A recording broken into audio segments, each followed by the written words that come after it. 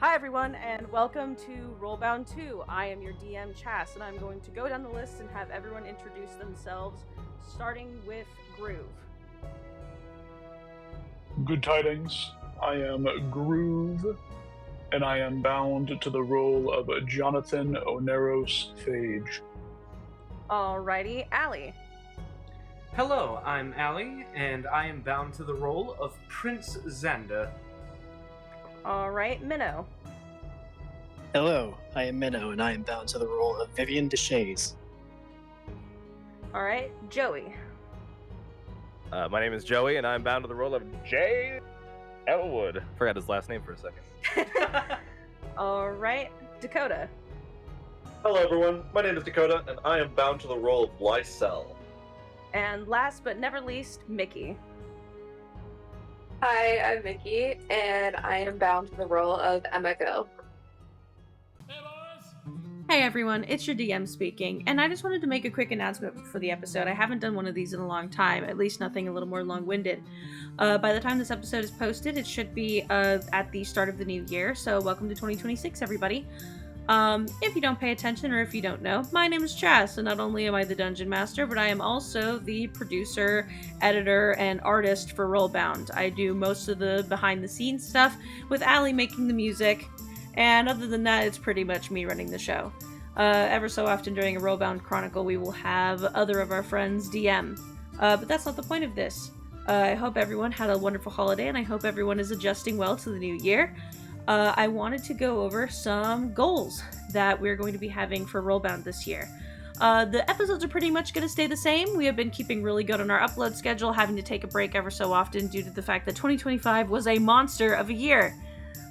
With that being said, into this new year, I am going to be, it is one of my long-term goals to be starting up a dice making business. I've been working on that behind the scenes for the last few months, nearing the end of 2025, and the first big thing of that is that I plan on launching some dice sets that are based off of the RollBound 2 characters. With RollBound 1 being unfortunately dramatically cut short due to my PC exploding and me losing all of the content that we made, that might be a thing I revisit later, where I make dice sets for the old characters and try to honor their memory, but I'm not starting out with that. Gonna be doing some cool things with some keychains of the RollBound 2 cast and some dice sets based off of them. Those are going to be a limited time thing, but we are really excited about it, and it'll be something that I'll be advertising a little closer to when we're there, but that is a stretch goal for the year, trying to, I guess, extend out RollBound's limbs. But for those who watch us pretty reliably and faithfully, thank you so much for being with us and being with me through all the ups and downs, and I'm really excited for this year and the goals that we have. Enjoy the episode. It's going to be a relaxing one.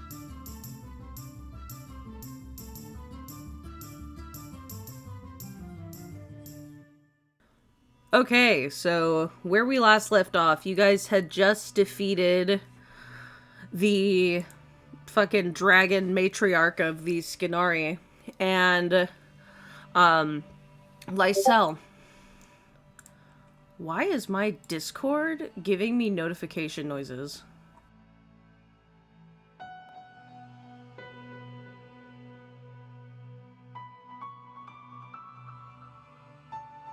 Lysel, you have seen your mentor in dreams, and, you know, sort of more, you know, you haven't seen your mentor face to face in a while. We're crossing the threshold of years at this point. You know, you knew her as Ada, and one day she just left without a word. And, you know, you almost felt like you had done something wrong, and reuniting with her, not even in person, but through dreams and psychic interactions, a disembodied voice that you recognize as your mentor, but you have not seen her face to face in a long time. And after this dragon has fell, and after its soul was literally bisected and scattered across the fucking cosmos, effectively, you see Aika standing before you. Once again, she is very tall, standing at 7.5 feet tall, with draconic wings that are deep blood red folded against her back. Her only slightly lighter colored hair pulled back into that tightened braid that goes all the way down her back. And her long, like, tail is, like, politely, like, coiled to the side. Like, it almost, like, wraps around to the front, and it's, like, tight to her body a little bit. For those who remember or don't remember, here is a colored sketch of Aika.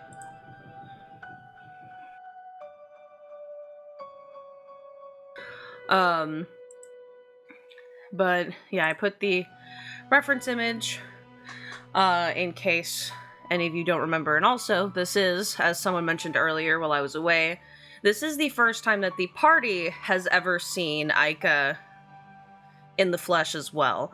They've heard Lysel speak about interacting with Aika, but she has never done so publicly. And she takes a step forward. Her very long blade is outstretched at her side, literally so like long that she has to like hold it kind of like tilted up a little bit so that way it does not drag along the floor, even with how tall she is. And she looks to Lysel, who, where we left off, was like kind of like crouched on the ground because that was a rough fight. And she says, "Rise, pupil." Lysel uses their element almost leaning on a little bit because, as we established in the previous fight, they were bloodied and down several times, so they're kind of panting at this point. And she looks you over, seeing your, now, fully bloomed, I'll call it, antlers, but then she looks at the, kind of, like, silly, tail that you grew because of the candy, because it isn't like the one in, like, your updated level 10 art, which will be finished next week, and we'll have the updated, podcast image then after the session. But it is like it's almost silly. Like, I think it's like dark red and, it doesn't necessarily match you. And you see her like take her sword and like use it to like lift it off of the ground. And she says, "Child's play, really." And she looks to you for a moment and says, "Let's give you a real one." And she literally, like, flourishes her sword, and it is almost incomprehensibly fast.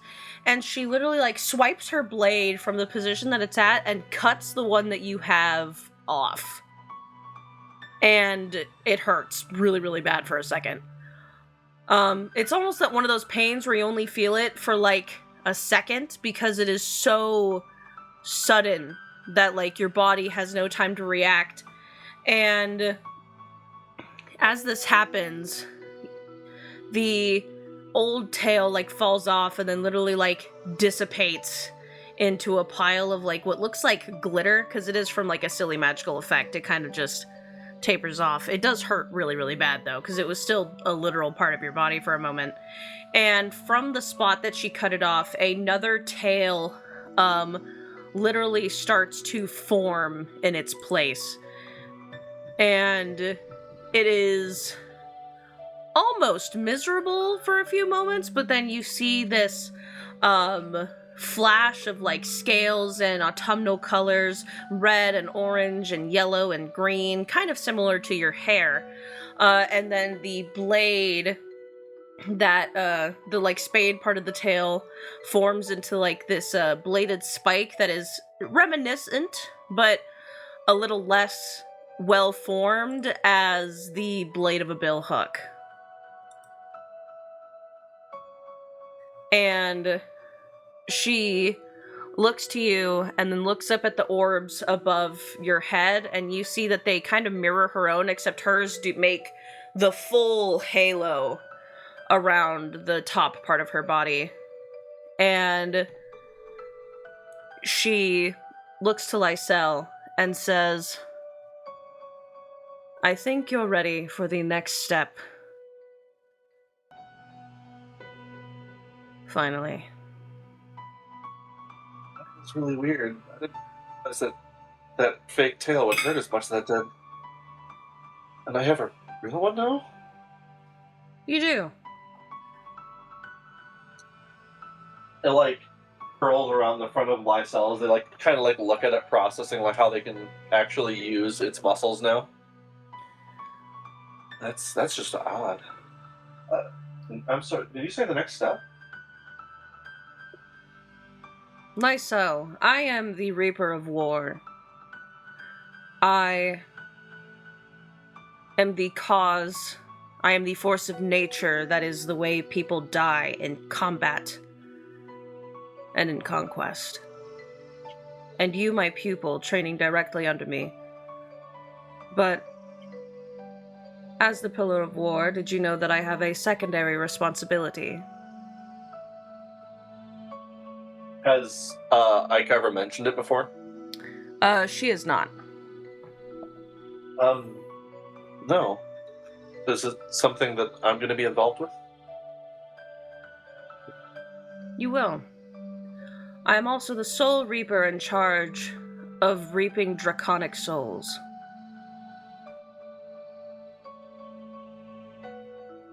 Dragons are powerful creatures. That does make a lot of sense now that I think about it.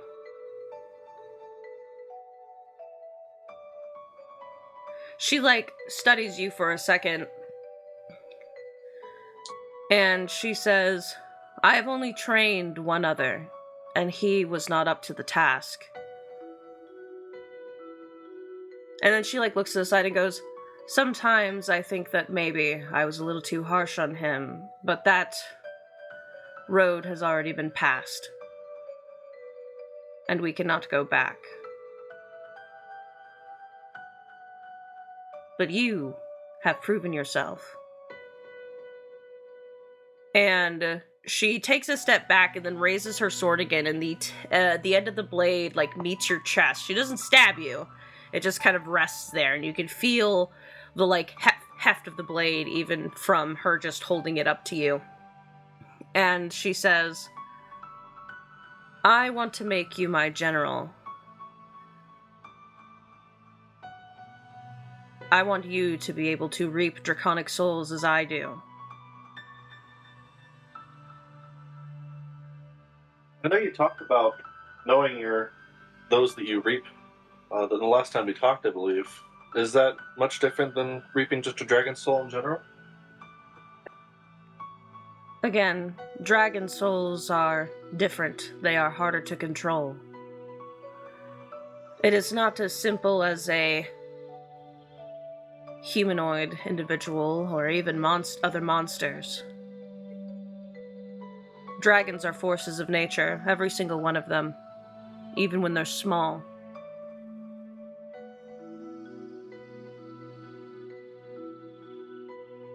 It explains this feeling I have. When I took its soul, it kind of tried to take over me, I think. I was able to resist it. And it could have. It could have taken you over and started life again. And you would have had no choice. You would have never gotten yourself back again.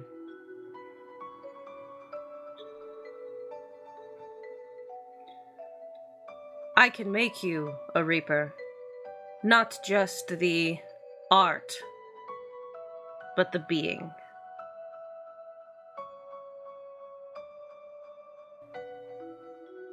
I won't do it if you don't want me to, but The only way that you can stay in Mortimus with the other Reapers, one day, I'm not taking you away from your friends, is if you become one of us. Not a pillar, but a Reaper outside of the arts.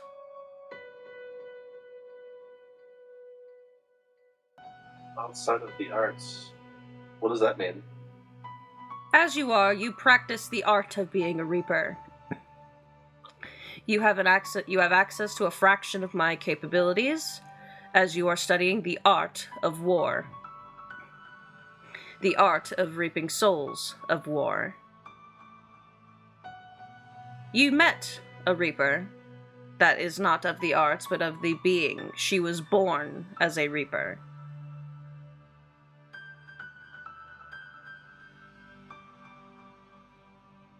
That happened not too long ago, I think. I remember that.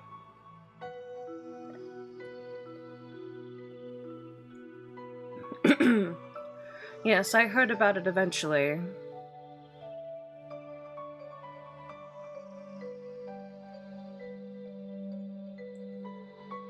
Although I will say I'm not necessarily one who is interested in wasting time, so this is not a decision I'm going to give you time to think over. I don't think I'd need any time to think about it as it is. I would gladly accept any boon you would give of me or ask of me.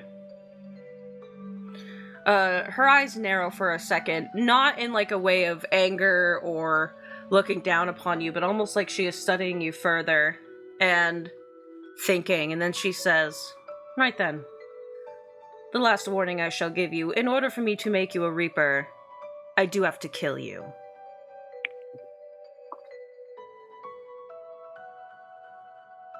Well, I trust you, but I've come close to death many times. Fair enough. I didn't want to... She, tries to think of how to say this in a way that, you see her, look up as if she's genuinely trying not to sound like a bitch. I didn't want to scar you.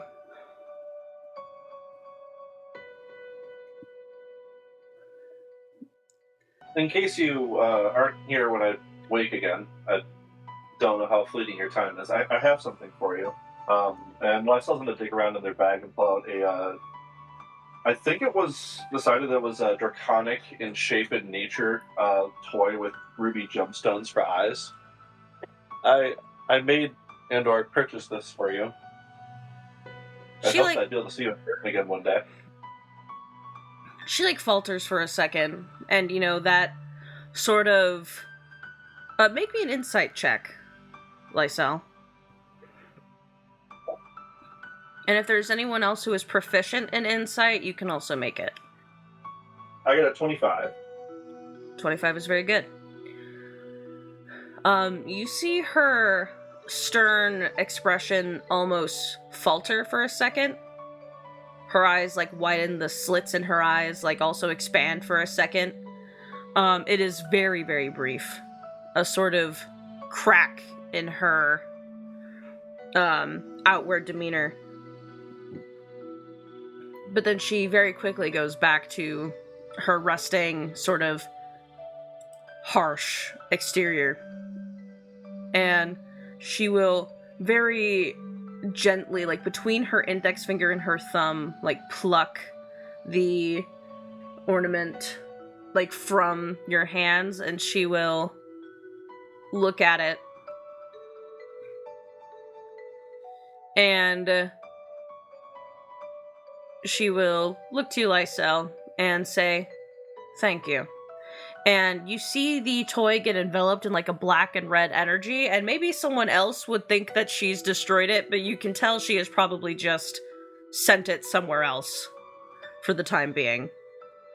Because she used to do this all the time when you were younger. If she wanted to put something back in your little cabin without walking all the way over, it would get enveloped in a red glow, and then it would disappear.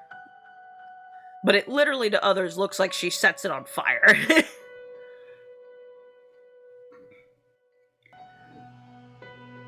And I hope you like it.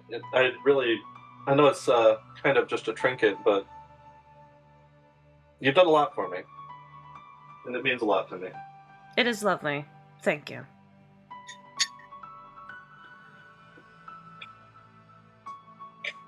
And, she looks to you, Lysel, and she says, "Are you ready?" It should be pretty easy. I'm already halfway there. I'm ready. And, she looks at you and grins and says, "Let's make this fun then. Go ahead and attack me." Oh, alrighty then. Just in case something goes wrong, Jay is gonna ready a Revivify. If for whatever reason, like, you know, she kills Lysel and then can't fucking bring them back, or whatever it is she needs to do. That's docked. Yeah, Lysel's gonna take a swing at Aika with their billhook. They're gonna step kind of like to the left, stabbing forward, getting a 30 to hit.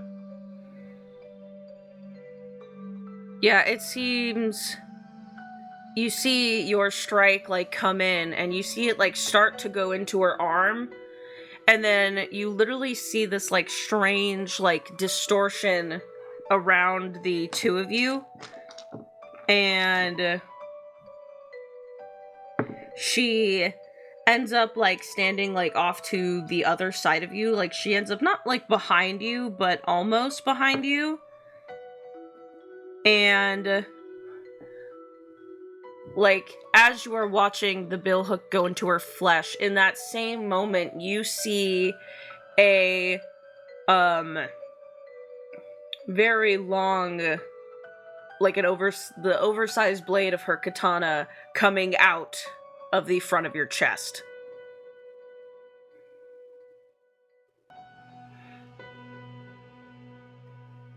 Do I need to roll damage of any kind? I'm assuming not. No. And as you both exchange this moment of acting impossibly fast, you feel the pain of being impaled. You also feel the sinking feeling of both radiant and necrotic damage, like, basically dispersing through your chest. It is the most painful thing out of this entire journey, out of every fight you've been in, out of everything. This is probably the most pain you have ever felt at once. And Lysel, I would like you to make me a Constitution saving throw. I'd say we're alright with those. It's gonna be 26. Alright, a 26 will succeed by 1. So you see the blade like start to slowly push forward and out of your chest. You see these like weird red, like this like weird red smoke coming out of your body. Like your blood as it is oozing out of your chest is vaporizing into a smoke that then coalesces around the blade as she pushes it further. And you literally feel like every part of your immune system start to panic.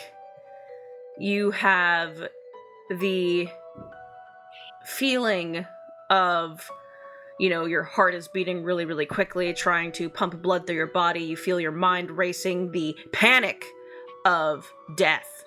And I need you to make me another, well, actually now I need you to make me a wisdom saving throw. Much less good at those. But I rolled decently well. It's gonna be a 22. Let me look at this one. If it's against being frightened, I have advantage. In a way, it could be against frightened. Go ahead and make that with advantage. I rolled lower. Is Lysel within 10 feet of me? I don't know what the room layout looks like at the moment. I mean, yeah, if you didn't walk away from all of this. Then Lysel is immune to being frightened. Oh, hey! Yeah, so we'll say that when you roll this, the presence of your friend, Jay, who is also trying to, lead you into knighthood, sort of resonates with you and turns your very close failure into a success. And you see your eyes start to flutter. You feel everything start to get colder. And after a brief moment, you fall unconscious. And you fail all of your death saves. And Lysel crumbles to the ground, lifeless.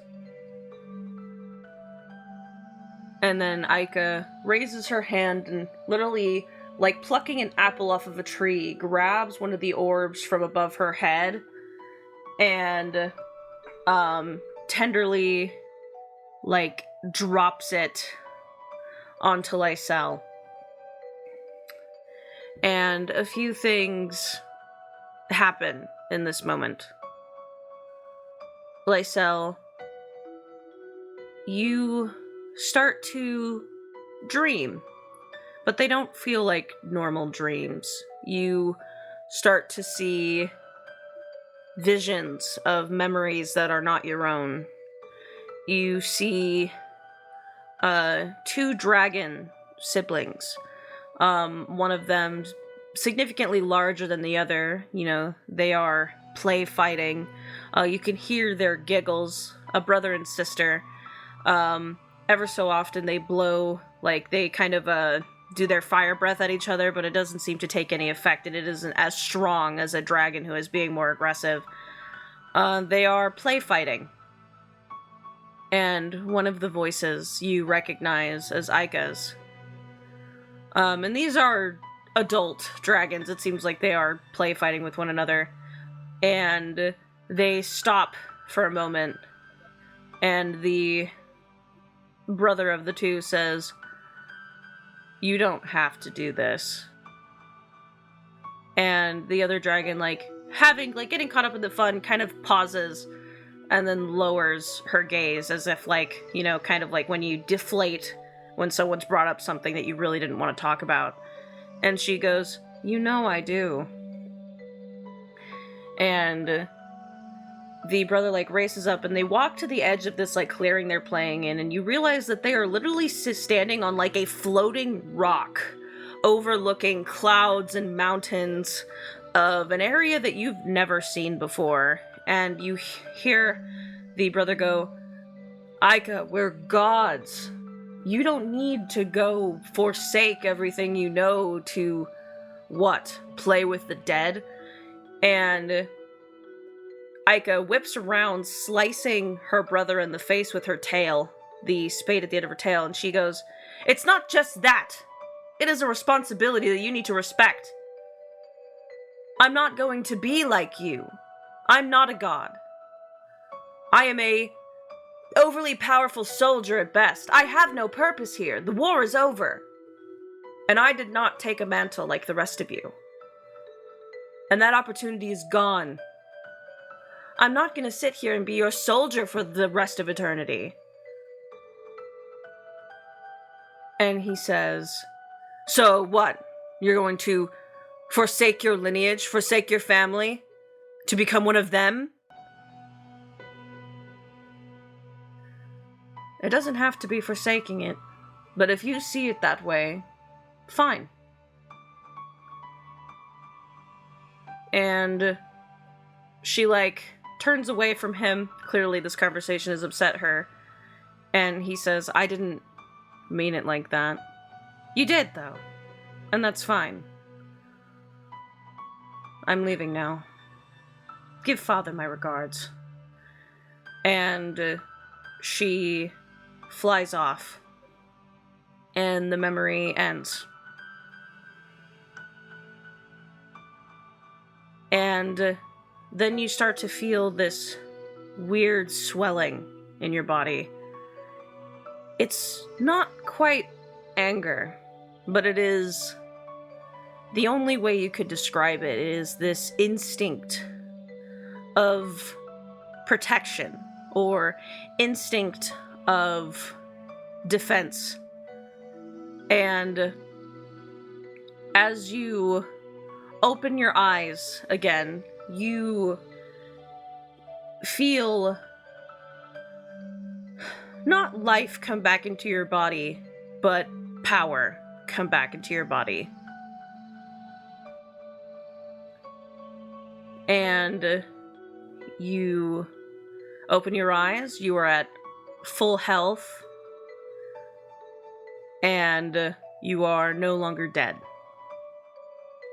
But something feels different.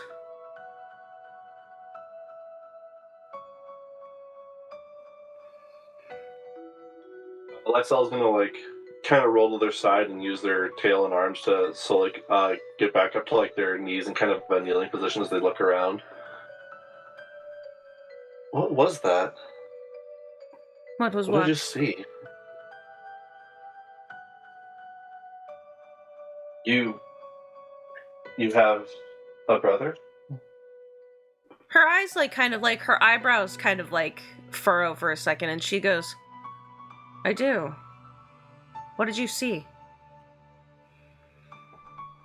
I saw. Well, I believe it was you, but I didn't know that you were more dragon-like than you present yourself. Because I'm not. And I'm assuming your brother, based on what you referred to him as, talking up on a floating plateau about a war.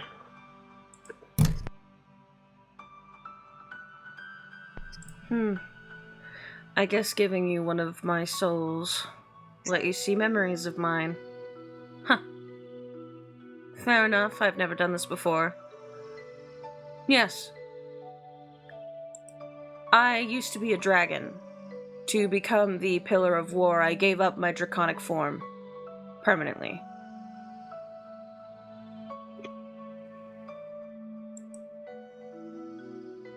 Were all Reapers once dragons? No, just me. I And fought... that's why you're able to reap them. Correct.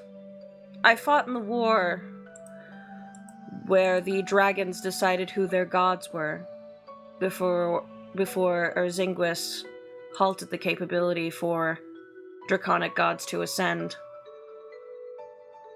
None of them can be replaced or killed, and neither can they pass the torch to someone else. It's a gift and a curse in a way. My brother is Ignatius, the dragon god of fire. And Erzinguis is our father.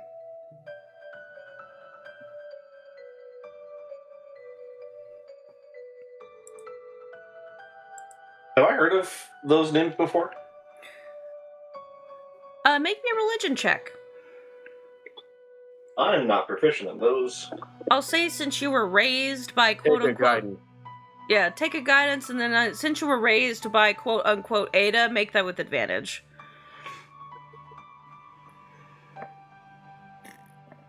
Well, the advantage turned an 8 into an 11. The guidance adds a 4, so that's a 15. And that's a intelligence skill, if I'm not mistaken. Yeah. 14.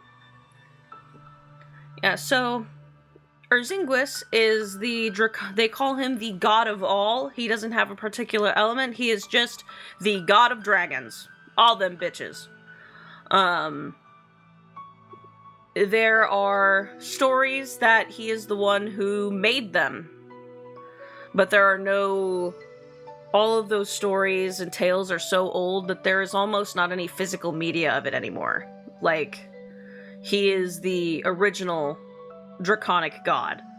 And dragons went to war several thousands of years ago to decide who would become their gods.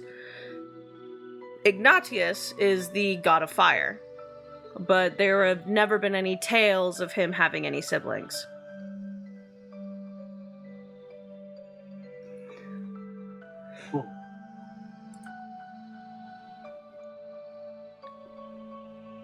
I saw when you gave that up, but that was most of what I saw, at least. I survived the war and even ascended with my brother, but we were not connected. We aren't twins or anything. He's older than me. So I, at most, was just going to be his greatest soldier, or an angel if I wanted to, but that wasn't good enough. Not to me. I didn't want my purpose to be living in my brother's shadow.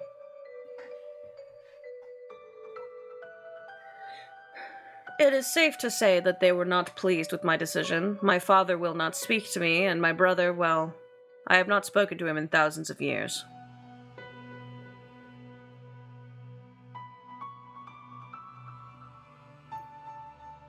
Would you ever? No, it is not important to me. Not anymore. Will I ever meet him?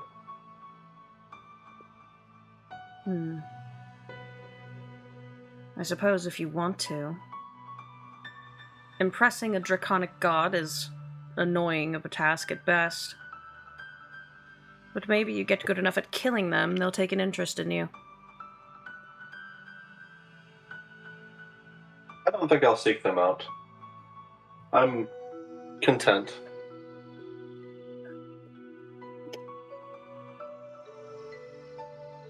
Although, I guess I should say, my other pupil was a demigod, so if you really wanted your chance. Though you will not be able to get in contact with him through me. He and I aren't necessarily on speaking terms at the moment.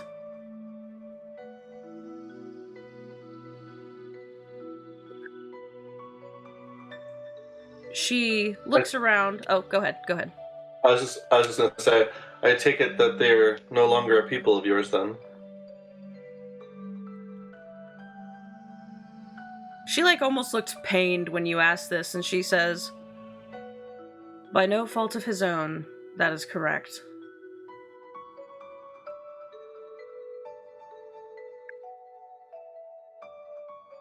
I'm sure our paths might cross someday. Potentially. You might have to seek him out intentionally if you wish to meet him. Frumal is still shrouded in a storm due to the war that's going on, and it's very difficult for them to leave, or for anyone to go in for that matter. Trying to sail or fly or teleport through that storm would be like doing the fight that you did today 3 times over, except you have no control over the way it goes. But she kind of looks at you and the rest of your party, and she says, Be warned, the majority of your powers will settle in the next time you rest, though you need not sleep anymore.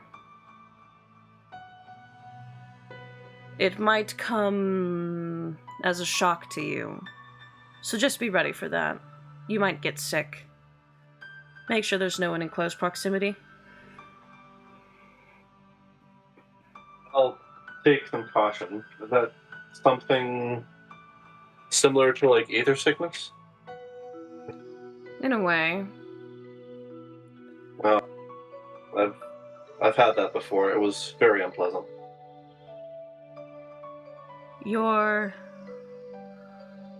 The very etheric signature within you is changing, shifting. It's not a natural process. I have unnaturally bestowed this to you. You're gonna have some growing pains.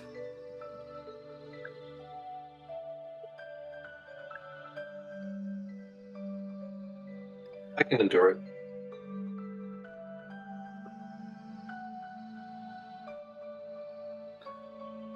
I shall take my leave now.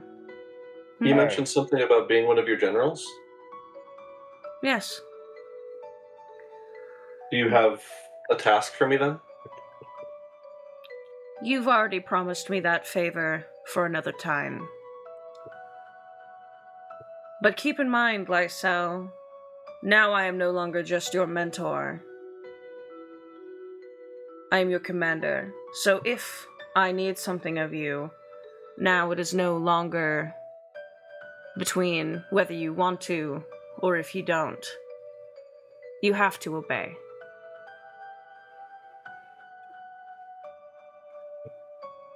That would never have changed.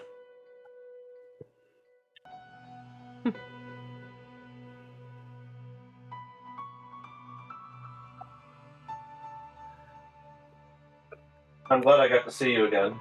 I hope I'll see you more often now that I report to you. Indeed. You might see other Reaper associates of mine before you see me, but a Reaper's work is never done. Be well, Lysel. True. You as well, Eka. And Thank you. She looks to the rest of the party and says, "Farewell, Silver Lining." Excuse me, I'm sorry, I have a question. She turns to you and looks down. The golden light kind of fades from his hands as he stops the cast of the Revivify spell. He looks up to her and he asks, "If Lysel were to fall in combat like they nearly did today, would I be able to bring them back? Or Yes. are they..." Reapers are not undead, if that is your question. They are a bastardization of Celestials, if you must know. It's not necessary. I just needed to make sure that my magics would not go wasted on them. Of course. Any other questions? No, I'm sorry. Excellent.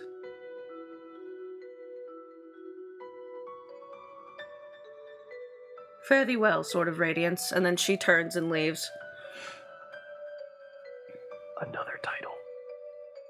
How does she leave? Does she just walk out of the room, or does something crazy happen? She literally turns, and it literally looks like she walks behind a mirror and disappears.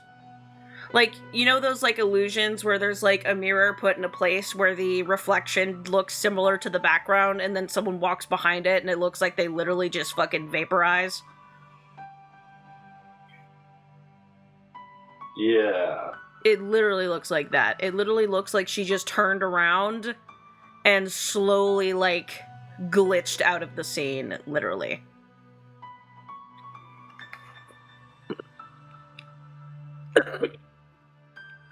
YSL stands up.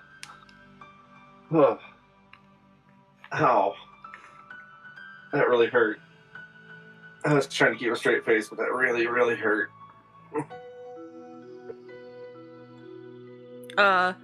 Lysel, mark on your character sheet that your creature type is now Morvenna. And I will put that in out of game for... Should I erase the Aetherkin base, or should I just add that to it? Just add to it. You're still gonna have your, Aetherkin features, you are just going to gain, some of the racial traits of a Reaper. Which I will give them to you after session. How do you spell that? Oh, there. You already got. Already beat me there. Does that mean I'm no longer a humanoid? Your creature type is Morvenna. So are Morvenna Aetherkin. Yeah, the creature type of any creature from Mortimus is Morvenna. So, Reaper's creature type is Morvenna. Any of the natural wildlife in that place is Morvenna.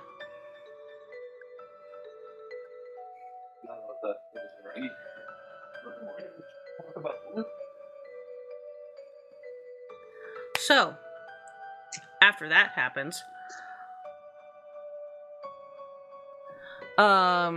Vivian and Xander, we'll do this in order. Johnny, real quick, make me an investigation check. Gladly. Johnny sniffs the air and he smells something. He starts sniffing and sniffing. Got a 22. Do I succeed? You do. You after seeing all of this stuff happen, you also want to get out of here, so you start looking around, and you eventually find, like, a part of the cave wall that when you, like,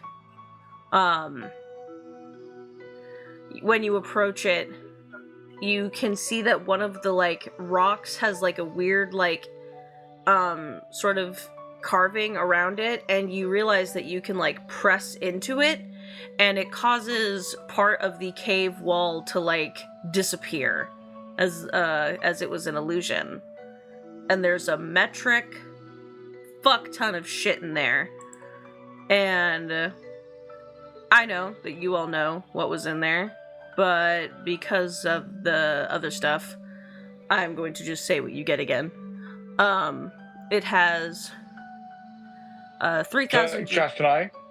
Okay, yeah, go for it. Johnny he finds this great trove and he starts looking around and he said, "Oh my gods, there's such wonderful things in here. There's 3,000 gold pieces, 4 charms of the hero, a glorious robe. It looks like it might increase the strength of my enchantment spells. That shit's on the dragon. That's also on the dragon. That's also on the dragon. Some psionic crystals, 4 black diamonds." Pulls out a jeweler's. He coughs up like a jeweler's lens. Looks like they're worth about 500 gold points apiece. Oh, a small music box. How wonderful. Has the name Clyrie of Alencar on it. Strange name. Oh, this dagger. It throws it. Hits like a spider. And reveals its aura to everyone. How interesting. 4 potions of supreme healing. Don't mind if I do. 2 potions of full restore, a bottle of calm night. 1 potion? Oh, I can tell just by the look of these potions that they increase your stats by 1. A grand mana potion. A totem. Oh, is this a totem of the acid dry? Oh my gosh, I've only read about these. Ring of Defiance, Lysel, you're gonna need this. Good thing you didn't put this on before. That would have been a waste. And yeah, wow, what a great pull. This really gives me some ideas on things we could do. I'll have to get to work on that. I should have you guys do this more often. You guys just read this shit out loud. That was funny. Yeah, okay. That's it. That was good. Next, who's up next? Johnny takes the items and distributes them. Yeah. And Vivian and Xander, now that the dust has settled and things are calm for the most part, what happened to Lysel was nuts, but you remember that there are, dying seers over there. Some of them are alive but unconscious. Others of them are awake and kind of panicking because they are chained up. And I say panicking as panicked as someone can be with as weak as they currently are and feeling.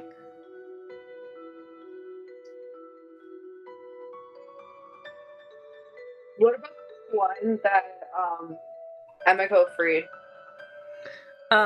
They are, again, alive, but currently unconscious.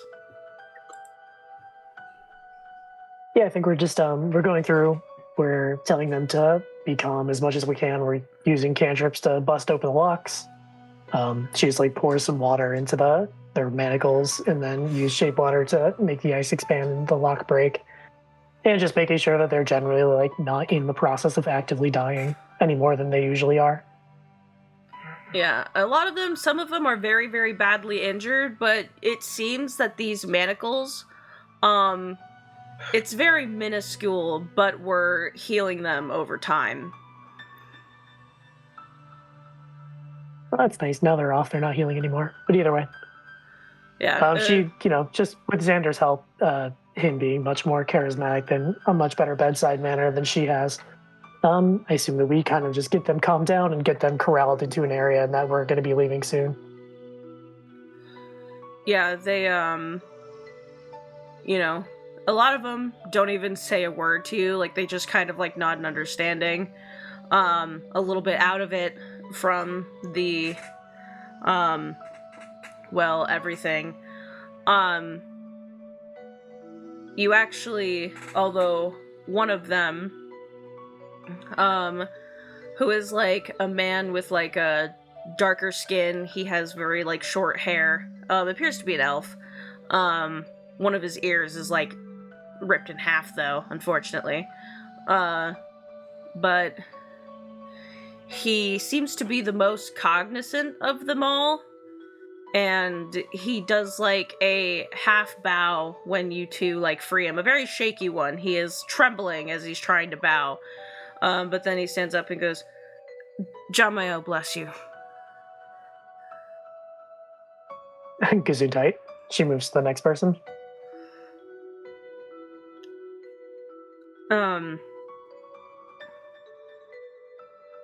And as everyone has sort of, like, passed around the loot and freed all the seers, and again, some of them are fucked up from taking more than one fireball, but they'll be alright.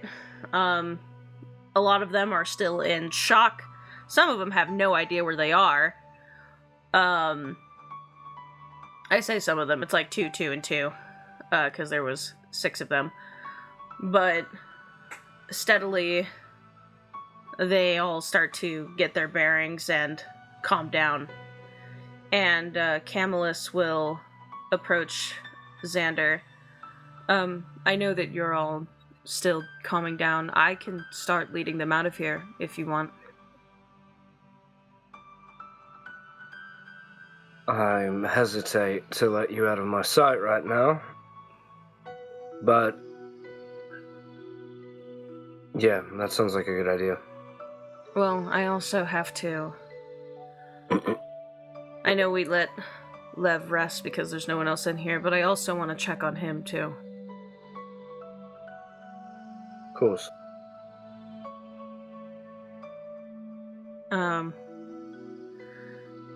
Camillus does, like, linger for a second, and he very quickly puts his hand on your cheek, and he says, "Hey, I'm sorry for getting mad at you earlier." It's fine. I understand. Tensions get high on the battlefield after all, so no need to... We'll have time later to... Yeah.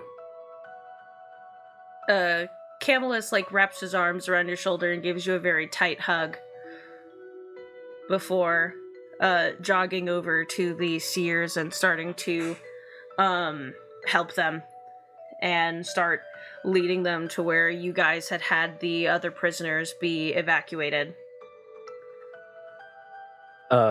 Now that he is escorting them out, does it look like my healing services are not required? Like, was there anybody that I needed to pump hit points into, anything like that, or was everybody pretty much fine, all things considered? They're good enough to get them out of here and get them to, like, longer term medical attention. Okay, so would we say that I put, like, a hit point into each of them or something? Yeah. There were 6 seers? Yep. Okay, cool.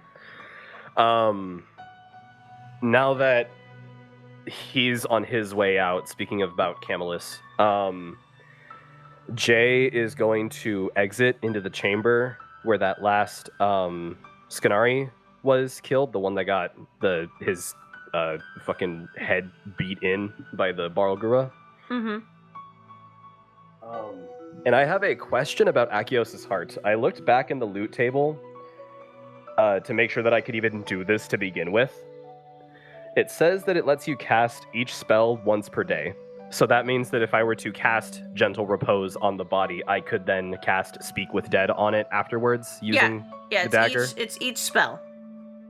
Okay. In that case, I am going to, with the dagger, cast a Gentle Repose on the body.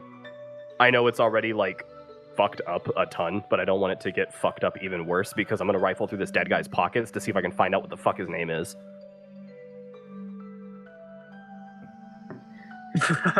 Cast Gentle Repose on it so he doesn't, like, slop off. You don't, like, go into his pocket and his thigh comes off. Yeah, exactly.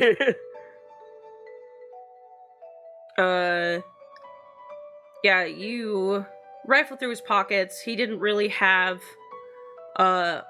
much on him to begin with. You do find something. It's not necessarily something like an identification of any kind, but you do find like a note that appears to be written to him, and so it was on his person. His name is Owen. Owen. I'm going to cast Speak with Dead on Owen, assuming that he still has a mouth attached to the head that was smacked really hard against a wall by a giant demon. Yeah, his head is caved in, but the lower part is good enough where the mouth can move. What does Speak with Dead look like when you cast it, Jay? Jay is going to hold Akios' heart out in front of him, the blade pointing downward towards the body. And he is going to rest the tip of the knife on the corpse's sternum. With one hand, his main hand, his dominant hand, his right hand on the grip, and places his back, or his offhand on the pommel of the knife, and just sort of gently traces it downward, allowing the radiant energy to go through this small, very, very, very tiny, like, just skin surface incision. Yeah, you see the radiant energy kind of flow through his body and partially animate him. You hear the sounds of, like, broken bones, not mending, but, like, magically fusing together to allow him to sit up. And then you see his jaw is, like, dangling down and his head slumps to the side because it being caved in has caused it to weigh more on one side. But the corpse, quote unquote, looks at you. He doesn't have eyes anymore. Expectantly.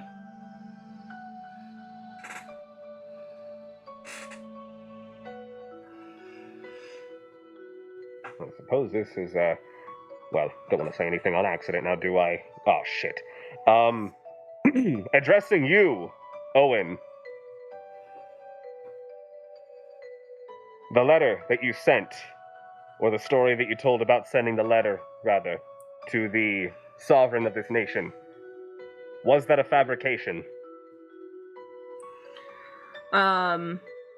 You see, like, the individual, like, flex and rotate his jaw as if trying to find the best way to open his mouth to speak. And he says, "No, it wasn't."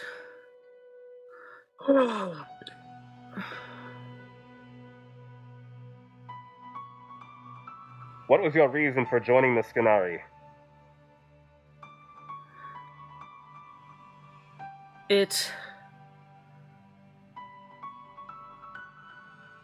I was told that it would make a lot of money and that we were just taking pieces of others off of them and turning them into magic items. I was just trying to get out of debt. Ooh, that might change my questioning a little bit.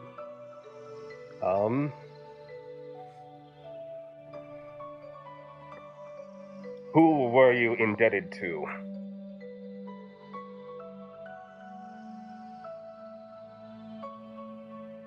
Borrowed money from a noble person in Northreath and failed to pay them back.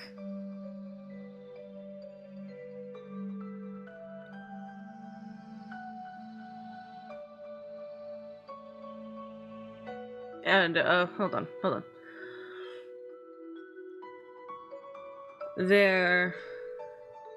They gave me the money for me to relocate to Viron, and I was supposed to become a part of the guard, but that fell through, and I was unable to make up the money to pay them back. Double checking the letter, does it have any mention of his hometown or his family on there? It does not. No?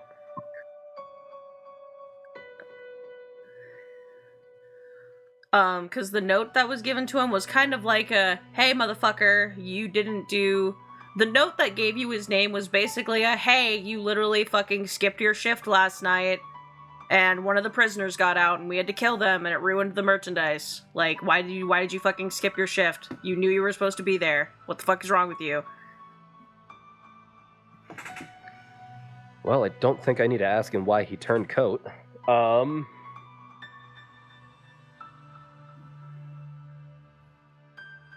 So it was just some noble from Northreath. That's what he said, right? It was a noble man or a nobleman from Northreath.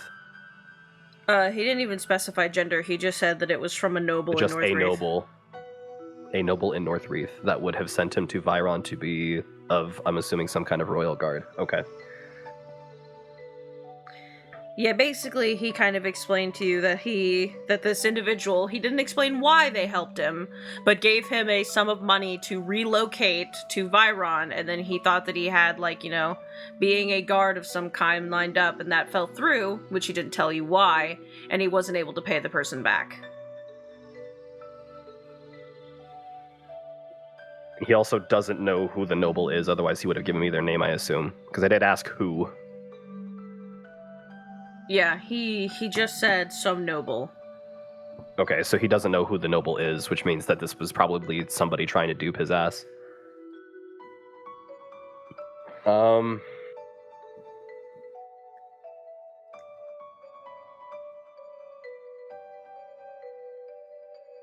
I guess I could do this. What can you tell me about your family?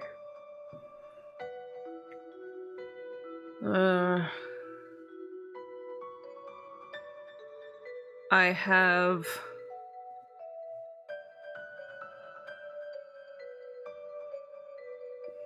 have 2 daughters and a former wife. After they discovered what I was doing to make up the money, my wife had left me. But I still took care of them, even after that.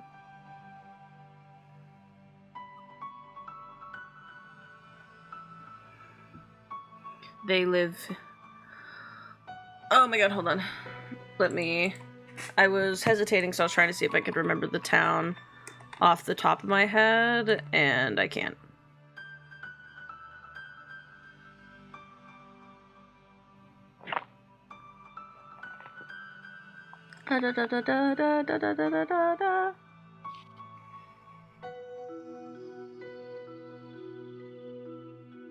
We lived in Stormwatch, which is one of the satellite cities of Aelenkar.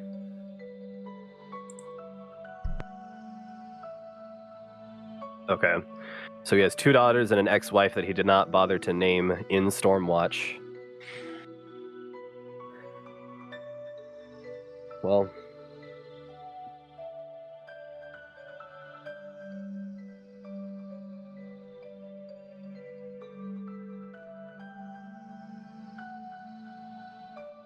I mean, why would he name him if we killed this guy? Like, he wouldn't be like, yeah, I'm gonna give you my wife and children's names just so you can go kill them.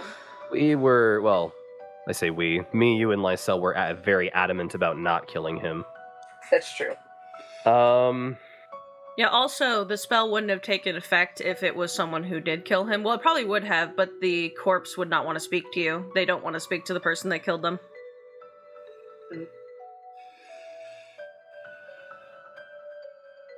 I mean, the fact that they're from a satellite city means they'll probably be really easy to find. We'll just ask them, hey, is this your fucking husband?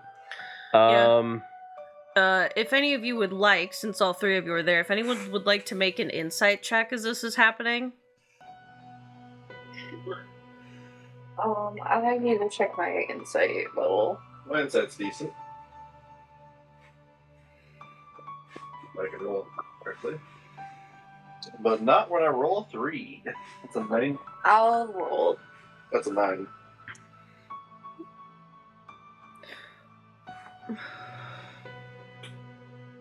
I got a 19. Yeah, Emiko, you're listening to Jay ask this guy these questions. You don't feel like he's lying, primarily because, like, I don't know, he's like, it seems like he's leaving stuff out, but not out of trying to hide it, but either he genuinely doesn't know, or this guy is, even in death, and even with the spell's capability to allow him to speak, he is struggling to, like, form sentences in his current state. I don't think he's lying. I think he's just struggling. I don't think he's lying either.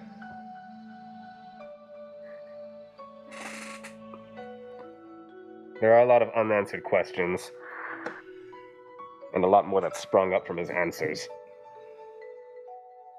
But I do still have one more.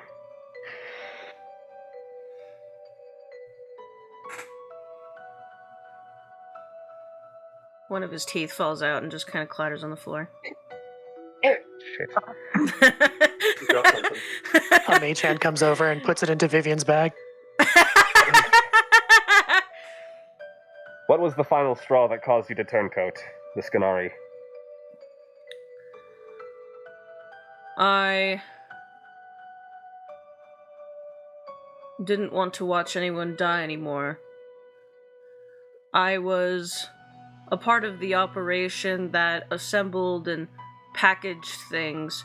It wasn't until a few months ago where they started asking me to participate in the killing, and I didn't realize how bad it was. I still did it for a while, but it was starting to drive me mad, and I started to think of my children. And I got scared.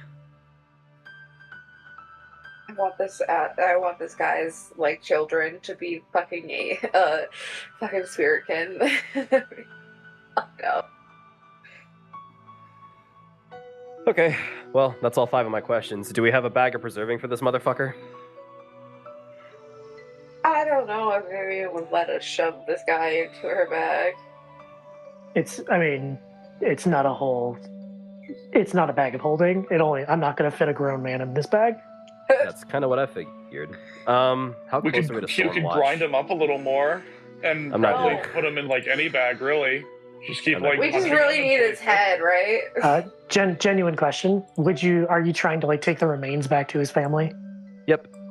Vivian could cremate him if you would like. If you ask her, she will be happy to do so. Yeah, fuck it. Yeah, let's do that. Yeah, so once she's done taking care of all the seers and stuff, she'll help out to cremate.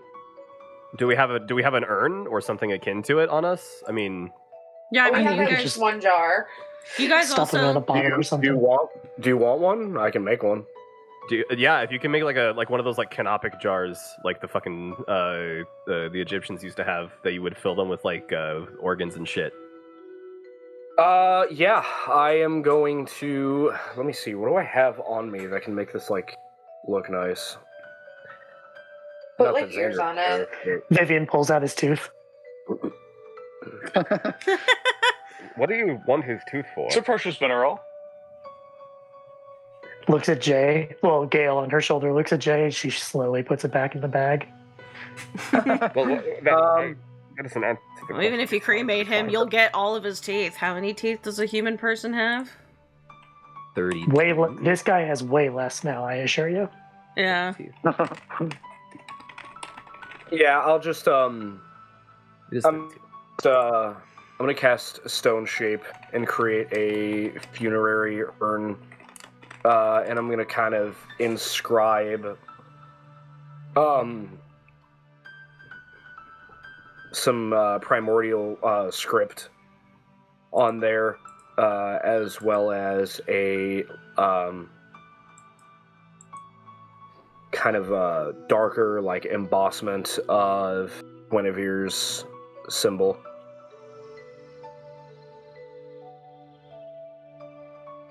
Great, yeah. Put the cremate him. Put him in the urn. Yeah. Yeah. Also, Yeah, Storm. after. Go ahead. Stormwatch is kind of like northwest of Wokedal. Because it's still around Aelenkar. It's just another one of its satellite cities. It's like a 2 to 3 day walk from here. Because Aelenkar is a fucking mega city. Maybe we can find this Claire.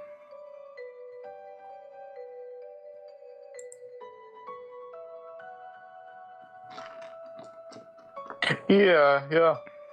So, I think, Johnny will get everyone together, and, he will say, well then, there is much to do and evil still to devour. Let us travel to Jay's quarry next. Let us pass through Aelenkar on the way, such that I may sate my curiosity as to this music box. And there is more. All of these items have struck me with a kind of inspiration. I wish to take my hand at one, but I require considerable aid in this matter, research and training alike. This, too, let us find in Aelenkar. Sounds like a Turns good to enough plan to Vivian. me. Go ahead. Yeah. Pretend I didn't say that yet. Will you help me in this matter? Of course, Mr. Phage. It seemed like a good enough time to spend a little time getting acclimated again. Also, maybe find some more work while we're here. Certainly. Never hurts. After that, Sure, there's also a like few to witches use that I should Veil. probably... Oh, sorry, go ahead. Xander just said after that whole debacle, I could use a day off. Also, Johnny we have to blinks at do Xander. our... Oh, go ahead, please. We have to do our once a city drinking contest. Hell She pulls yeah. out Yeah, you're in a major city. Pulls out the contract that has the party rules on it, and that's rule number 4. Johnny, Hell yeah. And I'll be on standby to cure your hangovers as usual. Yeah, the rule specifically states that Jay is not allowed to participate. Yeah, he has divine health. He can't be fucking.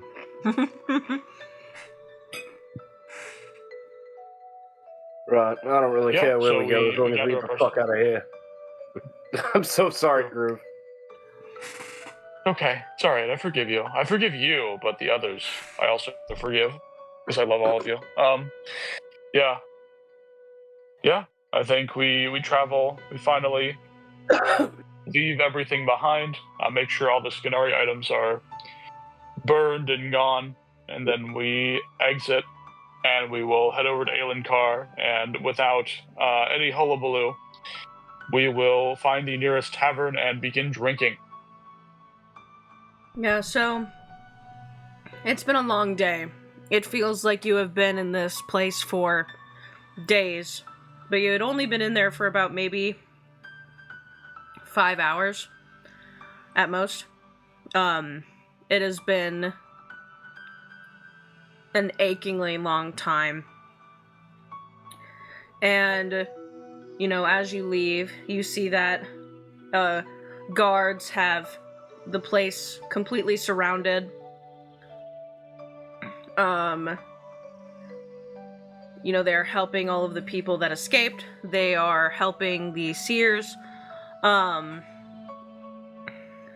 Camillus handles speaking to them for you, like he got out before you. And, you know, so he is speaking to them as a nobleman from license. He is able to kind of circumvent some of the fucking interview process. And, you know, you guys travel, through Wokdal and, end up, in the main part, or the start, of Aelenkar. Aelenkar is now that you're able to actually, like, see it up close, it is closer to the end of the day, because it takes several hours to walk through Wokdal, so there's you know, idle conversations sort of winding down from the day. And Aelenkar is a beautiful city with towering spires. There's, you know, tall buildings that are laid out. It is, for a real world comparison, it is kind of it kind of looks like a mishmash of, like, more northwestern, sort of art, why can't I remember the word? What, I keep thinking building type. My brain keeps going archaeology, and I'm like, no, that's not the fucking word. Mixed with, like, a sort of, like, I guess the best way to say it is, like, directly Italian. Architecture, thank you. Although, like, a lot of the buildings are, like, golden in color, a lot of the windows have, like, flower beds on the outside of them. There's multicolored streamers, like, dangling between buildings. The, streets are paved, and there's a bunch of, like, little stones that create, like, miniature pieces of artwork. Either they are, like, fire-themed, or sometimes there's, like, dragons, or, griffins, or elementals, like, kind of, like, made out of stones, in the ground and shape, that people, like, walk over. There is ow, that hurt. There is, like little winding paths. There's even, like, a garden area, like a park where you, like, take multiple steps. And there's just this winding, like, path that is surrounded by, like, trees and grass, and it's like a little slice of a park, but in this massive city, so you can get this view of nature while also overlooking the city itself. It is golden, practically. And, excuse me. Since it is a mega city, so this is only just scratching the surface, you guys stumble, and either this is going to be an uproar of "this is cool," or I'm gonna get something thrown at me digitally, maybe a tomato. You guys see a small tavern that clearly has, like, you know, it's had been added onto from how it was originally purchased. That goes from, like, a little at the bottom, and then it kind of, like, stacks upwards. And it has a very pretty metallic sign out front. And it is called the Silver Earring. Silver Earring. They stole our name. How fucking dare they? Johnny says nothing, because this has no significance to him or anyone in the party, really, and he will go inside. Yeah. The silver earring has like a mishmash of both people who are like super duper tough looking and then just normal like patrons.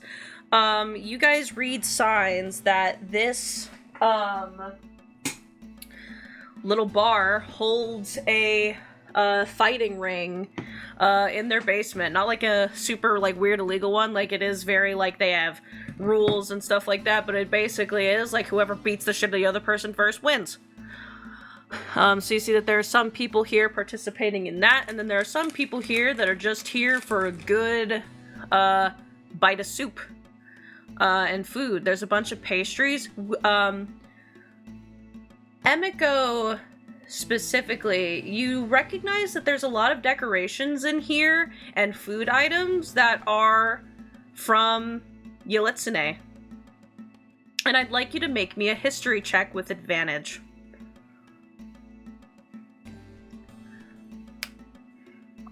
I have a -1 in history. Give me a second.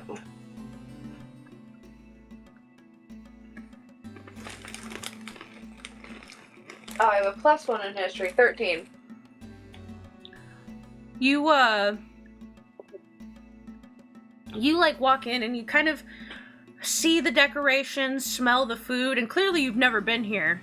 But you realize that you've heard of this place before.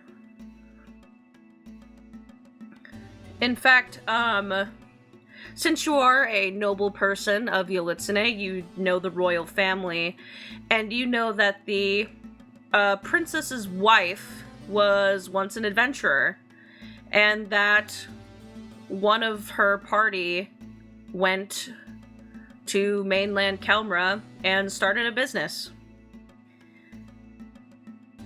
And you think that you are within the very walls of such a business.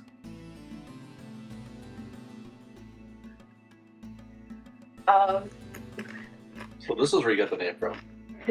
Emiko kind of like tilts her head to the side and be like, huh, it smells like home. And she's gonna like walk up to the bar and see if she can like see any person. Like, how long is it again? Like how long ago did that happen? Yeah. You were a little over, how old are you again? You're like, I think you said 210? Yeah. You would have been like just over like a little bit into your mid 100s at the time. So you were like grown when the cataclysm of Yelitsune was happening. It was fucked up.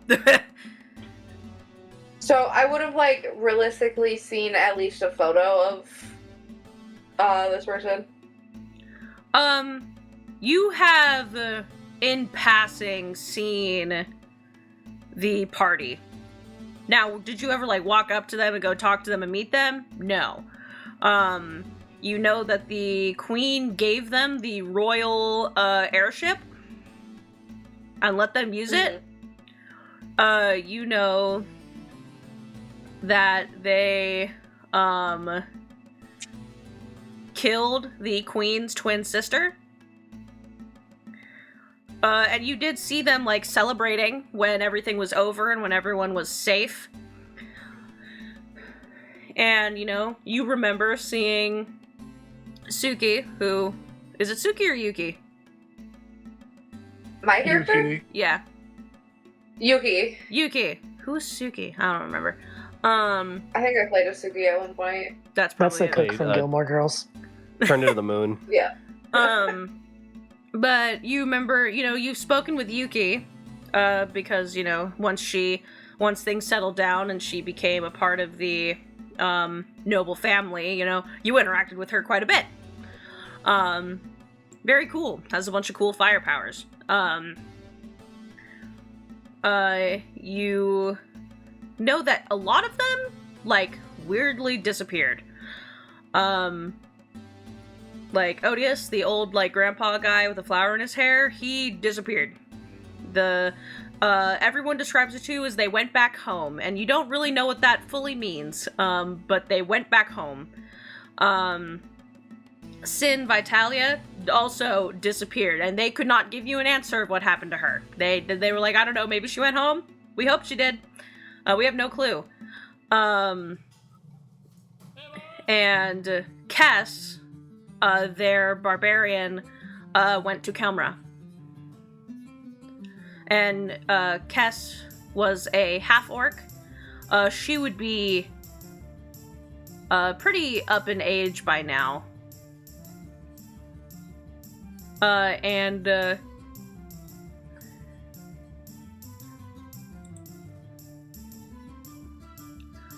Nah, not dead yet. Very, very old, though.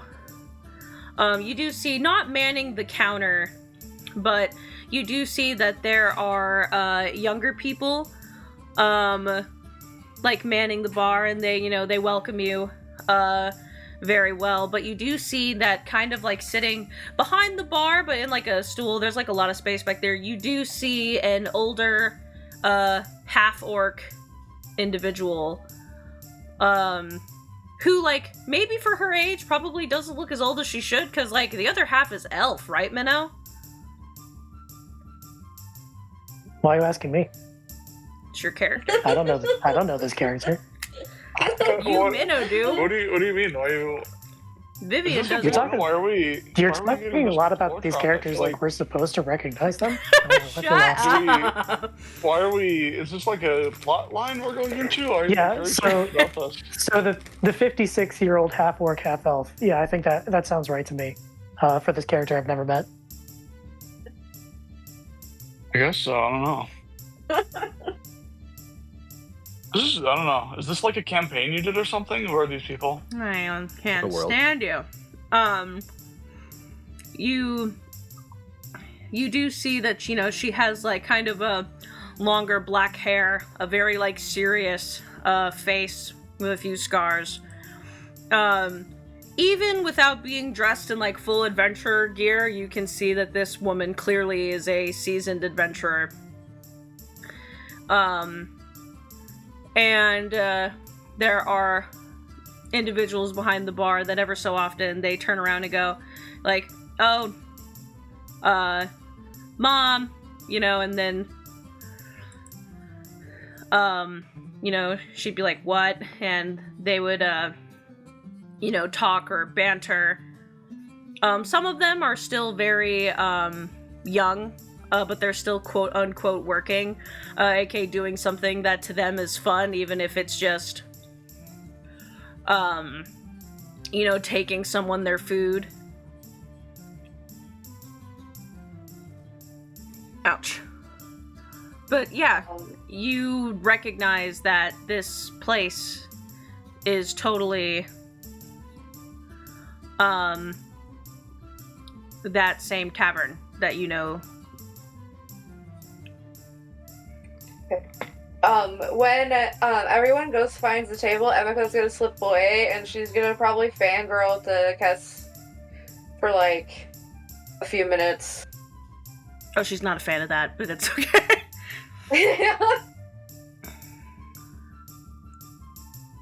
Yeah, Johnny will sit down at the table and call out, "Ale, a round of ale."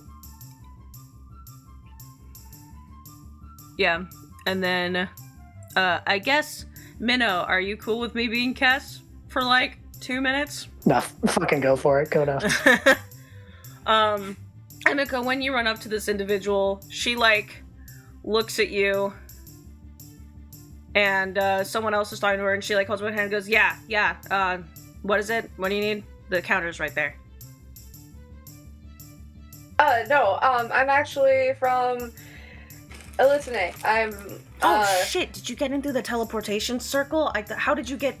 You know what, never mind. You probably didn't come in through that way. Yeah, I'm here on my own. I just wanted to come say hi. We, like, met in passing, like... Have we? Very briefly. Very, very briefly. I was, younger, obviously. Have you always had a mask on your face? No. No, I have not.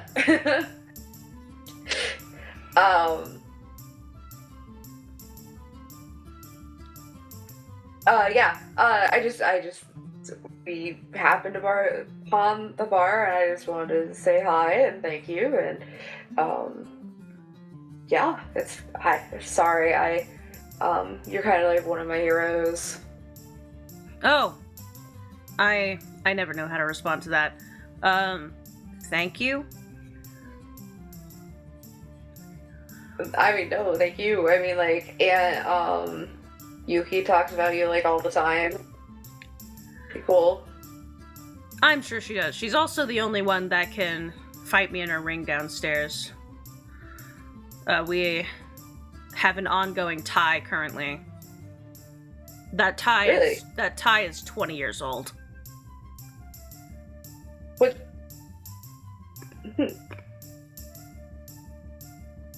No, that'd be too ambitious of me. I would love to like come back in like a year or so, or a few years after I've like trimmed up a little. I would love to be able to like at you and see if I can like go hand to hand with you. That'd be fun. I can definitely tell that you're stronger since the last time I saw you, at least. Just so you're aware, you could probably ask Yuki about it at some point. We do have a teleportation circle in the back to Yelitsune. I don't let anyone use it. Unless it's one of them. Oh. You just have one? Yeah. Got it set up over 30 years ago. That's how Yuki visits whenever she wants. That's actually extremely helpful.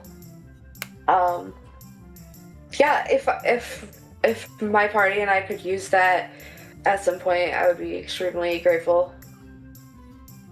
Yeah, primarily you're close with Yuki, so that'd be fine with us. Just don't make a big deal out of it. Oh god, hold on, no, I just got capsaicin in my eyeball! Oh dear. Cass was always doing this.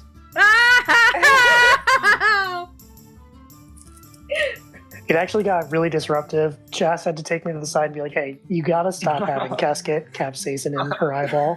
It's really distracting when you scream for half a second.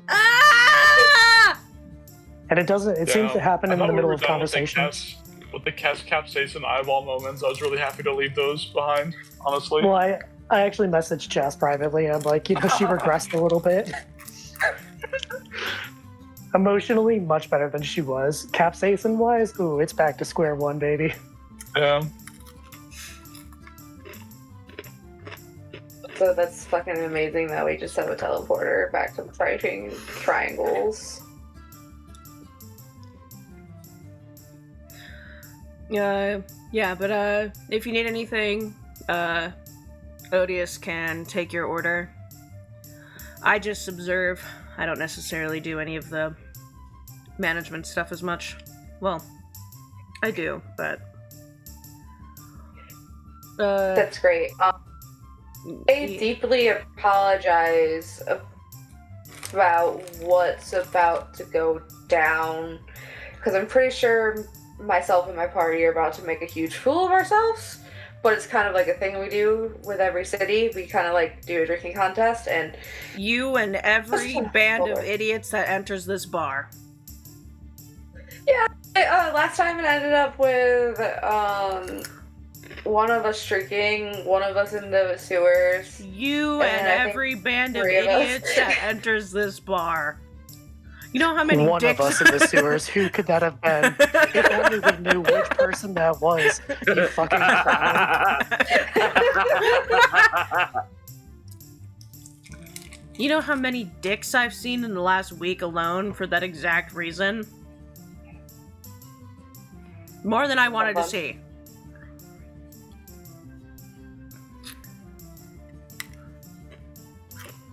Tried to keep it one dick down. You know what? Kess stands up. Whoop. And she pulls out a key from her,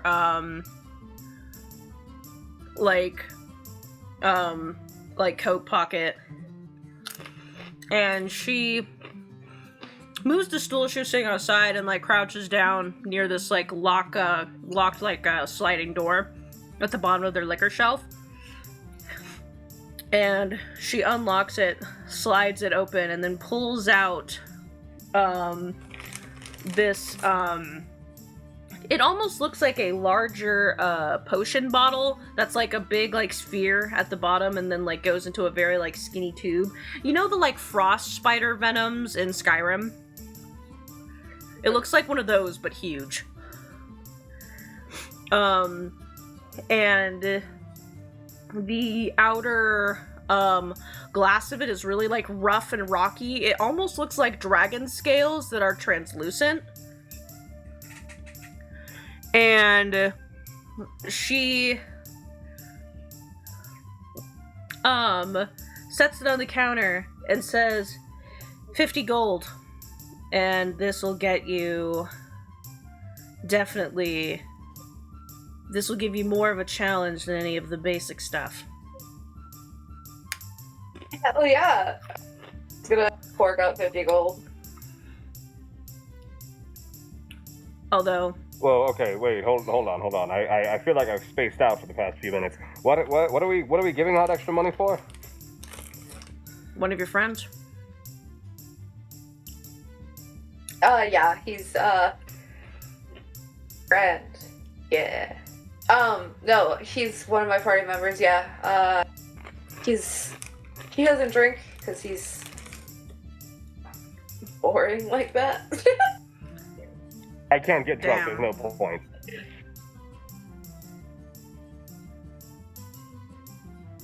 Yeah, you know, when you enter conversations late, you kind of don't understand the context of them, likely. But I hear the clink of gold, and I hear something about extra and all this other stuff. I just don't. Sorry, I didn't mean to interrupt. It's magical alcohol. Oh. There you go. Now you're caught up. Isn't that cool? I see. Good. Kess is actually a old. I don't want to say mentor because that's not technically what you. Yeah, I don't even know what your name is. Yeah, she's a friend of my aunt. Kind of. It's a long story. I am a friend of the royal family of Yelitsune, which by extension means I am friends with. She like leans down towards you. What is your name? Emiko. Cool.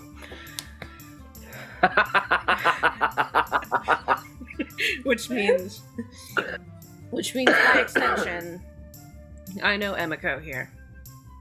She actually helped save my homeland. Oh. To do that. For some reason, I feel inadvertently thankful towards you. Yeah, I hear that a lot too. Well, enjoy your alcohol. Enjoy the food. Yeah, thank you. She puts the gold down and then she's gonna take Jay by the hand and grab the alcohol bottle and pull him to the table where everyone else is sitting. Look at this, I got alcohol! Congratulations, it's a bar. Oh, Let us begin. Damn. Yeah. You got fucking Vivian'd. And here, you Feel should have the ashamed. drink first. Vivian. Shut up! Sorry, the spirit of a bitch just flowed through me for some reason. I don't know what it is about this particular interaction or setting that's doing it to me. yeah. You actually like the exact words that came out of Minnow's mouth just now. You hear Kess call when you yell, "I got alcohol!" Just congratulations, you're in a bar. Yeah, set out 5, pour around for everyone, and let's get started. Alrighty. Let's do it. Round 1. I need everybody to make me con saves. I step away so that you guys aren't getting bonuses. I feel like it makes it more interesting. If Yeah, we all sure. get a bonus, none of us get a bonus. Yeah, Bro. sure. Yeah, that's true. Just hang out because we like your company. I have It advantage. might, on it may these could now. matter. There are some rules for How as many where of it these have we matters. had so far? What?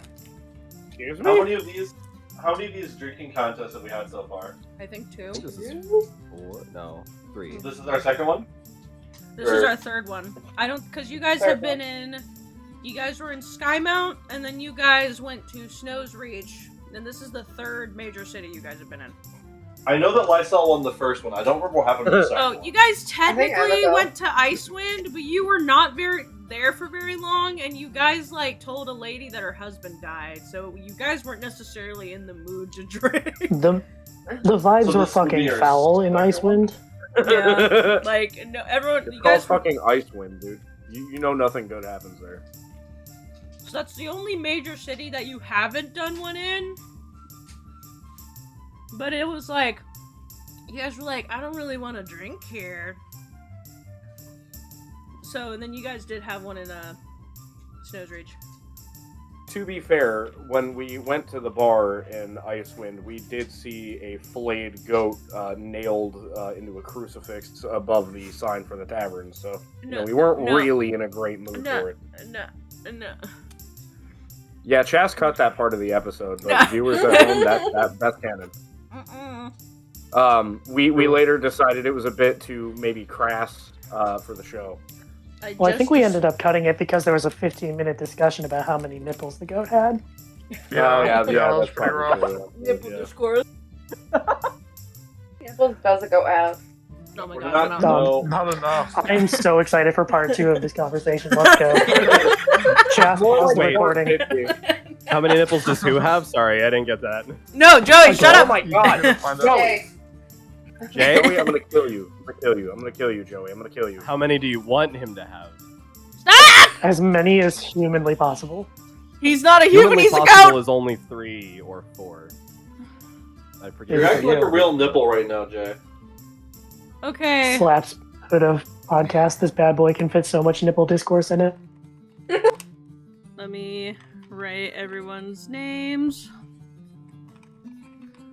Drinking contest. Look like an E.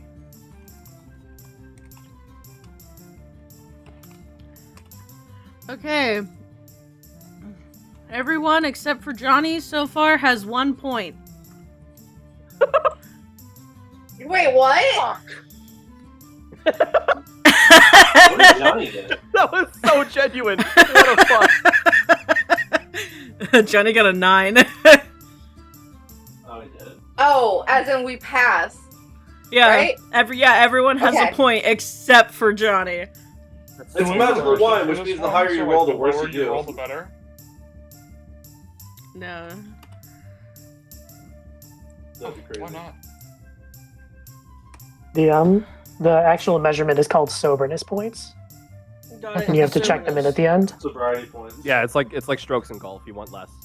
Alrighty. Yeah, Johnny You want slams more? down his stein, and he turns to Xander, his face turning a little red, and he says, "So, our pact is fulfilled. Your role that you were bound to is done. Does your thirst linger, or will you return to the land of the blind?" That will not count for anything because I've not asked for another one yet. Honey, what the fuck are you talking about? I think he doesn't Johnny, you think that you're turning and looking at Xander, but you're actually looking behind you.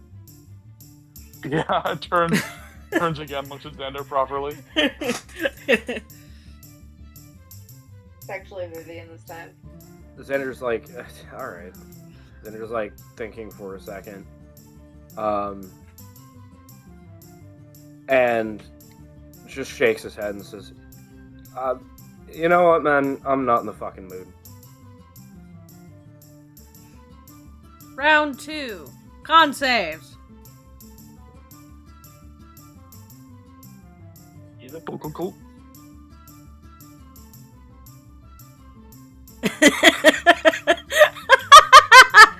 Sorry, I googled something.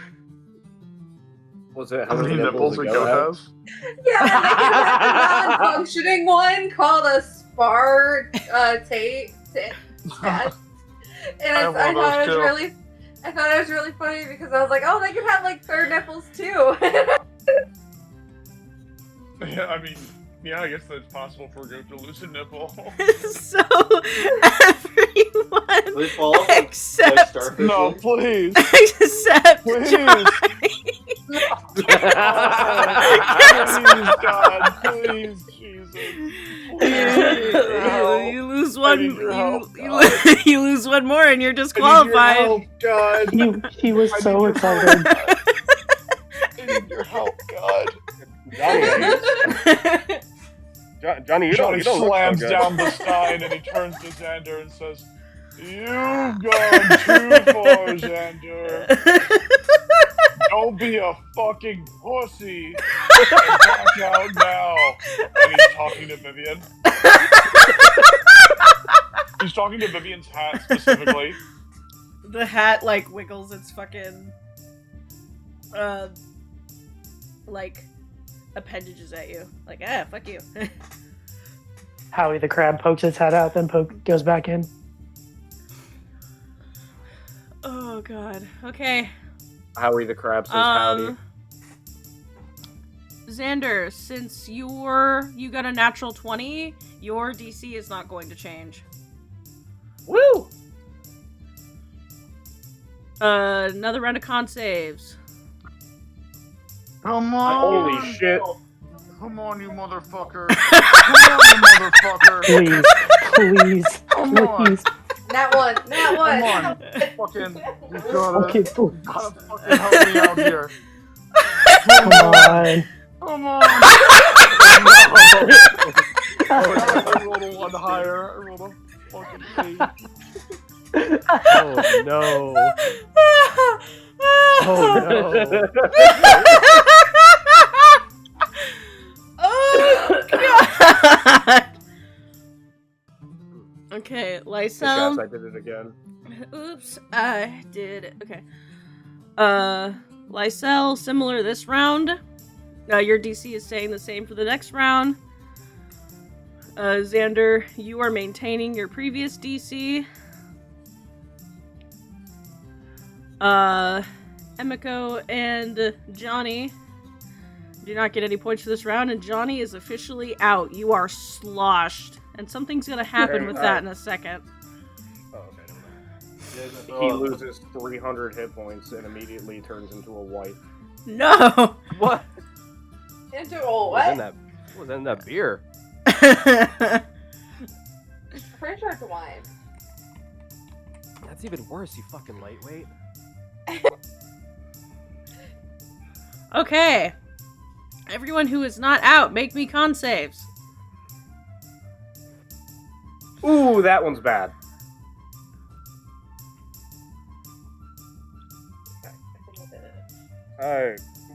Asking as an attempt to be a good Samaritan here, should I cure Johnny of his drunkenness right now and deal him back in? I feel like we didn't really give him an honest shot at that. Not And yet. Johnny No, gets it's up fine. and he starts. Johnny gets up and he can't fall unconscious, but he starts walking yeah. towards the fighting cage.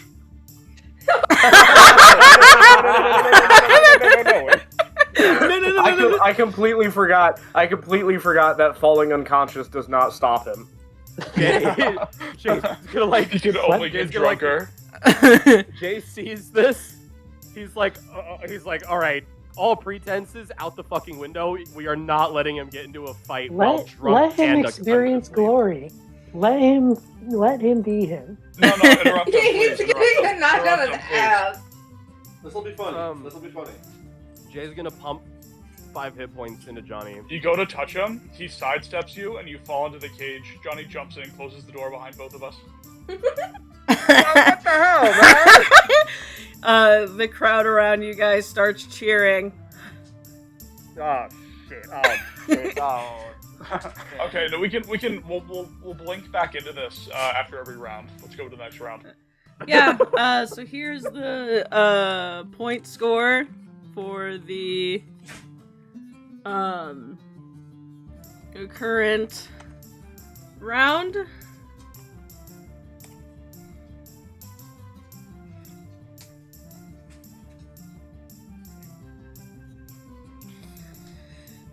I need another round of con saves.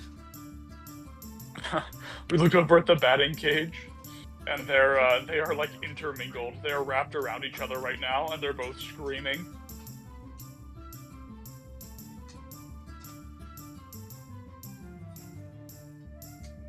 The bone saw is ready. Alright. Holy fuck. All of my luck has been like zero summed to everyone else. Let me...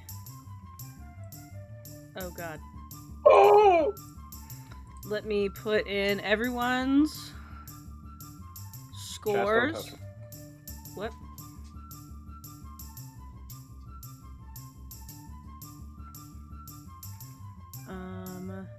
Emiko, your DC is not going to change, even though it's at one of the highest, but it's fine. Don't worry about it.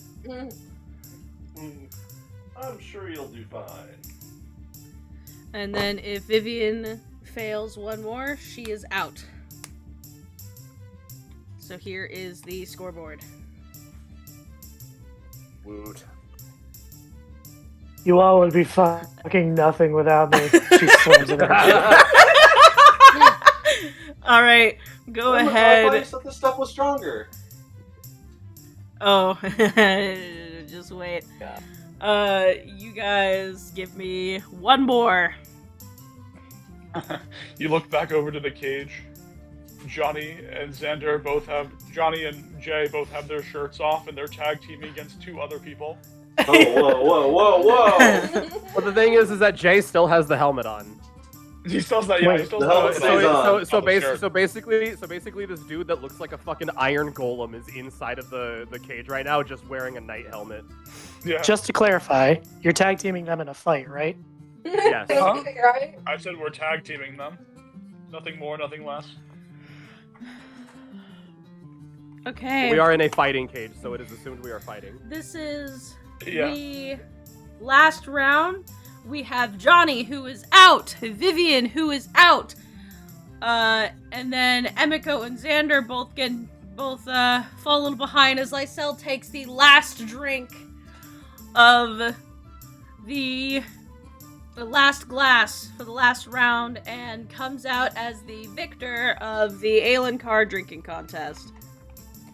I think Lysel has won every single one so far. Yeah. Yeah. We need to like crush Lysel's dice. We need to get Dakota, for RollBound 3, we need to get Dakota weighted No, I dice think- that always roll ones. I think That's Xander won fucking one bad. of them. Yeah, Xander won the last one, I think.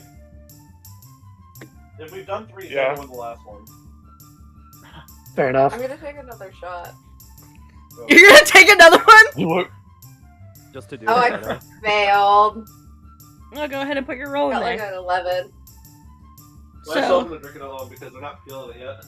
okay, yeah, go ahead. Keep making Oh. rolls. The drinking yeah. contest is over, but keep making rolls. Oh yeah. I'll drink that- too. that look was- over to the cage, and everyone's trying to rip Johnny off of some guy. He's trying to bite his face off. Vivian is at the I edge of imagine the this cage is what's gonna screaming. Yeah!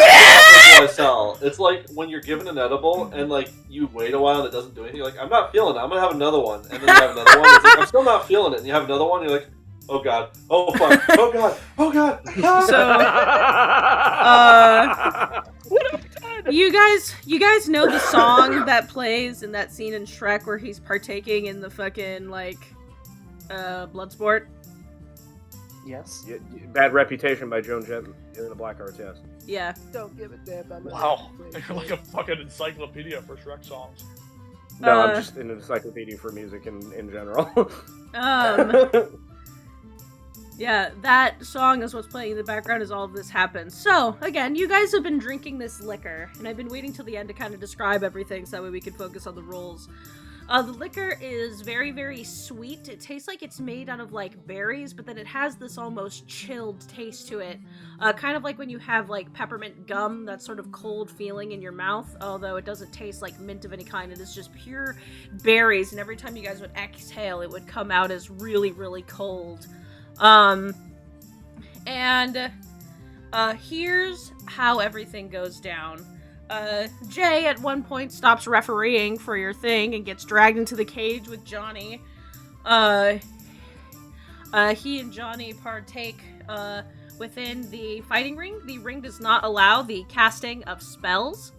So no. it is just a punching ring. Yeah, it starts out, first Johnny and Jay are fighting, trying to beat the fuck out of each other. I think it's a lot of grappling. a lot of like wrestling on the ground. Then 2 other dudes join in, so they realize they need a tag team, and then they start beating the fuck out of each other. And then at a certain point, like Jay like turns and realizes like Johnny is about to bite this guy. He's about to bite his face off, so he like lunges for him, and everyone is trying to rip Johnny off of him. And then at some point, like a fireball goes out, and everybody gets kicked out of the ring. I do give Johnny 5 hit points as I'm trying to rip him off of the dude that he's trying to eat the face of, and hope that him sobering up stops him from beating the guy's face. It does doesn't. not. He sobers up, and the fireball comes out. That's when the fireball comes out. Yeah. Oh yeah, everybody because he freaked out. sobers up, which makes him wake up, which means he can cast Fireball. Really funny. Vivian at the side going, boo! Boo! It is unclear who she is booing. Yeah. And basically, they get kicked out of the ring. However, because Jay is the only person who fought fairly, he is named the victor of the fighting ring. And gets a 500 gold reward, a cute little golden like crown thingy. Holy shit, give me the BK crown.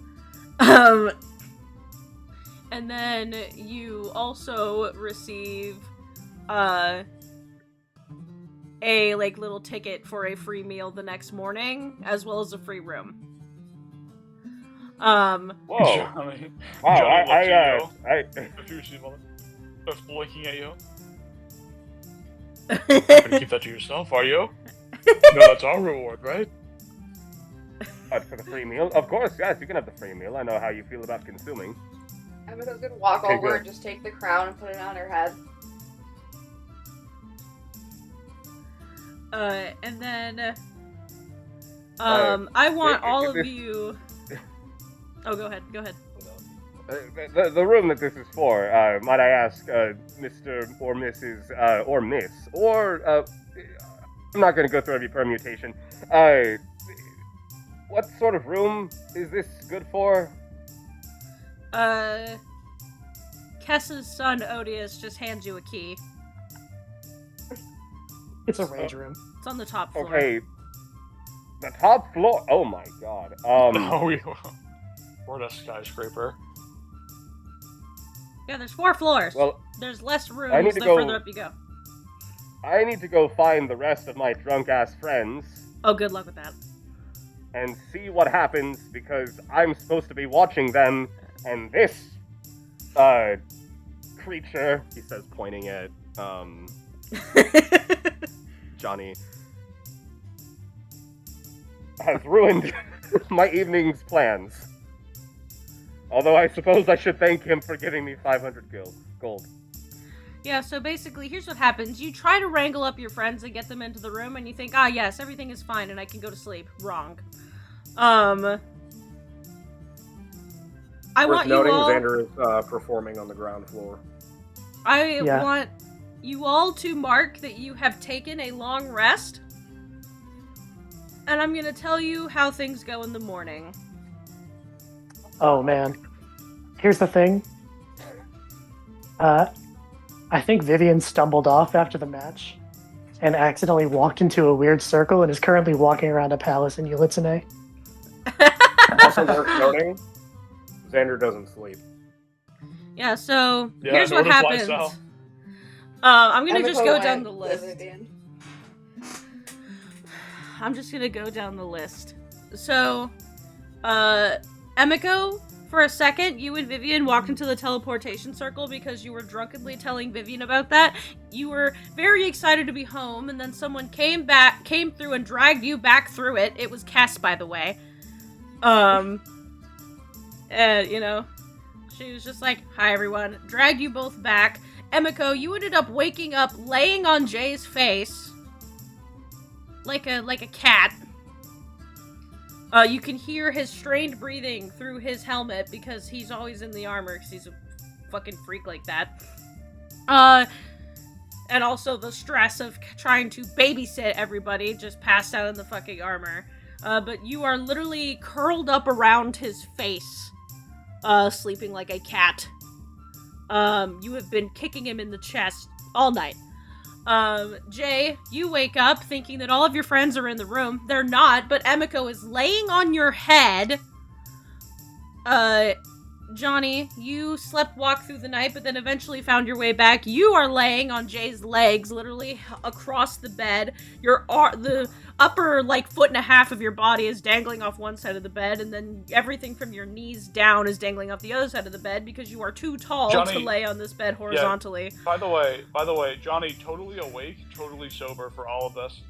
Yeah, you just wanted to have fun like everyone else.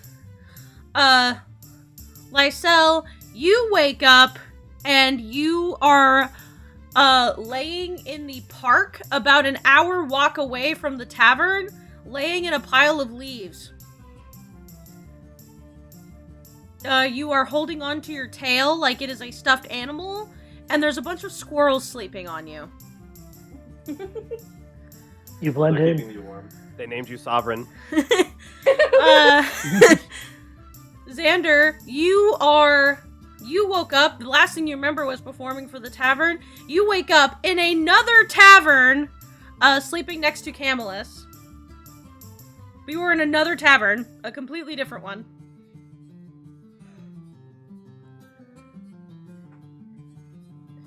And, Vivian, you wake up and you are in the kitchen of the tavern, sleeping in one of their giant pots.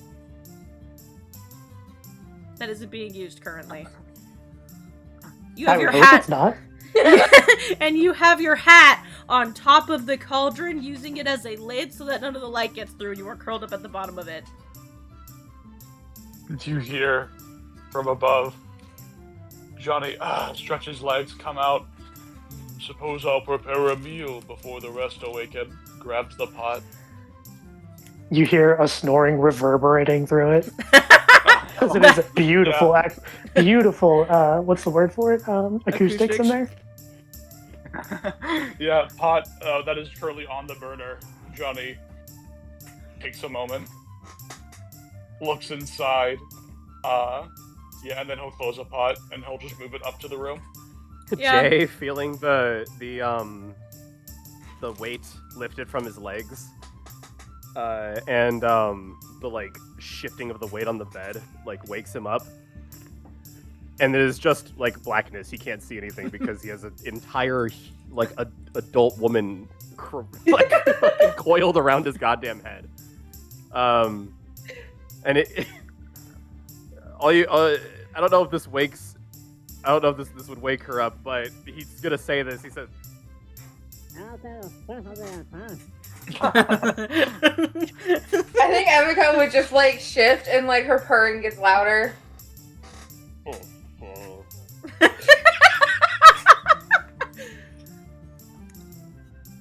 he doesn't know what to do at this point because he can still breathe.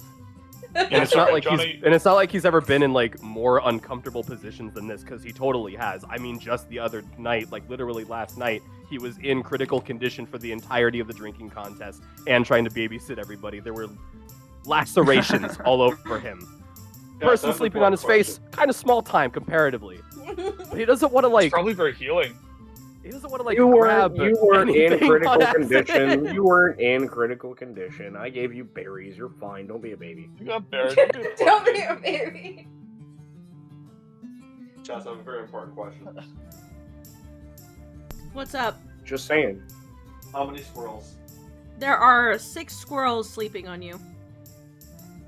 That's a half dozen squirrels. That's an accomplishment.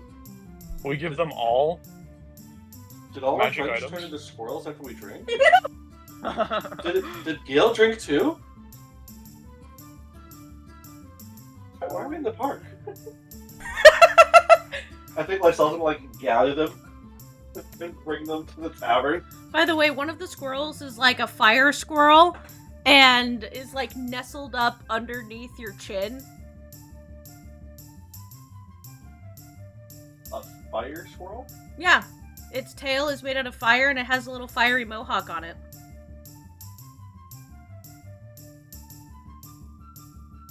I think this one might be Emiko. You see, you come in, you see Johnny carrying a pot with a hat poking up out of it. Oh. Hello, Lysel. Have a Oh. nice night. I suppose that these are not, in fact, the rest of the party then. Johnny blinks at the squirrels, following behind Lysel. New conscripts for the Legion? Oh, but I thought this one was you. And I saw the whole like a squirrel that looks like it's probably eaten a little bit too much. Like all the stuff here, the squirrel. Johnny squints and will hold up a hand to it. I mean, you're always talking about consuming evil. Mm-hmm.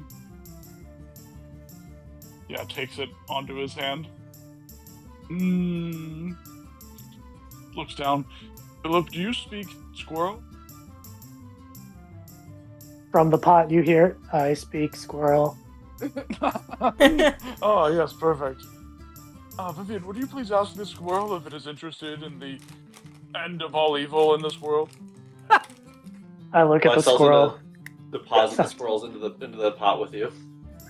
As there are suddenly squirrels on a very drunk person, they all start scurrying around. She's like, ah, ah, ah.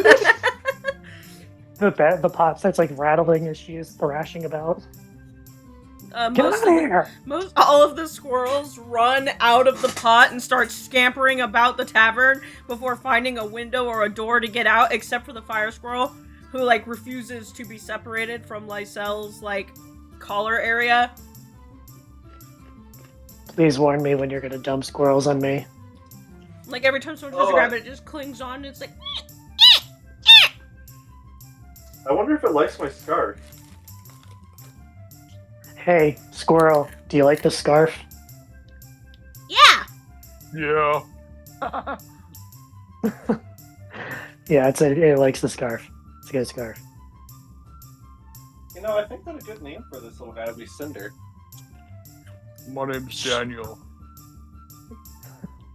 Thank you, Oh, your Mr. name is Phage. Johnny. It's not how it works. I don't speak for them like the Lorax. I just listen to what they say. Oh, my bad. The squirrel curls up in Lysel's scarf like it's a hammock. Sure, what's one more? What's one more? Mr. Phage, please Yes. put the pot down. Oh, okay. I put the pot down. She clambers out, like falling. The pot rolls away as she gets out of it. You see Says, you see Kess at the end of the hall stop it with her foot, grab it while staring daggers at Johnny before walking it back downstairs. shit, what did you do? What did you do? Oh, she seemed pissed at you. Oh, really? I thought she just looked like that. That might be true. I'm not great at reading people. Gosh. Speaking of people, I think, probably need to go see Jay. I either need to see Jay or one of you needs to kill me. Johnny, like, takes a couple looks. No, not yet. Yes, Jay. Okay. Yeah. We go up and we enter the room, and Johnny looks down and sees Emiko wrapped around Jay. Oh, well. Can't very well be restored like this, can you? What do we do? I go over to his face and I like lift up one of Emiko's ears so that way his face is visible under it. I'm like, Sir Elwood, please. I don't beg often, but please. Oh, I don't worry. I was planning on it. I was just trying to figure out how to get out of this predicament. But since you came to me, And he's gonna grab hold of like whatever like arm you have lifting up Emiko's ear, and he's gonna pump 5 hit points into you.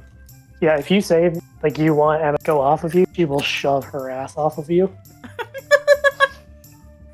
well, I didn't want to forcibly remove her from the premises. You understand? I don't give a shit. Shove.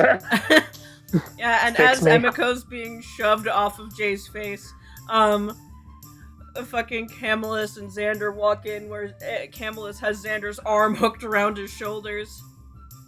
And is like, hi everyone, we ended up at another tavern. How? Not the building. I ended up in the park. I have no idea how I got there, especially considering that I haven't, like, slept in a long time, so I'm not sure when exactly I was unconscious or for how long. Oh, you Well, I guess you would black out, but not fall unconscious. I found you, and you really wanted a cuddle. Sounds about right. Oh, Gross. Jay, please. Yeah. Your magic. Please, Jay. Yes. Now that my freedom has been acquired, though it brings no satisfaction. And he's going to give each person that is still feeling the effects of the alcohol 5 hit points. Camelus turns to Xander and goes, "Oh dear, you didn't button your buttons correctly. Let me fix that." And he just fixes the suit buttons. 5 go. for... Did Camelus drink? No, Camelus is literally fine. He was just like, "Yeah, I found Xander. Okay. We went to the nearest tavern." So 5 for Vivian, 5 for Xander, 5 for Lysel, who has many squirrels. He's gonna ask this unironically. Are any of the squirrels drunk too? Well, I mean, I don't think so. Sure, I don't really remember what I did last night. The squirrel looks up at you and starts squeaking at you, and just starts going. And then, Vivian, you just hear the squirrel say, "He became our sovereign leader." Hey, I think you might have established a religion.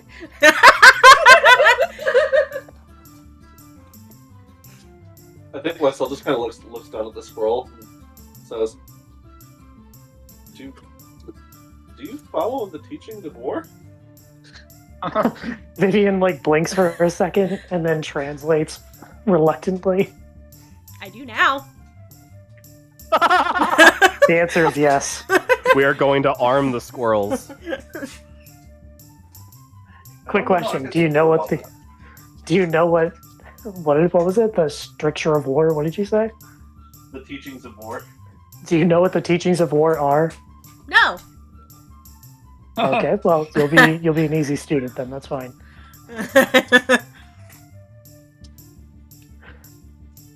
All right. Well, I feel refreshed. Sir Elwood, thank you so much. Lady Emiko, very sorry. I'm gonna go return. Emiko- Oh no, she already got the pot. Emiko did wake up? No, she's still asleep. She's still asleep. Okay, I was gonna say, I don't remember her waking up. We're getting shoved off the bed. No, she squeaks, and then she's like, and she falls back asleep. I will stay here and watch over her. I imagine she will probably feel just as shitty as you guys all did when you woke up, so... Sounds good. I think that Mr. Phage and I are going to go out and try and meet some people who can help us with some trainings. Johnny, some I think I need to speak to somebody very important. There's some business that I have to attend to today.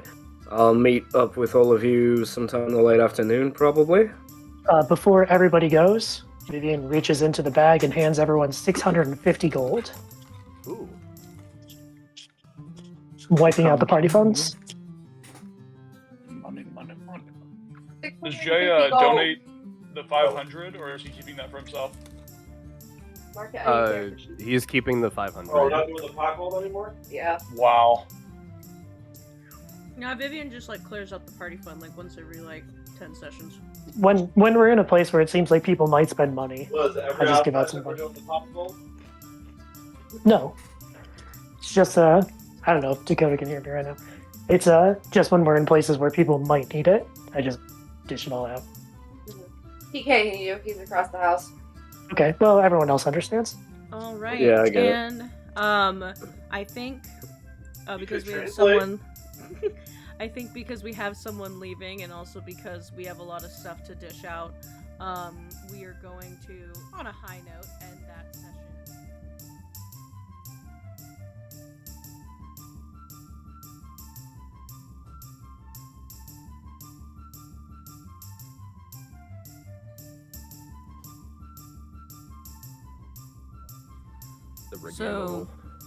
So where we last left off, you guys had just completed your little bar hopping quest. You didn't hop bars. Well, one of you did. You accidentally ended up in another bar. And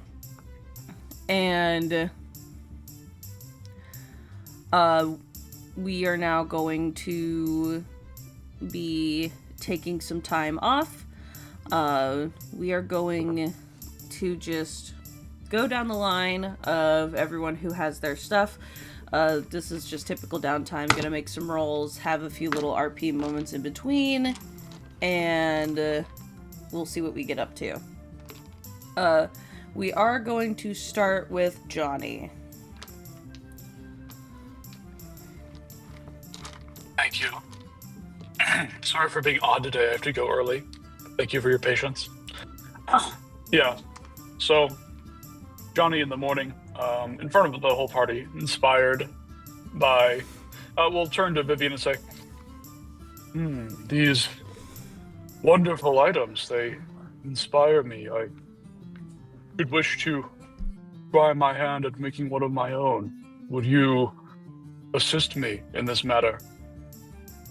Certainly, Mr. Phage. I have a couple ideas about some of them as well. Yeah, and then Johnny, to act on this, is Johnny and Vivian will go out, and I want to get some like arcanists and artificers to help advance this. So can we find like maybe a hireling, and then is there like a low charisma demon artificer arcanist that I could summon, like a really like scrawny nerd arcanist demon?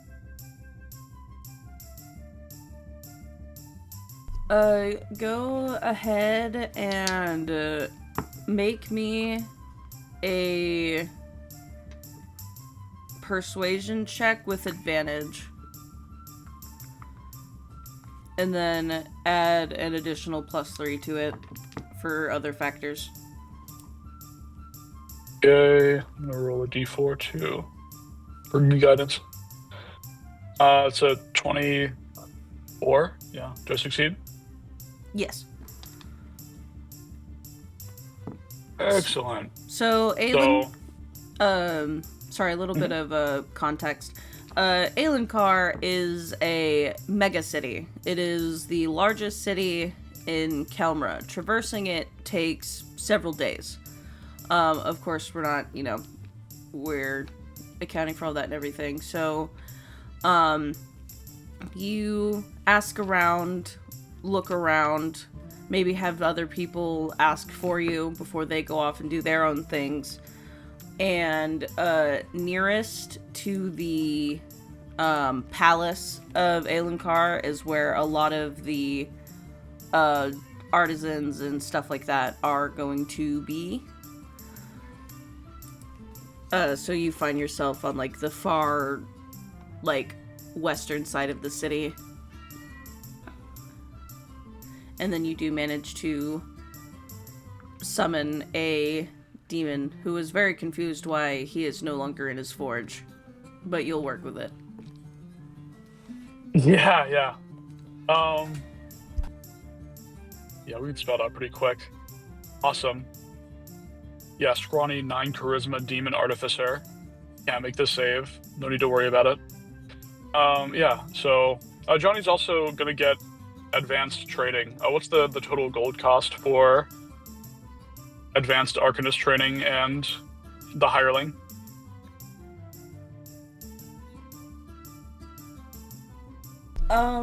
It really depends on what you're asking them for. For training, someone, what are you looking for in, like, training? Are you looking for,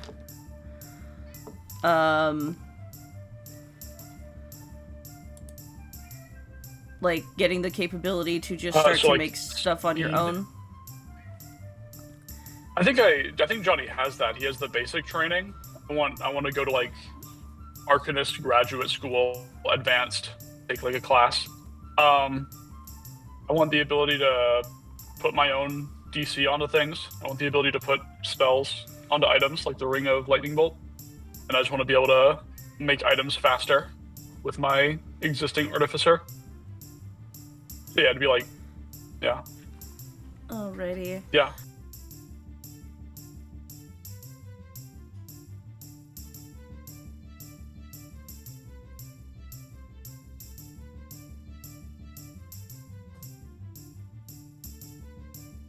Okay, so sorry.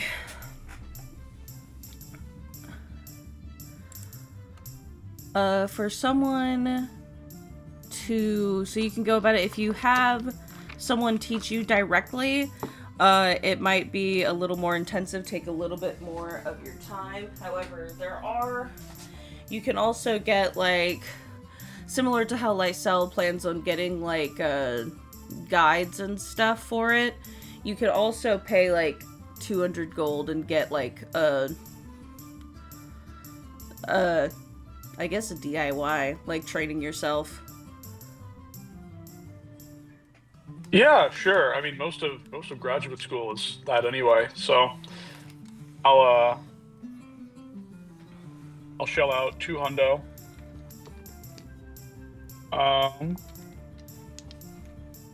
Yeah, and then once, not sure how long that takes, but once, just give me like a time total at the end, please. Once we have all of that, all of the artificers ready to go, we're going to start making some items. We're going to start by trying to reverse engineer that int potion with the... And I know this is like Artificer Arcanist. We can like talk to an apothecary or something, but yeah. You can literally talk to Vivian. Vivian, yeah. Vivian's probably an expert already. Yeah. Yeah, so we're gonna spend some time, putting stuff in it, making like little puffs of green and blue smoke, and we're gonna figure out how to make them in general, but also like how to maybe make another one or convert one to an intelligence-based one.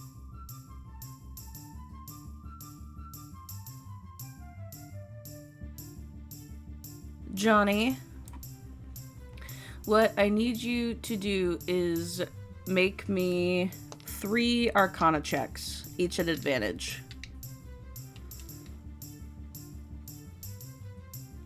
Okay.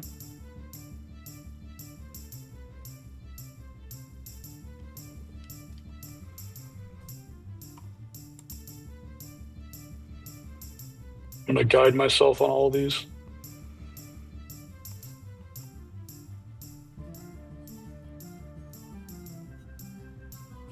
Okay, that's a 23, a 24, and a 29. Do I succeed? Yes. Excuse me. So, essentially, when you get the like manual and things to teach yourself, over the course of about maybe a little just shy of a week,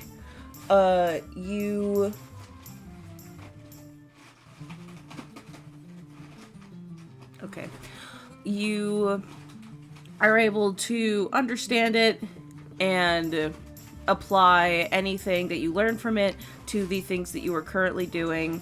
I now need you, in terms of reverse engineering the potions.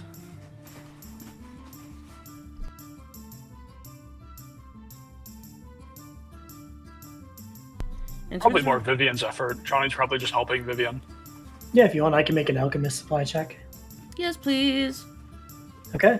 Gonna say for this, probably wisdom. Yeah. Because I've had feeling it out. Okay. With guidance from Mr. Phage. Do I have help from Mr. Phage as well for advantage? Yeah, if I can. Yeah. Stupendous. Great. Okay. That is a... Can I do better than that? No, that's a 21. I'll succeed. So, with a 21, so with the stat potions, they are... Sorry, I have to interrupt you. This is very important. Does that succeed? Yes. Okay, thank you. But with the stat potions, they are... You do find a way to reproduce them, but you cannot mass reproduce them. They are incredibly expensive to make, but you have essentially, over the course of... I'd say you guys can do this within the same sort of training montage that Johnny is doing to you know, learn the Arcanist stuff. You're already with him. It all works out, you know, multiple studies at the same time. And Teosia has longer days than other places. So, you do learn how to reproduce the ones that you have from the fact that you guys didn't use all of them. So you kind of take, like, studying the ones that you do have, and you do know how to repurpose them or change the ones that you have to another type, which is easier than making them from scratch. They are... No, sorry, I'm trying not to talk myself in circles here. You find out how to make them, but making them is a long and lengthy process with a lot of really, really expensive shit, but you figured out what's in them. Cool. Yeah. And then, is everyone okay if we turn the strength one into an intelligence one? Going once. That makes sense to me. Super. I don't Yeah, need it. okay. We do that. And yeah, you have an awesome belt that gives you like 23 already.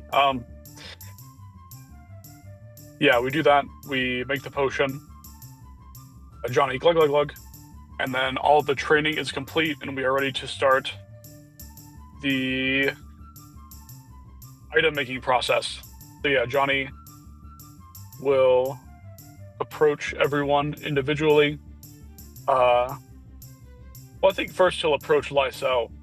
And of course, Johnny has trained extensively with Lysel in her dreams, of course, when she did dream, when she had to sleep still.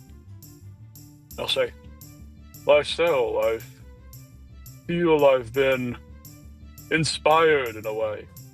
I should wish to use these malevolent items to prepare you something anew. Have you any ideas for me? It became apparent in that last fight we had against the dragon that I'm still struggling to keep myself in the fight. I came very close to death several times, and I don't want you all to have to worry about me in that regard.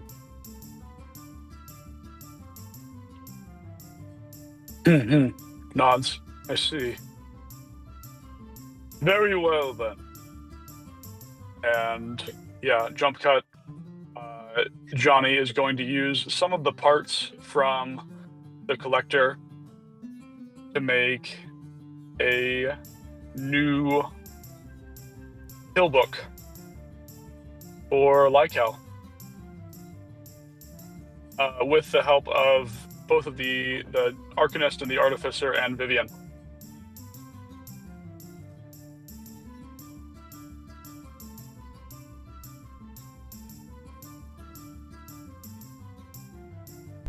Okay, so are you wanting to incorporate the bill hook that Lysel already has so that it keeps its same effect, or are you trying to make them a new one? That's an excellent question.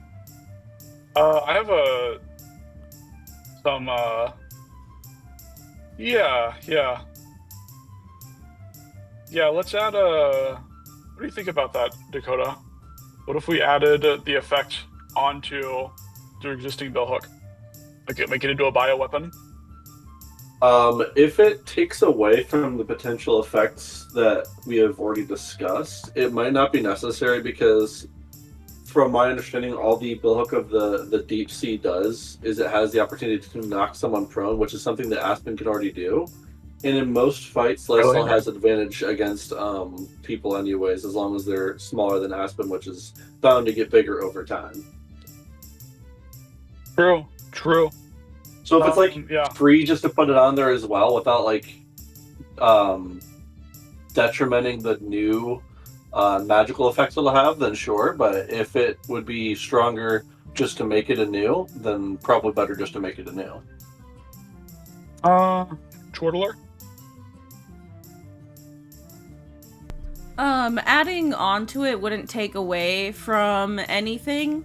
It would just allow you to have It would just allow you to use the same weapon that you've been using, while also just adding something else to it. Great, yeah. If anything, again, you guys have taken proper precautions, but enchanting an already magical item is easier than enchanting an item that isn't enchanted. Got it. Perfect. Not like Minecraft. Not like Minecraft. So, yeah, over that week, Johnny takes the first week, and he also scribes the spells from that spellbook. And he puts some minor elemental charms on him. The man never sleeps. Too busy grinding. And then after that, knowing what Lysel wants, yeah, we will use some parts, and we'll take some Lysel tail scales too. Why not? And we are going to make the bill hook into a kill hook. Is there any other additional cost to that? Gold, time? There's gonna be a time summary at the end, but any like gold or material cost? Or any checks you want me to make? I want you to make me a check with your smith's tools. And then I would also like you to make me an Arcana check.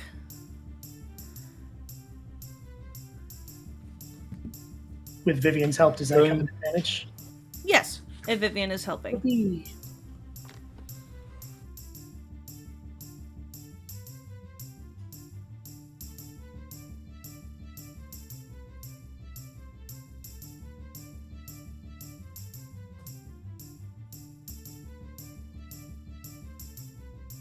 Okay, let me see the rolls.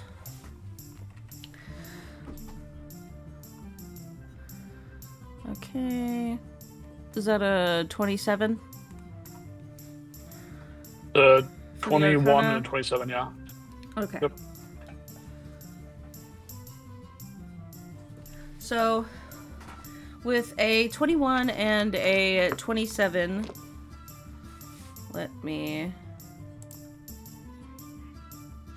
I also am going up and looking at your little note thing. I can just you don't need to do that. Just let me tell you if you want anything.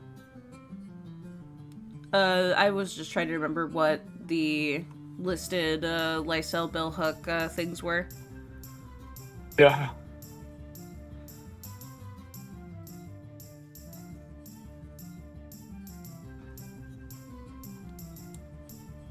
Did I die? Yes. A little bit, yeah. Momentarily. You're back now, though. Hello. You got better. I got better. Yeah, what were the effects on Lysel's bill hook again? So, proficiency bonus times per day. The wielder can activate an effect, and thereafter they gain vampiric touch on their damage. So all of their damage, half of it, they gain back half their damage as health. Same wording as vampiric touch. This requires concentration as if on a spell, but it's not a spell itself, it's just an effect. So you can maintain it while like raging or whatever. And it also spreads to the wielder's mount if they have one. It also raises the 2-hit and damage bonus to +3. It's about time for that anyway. Yeah. Yeah, so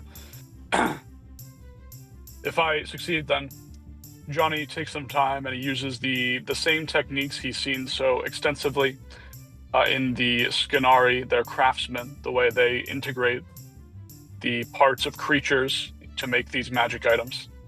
And he does the same, wreathing the bill hook with scales and teeth until it seems to ebb and flow as if it is alive and as if it is as hungry as the collector was in life.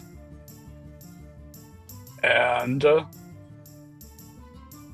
he'll gather everyone up if he can, and he will present the bill hook to Lysel.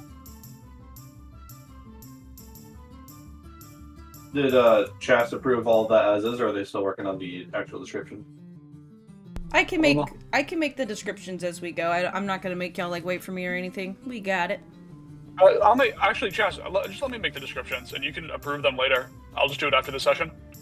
I think that's, I'll give you like a formal description for it. I'm perfectly happy with that. Okay, you definitely don't have to. I can. No, yeah, it's fine. This is my thing. I don't mind. It'll go faster that way. I want everyone else to get to their stuff too. Yeah, I'm happy to do that. Yeah, so as long as you're okay with that, Chas, as long as you approve that. Yeah, that also allows us to, if anything, like, if we need to adjust anything after session, we can do it after session. Yeah, of course. Yeah, so he presents Lysel with the billhook. Please, test its heft. Yeah, so Lysel's gonna... I forget, did we say that this was a brand new billhook, or it's the same one with extra effects? Just to make sure. I have breathed your existing billhook with parts of the collector. So yeah, Lysel will call the billhook back to their hand, which kind of like floats over to them. Usually it coalesces out of shadows and the souls around them, but in this particular instance, since it's already in the same plane of existence as them, it just kind of floats over. They look it over.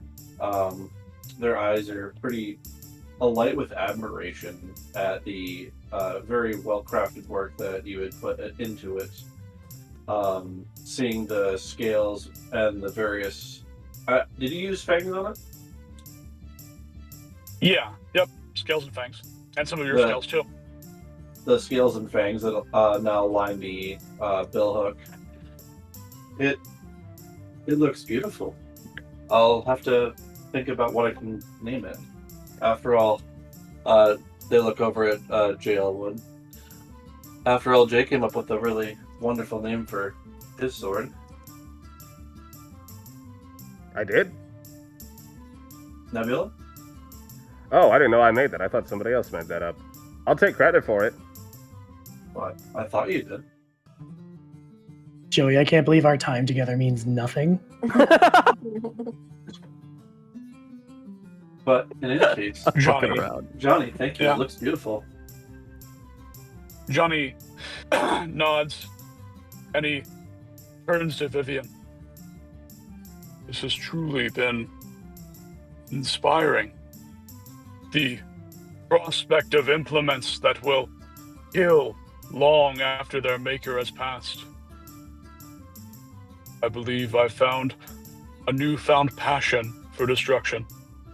And he turns to the party and he says, I should wish to continue. However, I seek inspiration. May I delve your dreams, such that I may draw upon them?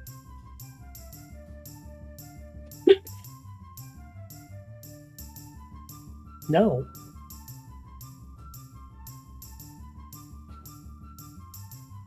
Oh. I'll just tell you.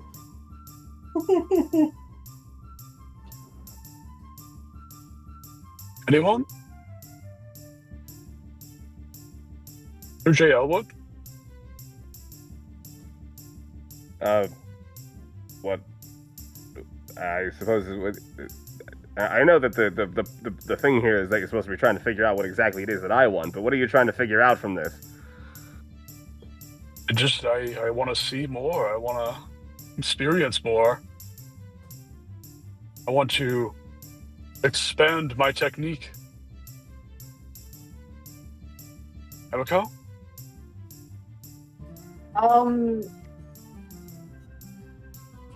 Would you train me in your dreams?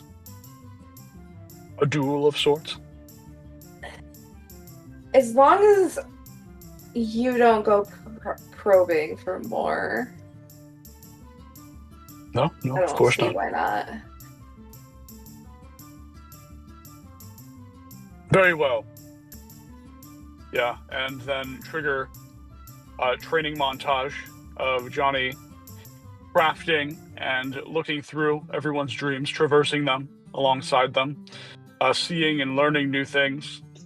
At one point, he's like trying to crawl out of a door, and Emiko walks up and drags him back in and shuts the door. And Johnny makes everyone's items. So he'll, after he scribes all the spells from the eye, he will use it to enhance the Dreamcatcher, giving it the ability to store and imbue effects between magic items, as well as to toggle them on and off and imbue his DC, spell save DC, for the effects. This will upgrade the abilities of the Dreamcatcher as well. Emiko's will enhance. I will enhance Emiko's cloak, giving it a D12 acid damage on all attacks, resistance, and increasing the 2 hit and damage bonus of the wielder to +3. Same with the Dreamcatcher. Also enhancing it with the dragon scales, which Emiko can decide, of course. Then, Vivian, do you want me to make your item, or do you want to go find it? If we can do it all in 1 month, then yeah, absolutely. But if we can't, then I'm willing to go find it right away.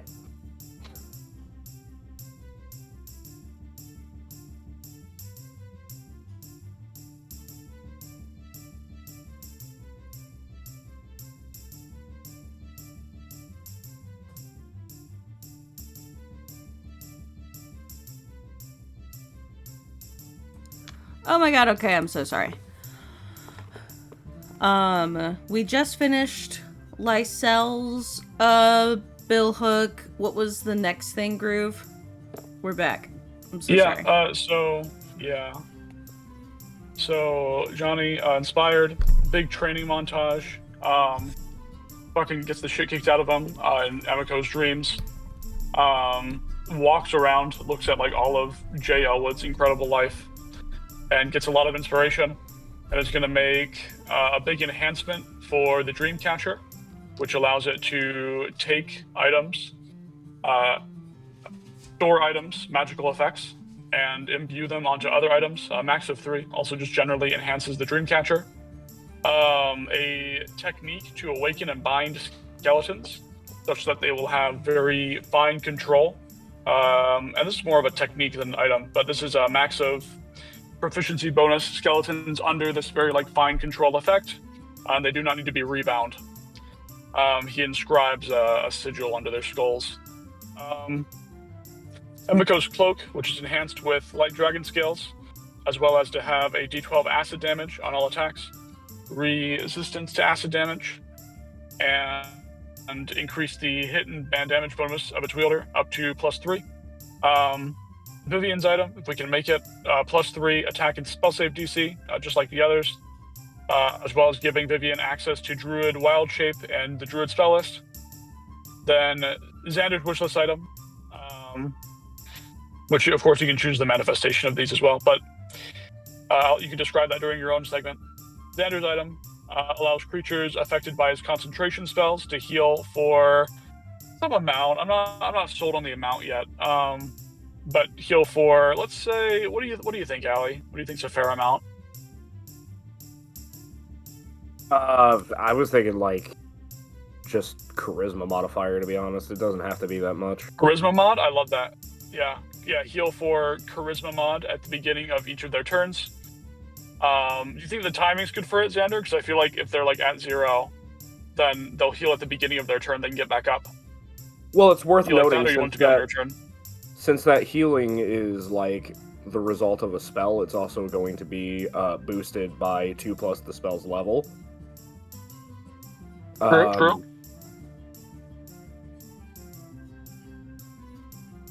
I'm not sure I understand your question. I'm so sorry.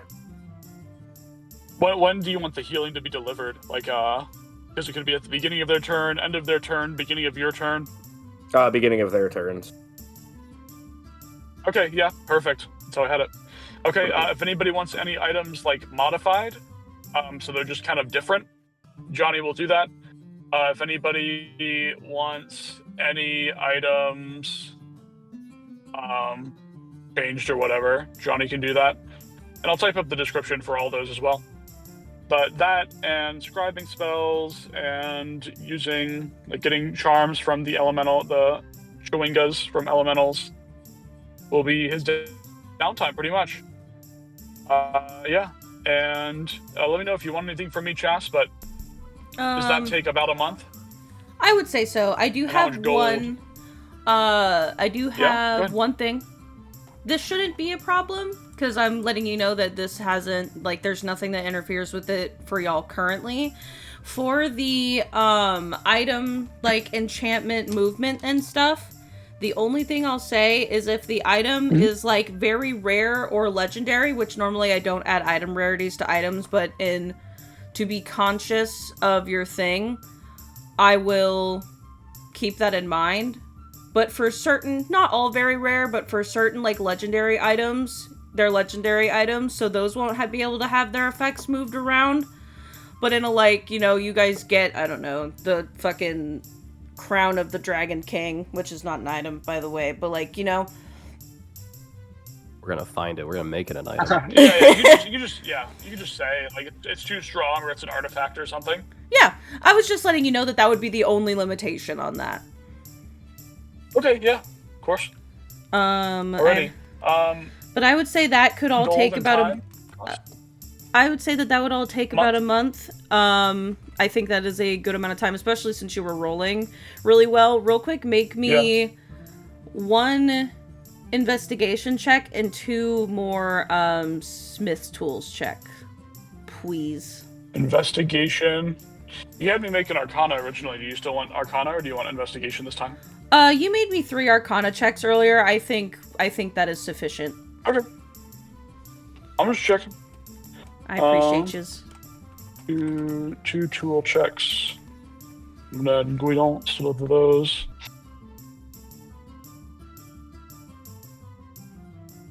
Okay. It's gonna be a 22 and a 19. Do those both succeed? Yes, thank you. I'm actually putting this Super. in. Fuck, I'm gonna use my lucky rabbit's foot to re-roll that investigation check.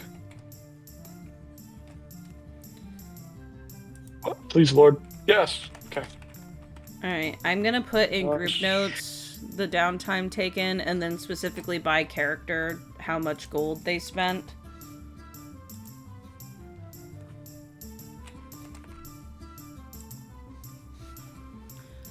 In total. How long is a month in this world, in Teoscan? Let me check, because depending on what month you're in. Oh my god, guys, the lore. The lore! The lore! Lore! The lore! The lore The is whore. everything. Oh, sorry. Whoa, hey! Hey! Sorry, it slipped out. I was more picturing that guy from Star Wars that's saying more about with lore. Oh. Lore! Lore! I want every book we have. In-game date, it is currently... To research that man. Eridanis. So then... Oh, we'd be in the start of spring.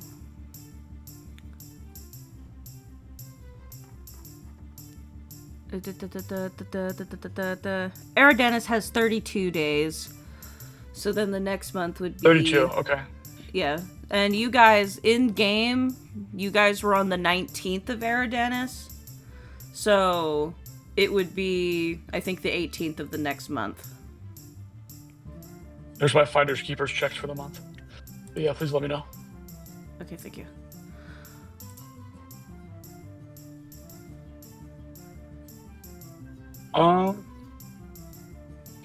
While you type that out, Vivian, do you want to move on to your thing?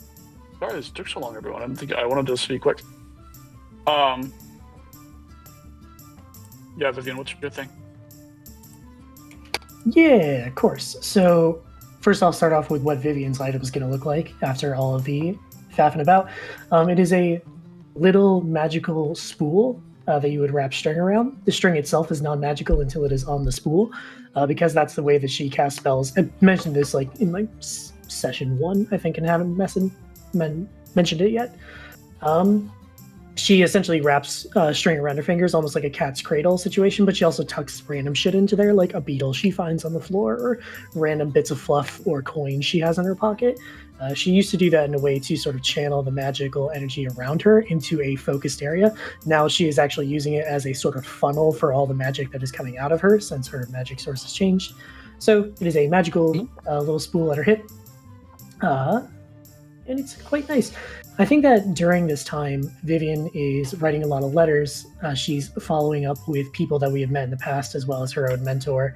A big thing that she is also doing is reaching out to various other witches, and she has started going through like some customary introducing herself if she hasn't met them before, essentially deciding that she's at a point where she's ready to be more involved. A big thing as well is that during this time, she has been, as much as she is trying to fight it, she is hearing those whispers more often. Definitely not away from the influence of the demon yet, seems to be constantly a presence in her mind. So she is keeping herself busy at all hours to make sure that she, basically just becomes like background noise, almost like tinnitus, a constant ringing in her ears, rather than something she can focus on. Which is why it's great to be with Johnny, in addition to the fact that she just likes hanging out with Johnny, because Johnny's a good hang. Something that I think that she has been thinking, in particular, ever since the conversation about, killing the runaway Skinari, Johnny essentially started speaking as though his philosophy had been set. And I don't think that she has, she doesn't agree with his philosophy in many ways, doesn't necessarily outright disagree with it either. But her issue with it was how he spoke seemed very final in a lot of ways, like he had made up his mind, and almost as though the impression that she got is like, it seems like Johnny thinks like he's done growing, and that's not really how this works. And so I think that during all the time they have together, she is sort of, just like chatting with him about, her life in particular, but also I think she is like introducing almost like hypothetical problems to him, like basically introduces Johnny to the trolley problem. And like going over things like that, as well as, some things about her philosophy, chatting with him about his, also talking a lot about like, when I was a witch in my village, here's a situation, and then essentially being like, how would you handle it? Okay, here's how I handled it. And I think that when she's going through this, it's not with the intention of, teaching Johnny anything. She's not trying to impart a lesson on him, as much as is that she's just trying to like make sure that he is still thinking. And so many times, she'll challenge the things he says. Sometimes, she'll change her opinions if he presents a good argument. Hopefully, sometimes he does the same, but who can say? Apart from Johnny himself. And I think it's just a lot of them getting to know each other better, but also kind of getting to know more about what they each think, because Johnny is an extremely challenging person, which is not something that Vivian encounters very often. And I think to give a little bit back as well, Johnny learns more about Vivian in the fact that the things that seem to matter the most to her are the concepts of presence and balance. Presence being, if you can only handle what is in front of you, and you can only handle what you claim to be yours. And she has decided to claim the whole world as hers. Hence why, whenever she sees a problem, she's like, we're not just going to pawn this off to the authorities. If it's something that's in front of us, we'll take care of it. And then the other thing is that she does not seem to believe in the same way that Johnny seems to believe anyway, that evil is a tangible thing. It seems much more along the lines of evil is an imbalance, and it is a failure of finding that balance, and it is generally the result of when the needs of the few overcome the needs of the many. And so I think that just bouncing back and forth with Johnny, who knows what changes and what rubs off on each of them, but essentially not willing to let Johnny pause in his philosophy yet. Yeah, and it's a pretty non-confrontational thing. I imagine. I don't think Johnny would really discern that this is, the intention. I'm sure it'd be like very honest, very good faith. Maybe not like a declaration of what he believes or how he believes it exactly. Very, very roundabout. But But yeah, you find, it's of course very punitive, very like childish idea of justice. Certainly. And I think it does help Johnny like clarify a little bit, certainly. He would get stopped up, and even though maybe he hasn't stated all of what he feels or all of how his beliefs have changed, by the end, certainly Vivian is the type who could make a man as difficult as Johnny O'Phage have to stop and maybe think and maybe clarify what he believes. So I believe Vivian, end of it, would not have a great idea of like what Johnny actually thinks, but would definitely feel like he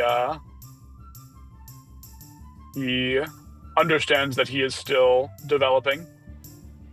Yeah, I think that would require Johnny to fully understand what he thinks. So, Yeah. I think she's happy to hang as well. Yeah. But yeah. That's all I had for Johnny. Moving on real quick. Another thing she's been doing during this time is getting a little bit more, like I said, acquainted with her power, not only in terms of being a sorcerer now, but also of being a witch. And almost like she has sort of stopped asking for permission to be a witch in a weird way. And part of that she feels is like she looks down at herself and feels very stuck. And so she embarks on a project that's just for her and goes out into the city seeking to essentially overcome an obstacle that she's never had to face before, and utterly fails. Just does a dog shit job. She, despite everything, is unable to fully bring herself to a place where she can be entirely solitary all the time. She can't do everything on her own, and it's difficult for her to acknowledge that. So I think that she is like, if I'm going to succeed at this, I need to consult an expert. And she seeks out Prince Xander if he is available. And one day, Prince Xander, I don't know where you are. She tracks you down, either at whatever building you're at or whatever tavern you're staying at. And you hear a knock on the door, and Vivian is standing outside and looks up and says, "Prince Xander, I find myself in the uncomfortable position of being entirely helpless, and I need your help." Oh, Vivian, yes. What a pleasant surprise. Would you like to speak inside, or are we heading out right now? It would be beneficial if we headed out right now. Fair enough. Lead the way. Yeah.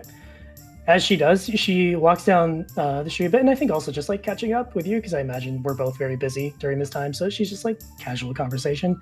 But eventually she ends up on a market street and is outside of a very expensive, fine-looking store, and then she looks up at you, or Gale on her shoulder looks up at you, and she says, "I need help buying new clothes. I've never done it before." Xander gives Gale a grin reminiscent of that scene from the animated Grinch movie when he first gets the idea to pretend to be Santa and rob everyone's house. The crystal on his head stands up a bit more. Yeah, exactly. And he just says, "Well, you've certainly come to the right person. Let's go shopping." And, sorry, Minnow, go ahead. No, it's just because that's pretty much it. She walks in, has no idea what she's doing. She seems overwhelmed by the fact that there's different options. You find out that every garment she's ever worn has been given to her by someone else and stitched and repaired and let out when she grew more, which wasn't very often because she's 3'3". And the boots that she has are older than she is, but have been repaired so many times that it's the boots of Theseus at this point. And I think that she is just like utterly lost and seems to be like almost looking, I don't want to say like full awe. I don't know if her face is that expressive, but it's like the closest to awe you've ever seen Vivian when you actually know how to like shop for clothes for yourself. And she comes out wearing her level 10 redesign, which if Chas is done with them by now is probably flashing up on the screen if you're watching this on YouTube. I'm going to put it in chat real quick. Rad.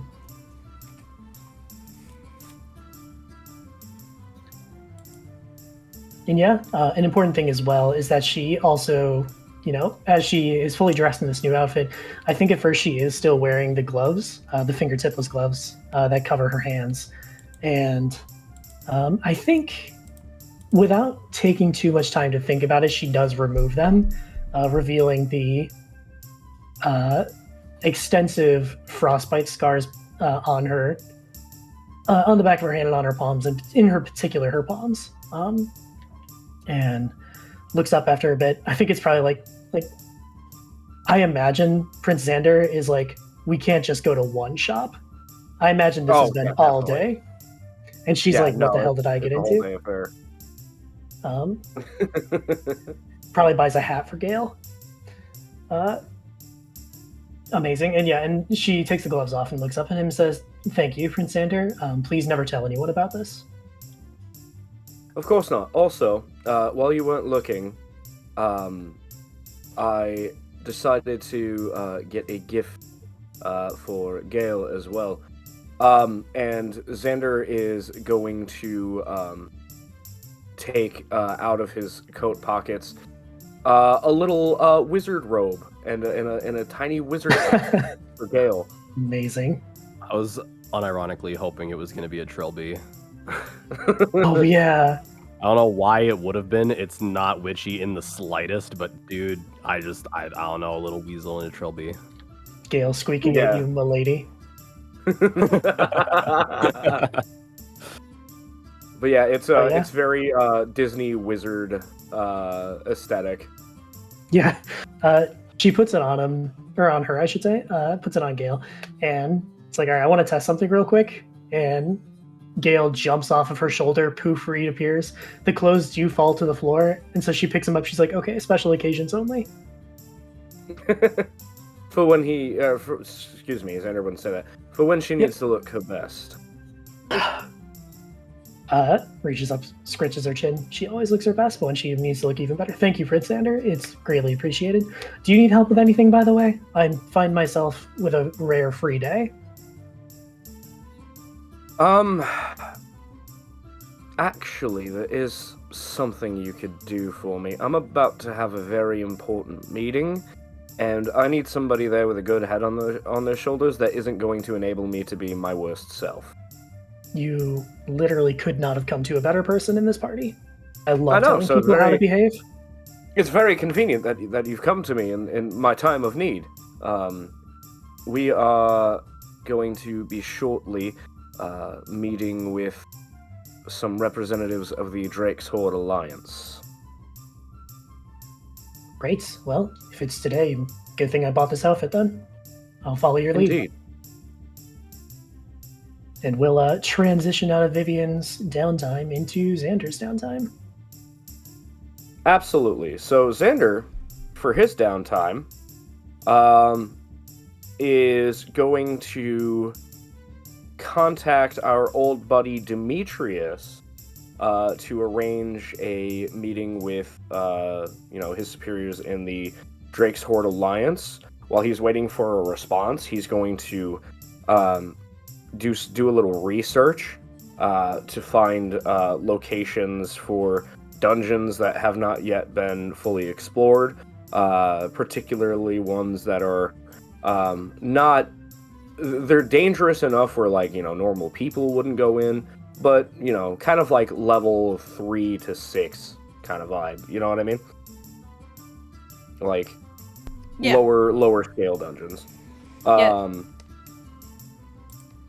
And sort of in between that, he's going to go out into Aelonkar and just see if he can scout some low-level adventurers that are currently not in a adventuring party and are perhaps looking for work.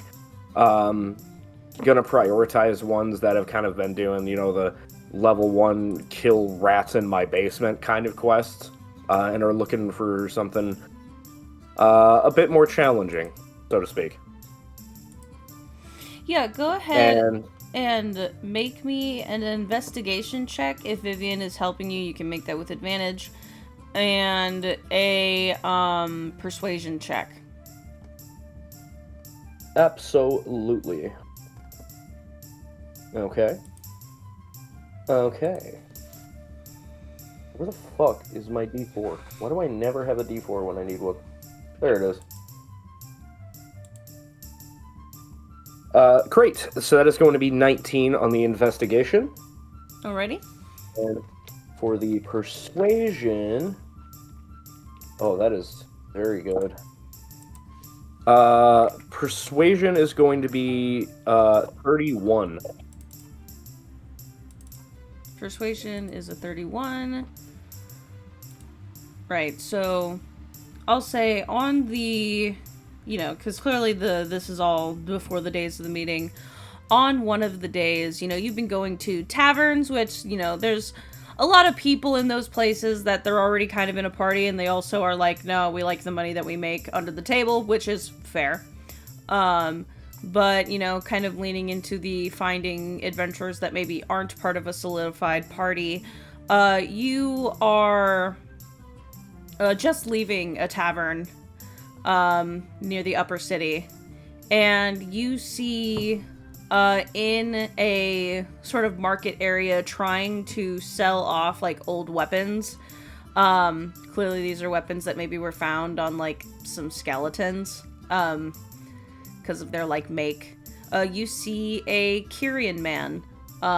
He is relatively short, a little bit skinny. Has like long, almost opalescent hair, like it looks pink, but in the light it like has some other kind of but like in the light it shines like other colors, so he's clearly like a Dawn Main. Has like a very like twisty horn that has a crack in it. And when he gets an amount of money that he probably wasn't expecting, he like sighs and goes, "Thank you." And he also has like a fat, and I mean fat, bruise on his like eyebrow and eye socket area.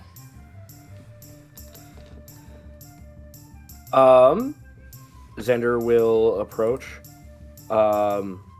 and basically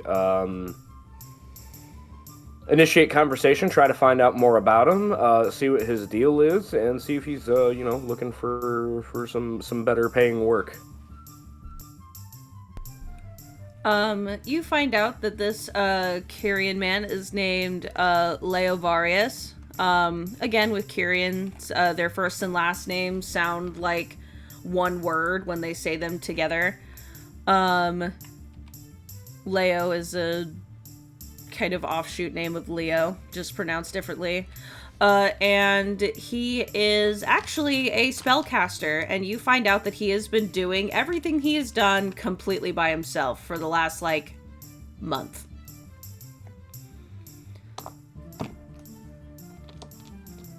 I see. What about like what level of spellcaster is he? He appears to be, in game terms, level 3. Perfect. What kind of spellcaster? He's a sorcerer. Excellent. Yeah, Xander, kind of, in this conversation, will say, this is actually quite fortuitous because I've really been seeking some unaffiliated magic users, and you seem to be just the ticket. I am starting a guild. Oh, that's better than what I thought you were gonna say. Indeed, I'm starting an orgy. We really needed somebody to spice things up. I think you'll be perfect. Yeah, he explains himself, and he says, "No, I had an adventuring party come up to me a few weeks ago and ask me and pay me to do something for them, and that something I found out was touch an object to find out if it was cursed. Spoiler alert, it was. I'm better now. I spent all of my money getting it removed." I'm better now. Well, Oh, then boy. allow me to explain a little bit of my plan here. Essentially, there's a lot of dangerous places in Kelmra, and of course, Greater Teosia as a whole. I'm looking to form a guild, get a bunch of talented adventurers such as yourself, and eventually be able to deploy different strike teams all over Kelmra. Now, one thing that I plan on doing a bit differently is a focus on much larger teams. So let's say, for instance, you get the position and everything goes to plan. You'll be going in as part of a strike team. There's going to be a scouting team that'll give you some intel as to what you're running into. Once you clear the place out, a mining and collection team will be going in to get all of the resources in that dungeon, both natural and, chests and whatnot, as well as collect all the carcasses of any monsters we kill within. Oh. And going to be selling all of those components to the Drake's Horde Alliance, who hopefully will be giving me the sponsorship to get everything started. Get the ball rolling, so to speak. Yeah, Leo looks at you, and he looks at himself, who is, his clothes are a little dirty, and he just had the fattest fucking bruise on his face, and he's broke, and he's like, and you think I'm fit to join your guild? Of course. You, sorry, I'm so rude. I have not introduced you to one of the companions within my own adventuring party. This is Vivian Deshays, my companion in the Silver Lining, we call ourselves. Been a group for quite some time now, not as long as some others, but we've managed to do a lot of great work, including the extermination of the local Skinari population. Yes, exactly. I had to make a history check, and he succeeded. He says, I don't mean to interrupt you or anything. I read about that in a tavern the other day.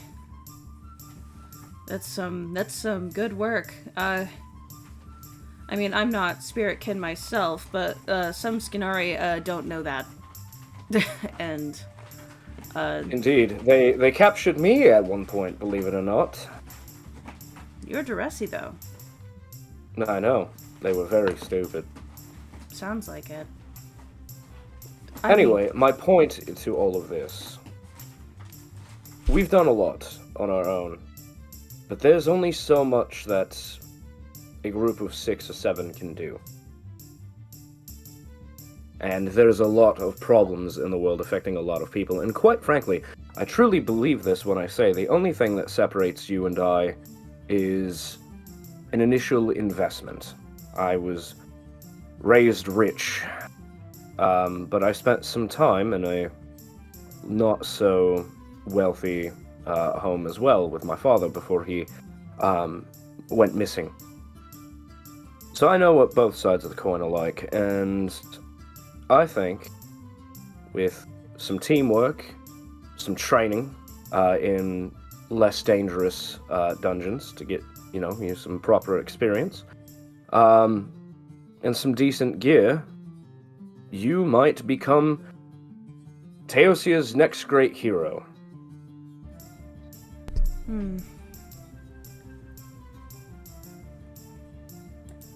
I mean, if I'd be willing to take part in this guild if you do get your funding and whatnot. I mean, Leo thinks for a moment. He goes, actually, even if you don't, it'd be nice to be a part of something for a change. In that case, Leo, Xander's going to reach into his pocket and pull out a business card and give it to him. Oh. Welcome to the club. And the business card, it's this paper-thin sheet of volcanic glass, essentially. The letters are embossed with what at first looks like to be gold. It's very clearly not. Looks more like golden dyed sand, but it's still a very pleasant looking effect. And it says, Prince Xander of the Silver Lining invites you to join the Vigil. Huh.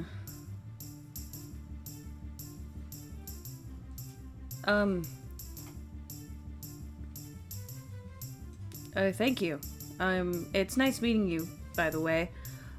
He is going to, lift up a finger, one sec, and he's going to reach into his, bag, which is tattered and kind of fucked up. Definitely no bag of holding. And he takes out a little, like, leaf, and it actually looks very familiar to you. Do you guys remember when you went to the, Aether Spine and found a injured unicorn? This episode never aired because my computer fucked up. I think I made armor out of it. Yeah. Is the golden leaf, right? Yeah. He looks to you, Xander, and he hands you one of those. Hell yeah. I will add magic golden leaf to my inventory. And as his hand... Oh, go for it. As his hand touches Xander's, he feels a soothing sensation anywhere that, he's been bruised or whatnot, and the bruises clear up. Yeah, you see him put his hand to his face, feeling that the injuries have gone away. And he smiles and says, well, good luck. And he does like a half bow to both of you, like gives you each a singular bow, and says, it's nice meeting you. You as well. Alright, I'd say it's about time. Vivian, what did I say? 30 minutes? I think we're getting close. Good day to you. We shall speak soon. Sure, just call me on the coin if you need anything else. I'm doing nothing but running around and helping people organize their lives. Oh, sorry, that part was directed at Leo. You're coming with me. Oh, okay, got it. Sorry. I realized after I said it how that could, yeah. Anyway. Yeah, as we walk away, she says, surely we weren't ever that pathetic, right? I'd say that's a matter of perspective. I didn't find him pathetic at all, just down on his luck. Surely we weren't ever that down on our luck, right? Well, considering we were imprisoned by Scanari, I'd say that's a much worse situation to be in than selling weapons in one of the biggest cities in all of Kelmra. Point taken. And yeah, Right. Xander is gonna head to his meeting at the Drakesword Alliance. Yeah. Now that it's been a few days and he's gotten some things in order. So the Drakesword Alliance, you guys were on the side of the city that is actually close to Aelinkar's port, which the city like kind of thins out at that point, and then so that way it could be extended to the port, because again, Aelinkar is a huge city. Like at this rate, you guys are days away from the Silver Earring, the tavern that you were at just some days prior.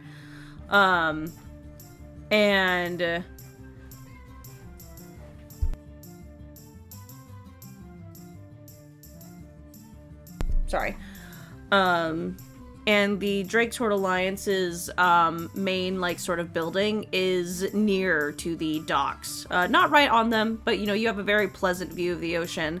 This side of Aelinkar is still as grandiose as the rest of it, but the buildings are a little smaller, it is almost built more downwards, like at a constant decline, so there's a lot of stairs, a lot more open area to walk, a lot more paths to travel, and you can actually see they call it the Port of Aelin, and you see ships and a beautiful view of the ocean. You see some of the, like, remaining, like, trees and forested area slowly blending into, very small, beaches in the distance, and you can see the palace in the further distance. It's still quite a bit away, but with the sight of the ocean as well as the palace, it is actually a relatively relaxing place to be. And the Drake's Horde Alliance building is large. It kind of looks like an old warehouse that has been like spruced up a bit. And when I say a bit, I mean it is clearly like swimming in money and stuff like that, but you can tell like the foundation of it used to be like a warehouse that has been heavily modified. Above the there has been a courtyard added to it that is fenced in, and at the metalwork that makes the gateway into this area is shaped like a dragon that is like in an arch form, with a lovely like wood carved sign that says Drake Horde's Alliance. It is in the Eagle District of Aelenkar, so there's also like kind of like images and engravings of birds either on the sidewalk or like on random like metal posts of fences. And in the courtyard of the Drake's Horde Alliance, you already see Camillus speaking with someone at the front door. And you also notice that Camillus is wearing a new like suit and robe. He had actually left before you and Vivian had met up, saying that he had some errands to run before your meeting, and you think you found out what the errands were, because he looks great. Hell yeah. Xander will approach and say, "Dashing as ever, love. Good to see you." Oh, and he like waves at Xander real quick and then turns to the person he's speaking to. This was actually who I was just telling you about. This is my husband, Xander. Pleasure. And you see a woman like turn to face you. She is an Avis. She kind of they actually didn't get married already. Camillus is just being cute. Kind of hamming it up, but she looks to be like an owl. Kind of looks like a snow owl. She stands at about 4.5 feet tall. She has wide amber eyes that are amplified by a small set of spectacles that rest on her beak. She is wearing a set of red robes that allow her some breathing room with her wings. And she is also wearing the best that she can on and head like an owl's, a very cute little hat. Hold on, I wonder if I can find, I don't know what type of hat this is called. It almost looks like a modified like ranger hat, like if you think of like stereotypical Robin Hood ass shit, like that, but a little more like fancied up, has a tiny little feather in it. Could just be called a ranger hat or an archer hat, I don't know. Are you gonna post a picture? I'm gonna find one. Oh, okay. I'm trying to find one that doesn't look like, because like a lot of them are like 3D models. There we go. Here's one that isn't a weird 3D model. It kind of looks like this, but it is deep red, and again, it's a little like fancier. But it's one of these.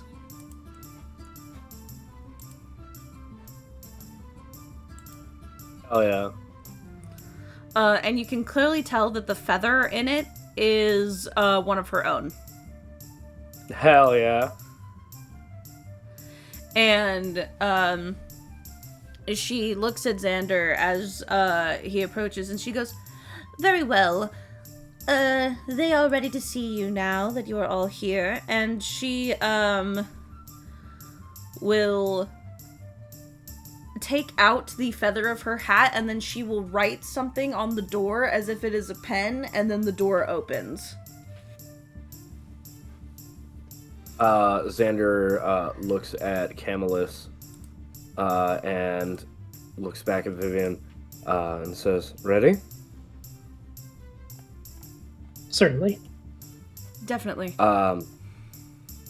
Then let's go. And as Xander steps in, he's going to use thaumaturgy to make his eyes glow very brightly and strikingly. Yeah, the Avis at the door will kind of like lean into the door for a second and say, "Good luck. It is the third door on the left corridor. Thank you." And then the door slams shut. Not like aggressively, it's just the magic that allowed her to open the door has worn off and the door like closes. Got it.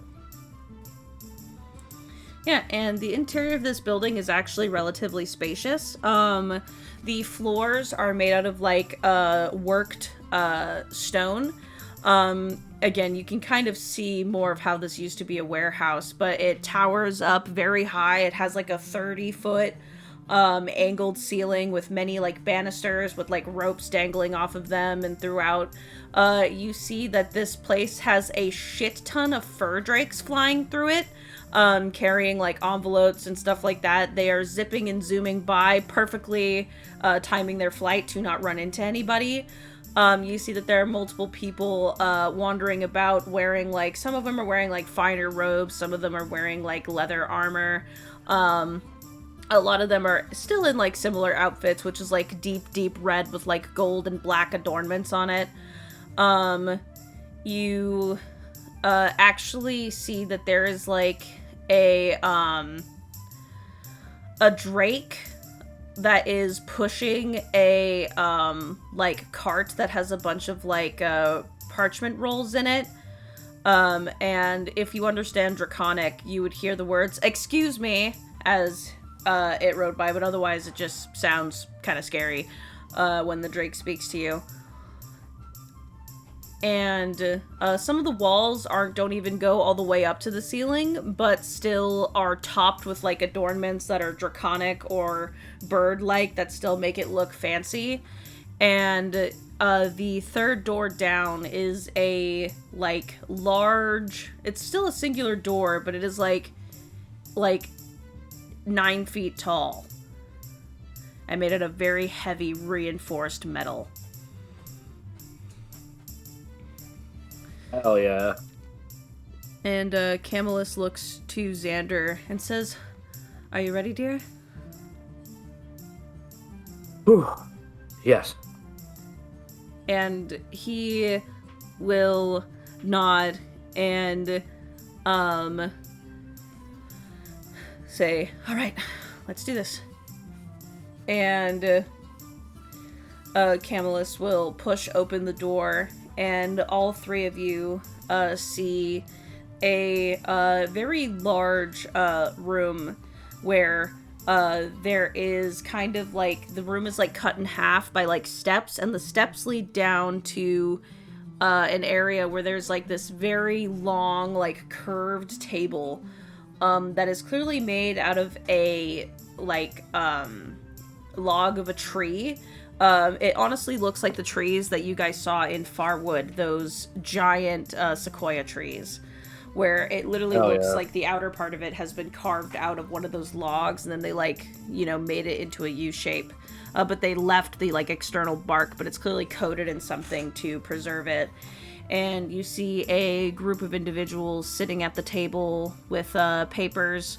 The most important one of these individuals, though, sitting in the middle is a sea elf, who is, he has black hair that is pulled back into a very, very thick braid, with like metal adornments throughout. He has, his ears point like, almost backwards and downwards, which is not very typical of elves. And then at the bottom of his ears, there's like slight little webbing of fins. And he is quite strong looking. He is he has a fairly athletic build while still being on the thinner side, and he is wearing a garb that is like a leather sort of like chest plate, and the rest is almost like mage-like robes. And they look very, very expensive, but very, very practical at the same time. And on his shoulder is what looks to be, well, you've actually seen one of these before, is an axolotl that is like silver in coloration. It's so cute. Yeah, and it's currently, like, eating an oyster. Like, it has, like, it opened and stuff, and it's just munching on whatever's inside very politely. Adorable. Yeah, Xander is going to greet everyone and step into the shark tank. Good evening. Afternoon. What can I do you for today? He, like, looks at the piece of paper, and he goes... Prince Alexander of Petrus. Indeed. Gentlemen, I am looking to revolutionize how we adventurers approach dungeons and clearing them. I think that myself and your organization could reach a very mutually beneficial partnership. I am starting a guild, and I plan to take it as far as I can, to have it eventually be the most renowned guild in all of Teosia, let alone Kelmra. And you, fine people, can be the first individuals to profit from our hard work. I know there are a lot of very expensive commodities and items that can only be made using the materials present in the most forgotten of places, as well as from the monsters that live within them. And my offer to you, gentlemen, is first dibs on what we find down there. All I ask is that you help us get started. You see a few of the other, like, board members, like, whisper to each other. You see the man, who has not introduced himself yet, whisper to the, creature draped around his shoulders, and the axolotl jumps off of his shoulders, runs down the table, and starts, like, listening to, everyone's responses to whatever he whispered. And then it runs back up his arm, and then once again drapes itself around his shoulders. And he looks to you, and he starts off with putting a hand on his chest, and I'm about to say a name, and it is going to sound familiar to everyone, and I don't care, because I think it is a cool name. And that's why I did it. And yes. I should start with introducing myself. My name is Altair Yelkis. I am a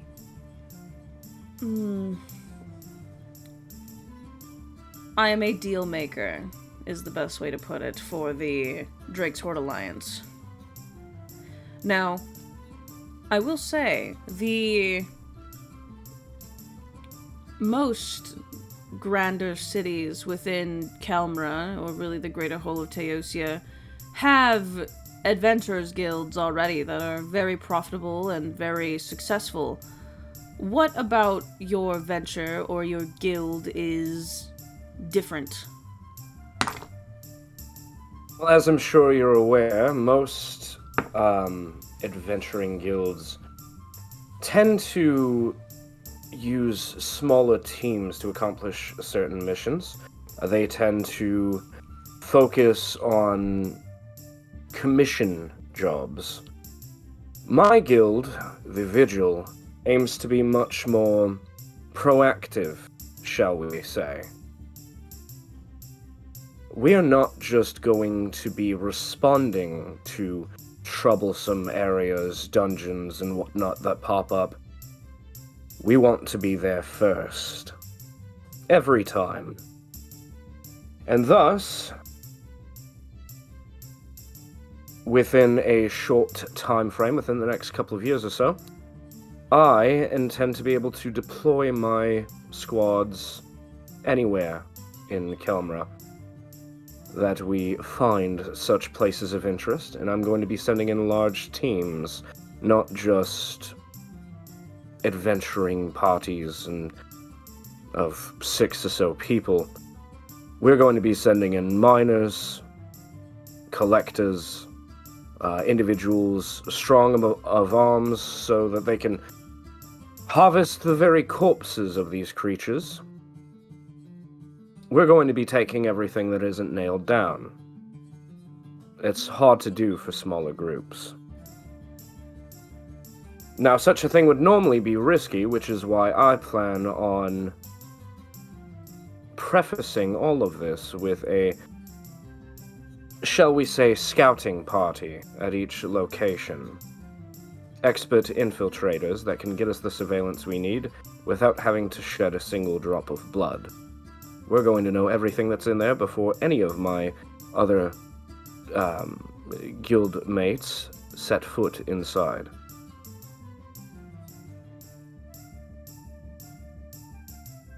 Altair considers your words and says, I see.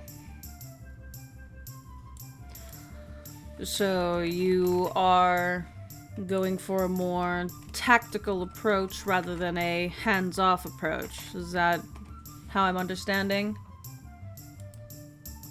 Indeed, and as I said, most adventurer jobs are commission-based. Somebody finds something dangerous, has a problem, they hire adventurers to solve it. But my teams, we're going to look for trouble, if you catch my meaning. We want to clear the forgotten places of Kelmra and later on Teosia, harvest those resources, and in doing so, invest in the future of the individuals who may be the next generation of Teosia's heroes.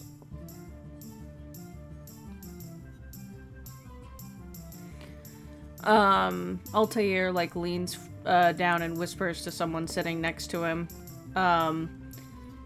and then leans to the other side and whispers to someone who is sitting on that side of him. And he will sit back up again, and he will say, so, an important thing about guilds is that they have to have a personality to them, or better yet, a following. I recognize, Prince Xander, that you are a well-traveled adventurer. We do our research before we have meetings such as this, as they're very time-consuming. Do you have a clientele, or if not a clientele, a group of adventurers, several or few, that are interested and dedicated to the idea of your cause? So glad you asked, Altair. Xander reaches in his coat and pulls out the list of names that he's been collecting, people he's spoken to about joining the guild, and is going to, I presume, hand it off to the axolotl, who will take it to him. Yeah, the axolotl, runs forward and takes it from you and then floats back over to Altair and hands it to him. And he reads the list, and he then hands it to the person sitting to the left of him, who is actually a fire Duresi, and she literally burns the paper, but in such a way where the only thing it does is it takes the ink that you used and then bleeds it into on another page, basically in an instant, without damaging it, copying your paper. And then she hands it back to him. And he says, thank you. And he hands the paper back to his axolotl, who then runs it back to you, Xander. And he says, very interesting and good to have ahead of time.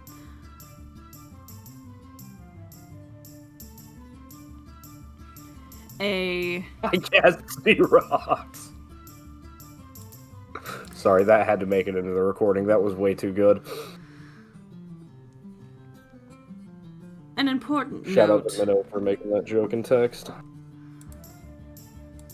An important note is that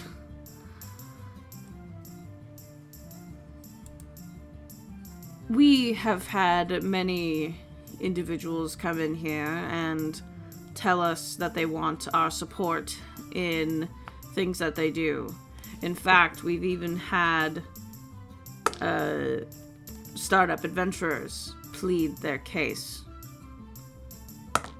I am interested in your philosophy, Prince, but I do have maybe one more question for you, and that is, why do you believe that this is an investment that we should make? Or more so, what do you think of the success rate? And you can be honest.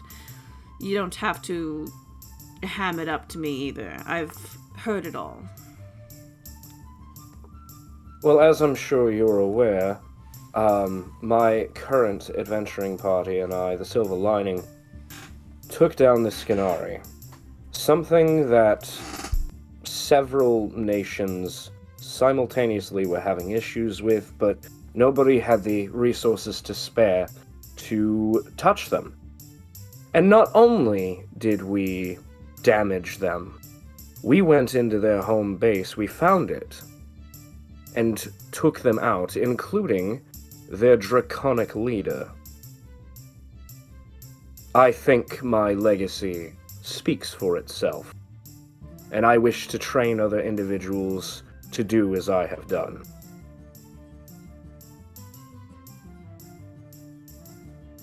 There are some issues that the governments within Kelmra simply cannot handle on their own.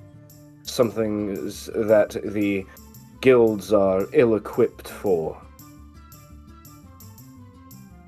What we really need are people willing to do what needs to be done proactively instead of waiting until thousands of lives are lost, as has been the case in the past.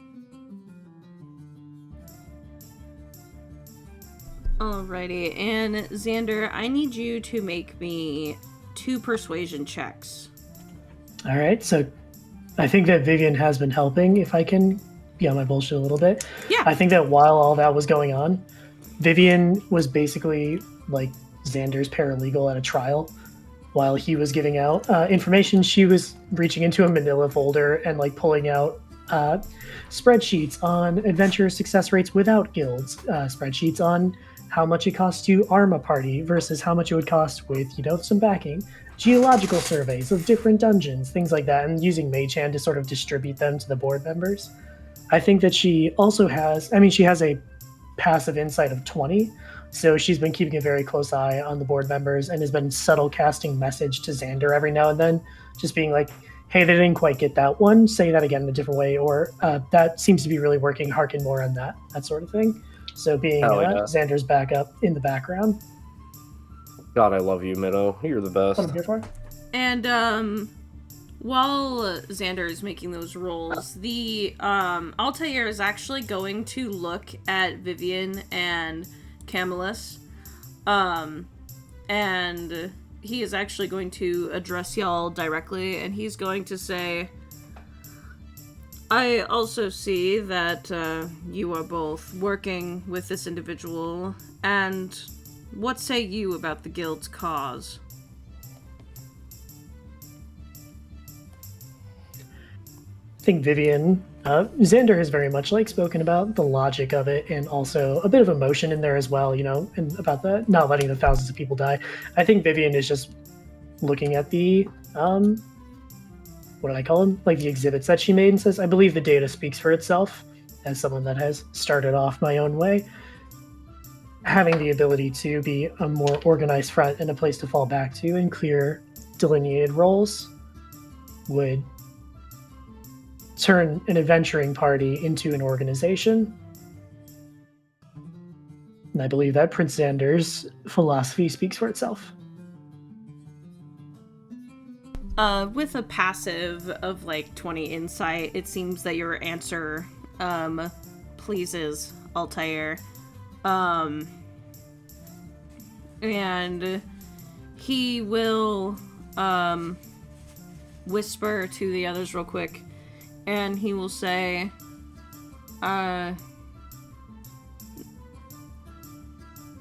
Xander and company, if you would all step out of the room for approximately 2 minutes. Of course. Whatever your decision, I thank you all very much for your time. And he will step out. You get another subtle message in your head that says, and by that you mean we're going to do it anyway. Of course. And as you guys step out, you hear all of the individuals in the room start chatting amongst themselves. You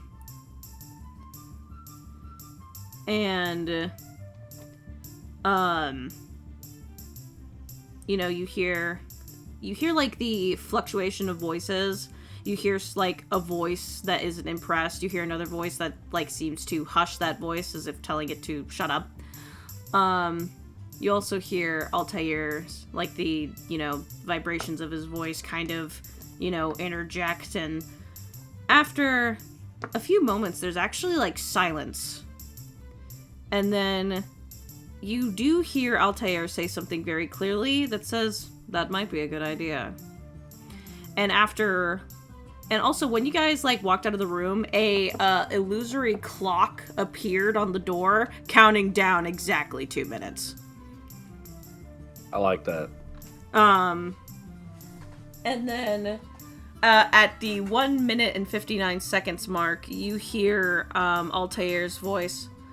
Come back in. And come back in we do.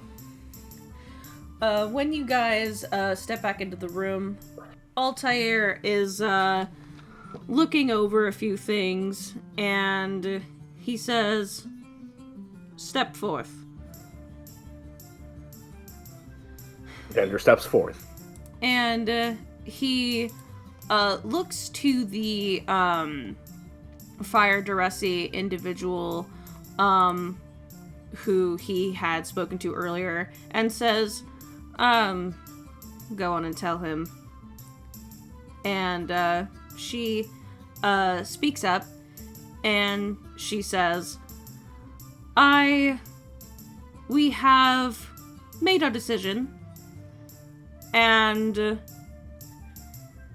in exchange for the Drake Horde's alliance's cooperation, we would like to ask of some services. Though, do not worry. Name your price, as they say.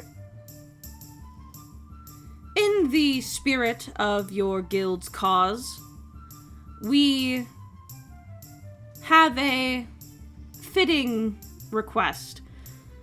Within Viron's limits, there is a dungeon of sorts, the nature we do not know of, where it has been mostly cleared out. It is almost completely empty, as one would say. However, once the party of adventurers got to the end of said dungeon, anyone who was communicating with them lost all contact. They have not returned. And this was a dungeon that was taking several weeks to clear out. Someone would go in, they would come out, they would go in. This was actually a party that was independently contracted to us for the retrieval of certain items from said place. If you go in and retrieve whatever it is at the end of their adventure, thus showing us a requested success rate based on your guild's principles, we will have the contract written up by the time you return. Excellent. I think it will be a great way to test the recruits, shall we say.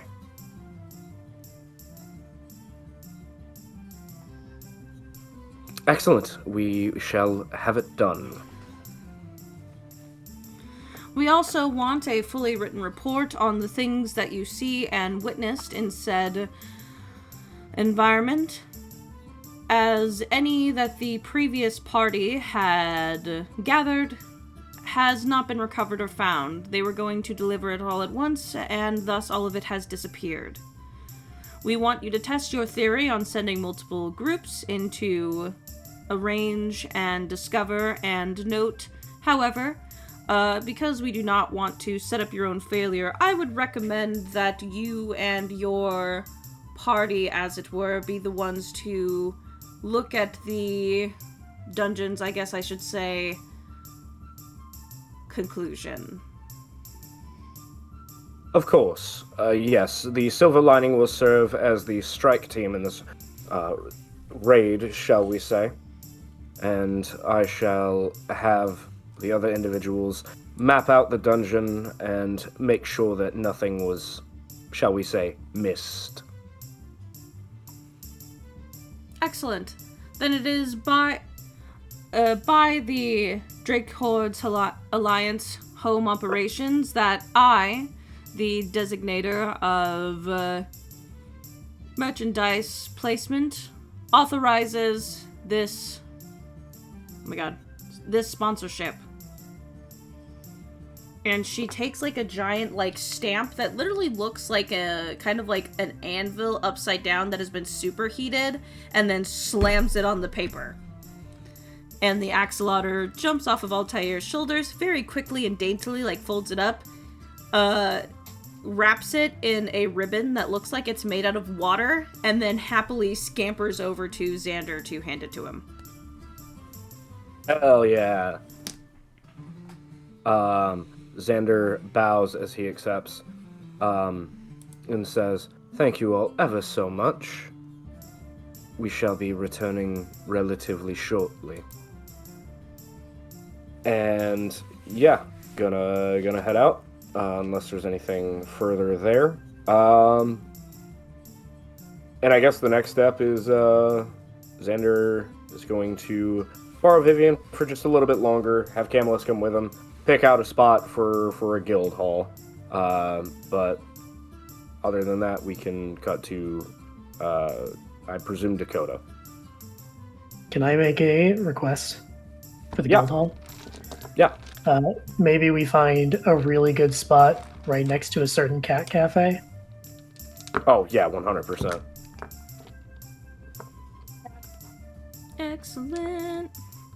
Yeah, and as Xander, Vivian, and Camillus celebrate their victory in this instance, we are going to pan over to Lysel.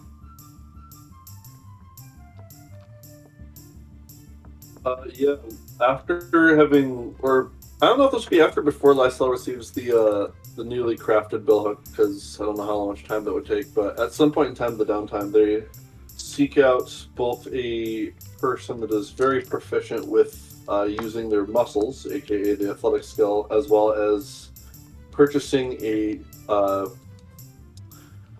more in-depth skill book regarding it, and spends time practicing moving around using their new tail and their muscles regarding it to develop the athletics skill and perhaps something a little bit more.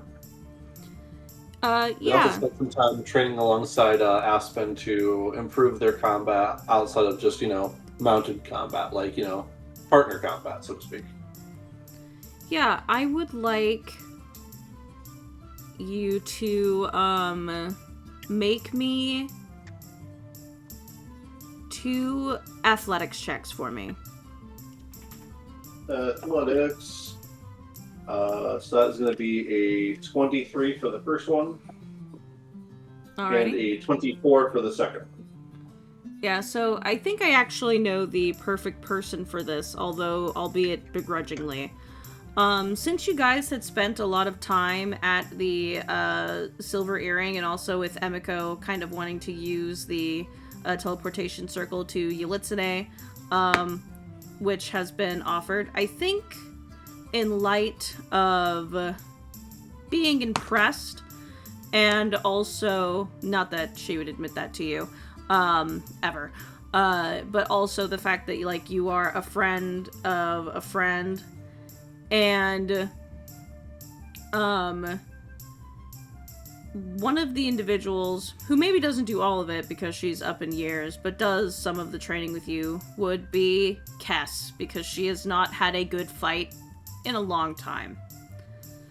And I think, you know, you've learned of the history of the individuals who stopped a calamity 17 years ago in a smaller part of the world. I mean, Emiko has talked about this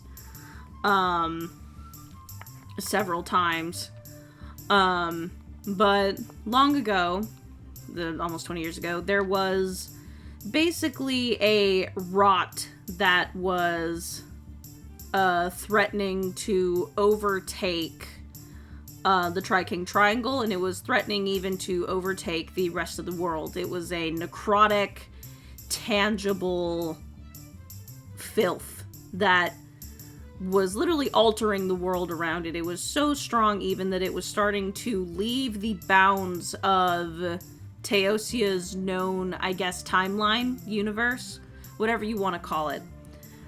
And effectively, mages within the Tri-King Triangle sacrificed their lives to bring forth adventurers that would solve this problem. And in a way, the individuals who solved it were not from... It's all scary, timey-wimey stuff. They're technically not from the same timeline that you are in. They're adventurers from another, I guess, version of Teosia. And some of them did not make it through to the end. The rest, however, did. And they killed the individual who was causing all of it. So here you have this adventurer who is successful, and you know that this individual literally was like standing on the back of a dragon, literally bashing her fucking axe into it over and over and over again, and has this sort of like magical aura about her. You know, you can't quite see them, but you can feel the presence of several souls that just, their essence cling to her. And despite the fact that she is up in years, when you two fight, it is kind of scary. You know, you have gotten into some pretty intense battles, but this other person moves with such strength and such speed that, you know, you can almost recognize the new capabilities that have awakened within you, but a much more refined and greater version of them, because Kess was a barbarian.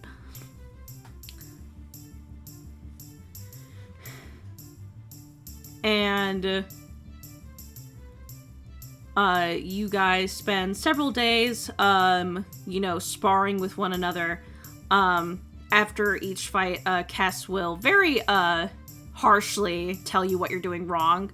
And it almost, like, it sounds like this is her version of being nice. It's just like, yeah, I don't know why you're moving your shoulders like that. That you're gonna throw your shoulder out if you do that. Also, you are maneuvering in a way where you're going to step on your tail or get it cut off. You have to think about that. Your tail is another limb now, and you don't want it to get cut off, because it will.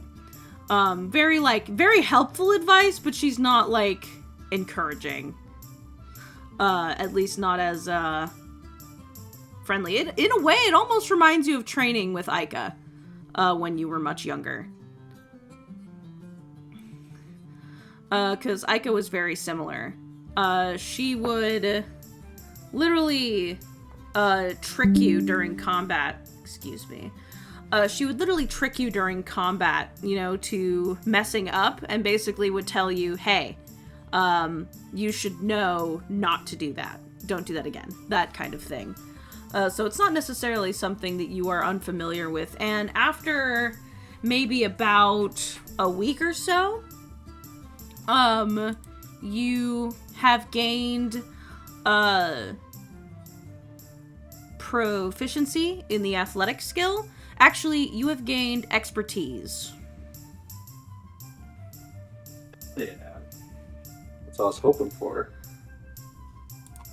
And then let me grab something really quick.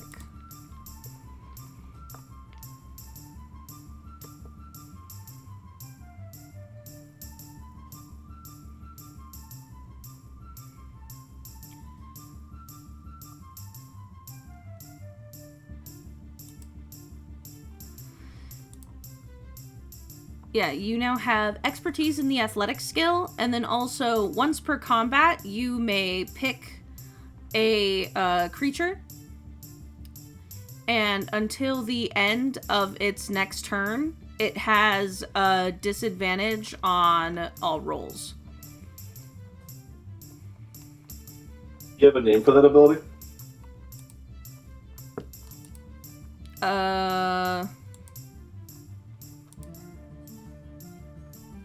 No. I'll think of one later. Yeah, I'll just put a little Long pause. bit of that. Oh. Yeah, long pause. There's just going to be a robot voice where Chas puts in the name in that spot. We'll have Joey do a Michael Caine impression and inject it. Just a wine.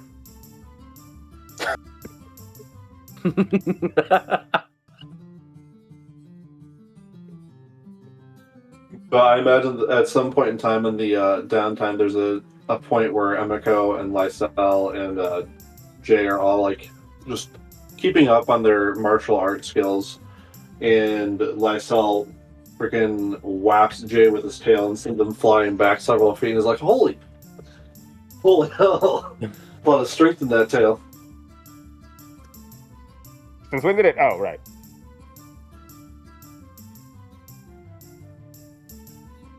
And that would be at the end of the when they've developed their skills with athletics.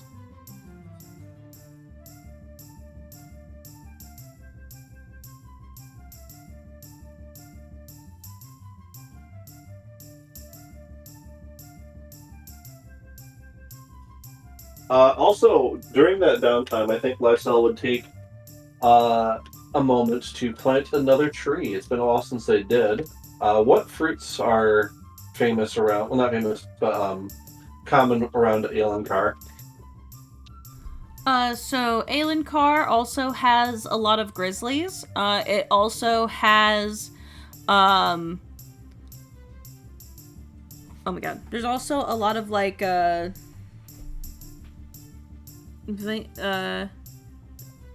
vineyards are where people grow grapes, right? Yes, as far as I know. They also have a metric shit ton of those that kind of decorate the outside. Okay, yeah, buddy, if you notice that you can't move forward because there's a cord in front of you, maybe don't keep walking forward, yeah? Yeah, buddy, you can't do that. You can't do that. Okay. My cat just tried to clothesline himself on my headphone cord. Yeah, that's not gonna work. Stinky. You're so stinky. You're so stinky silly. Oh, he's kneading my leg. Owie! It's okay. And there are grizzlies. There are apples. There's also a shit ton of vineyards around, and then also Viron has a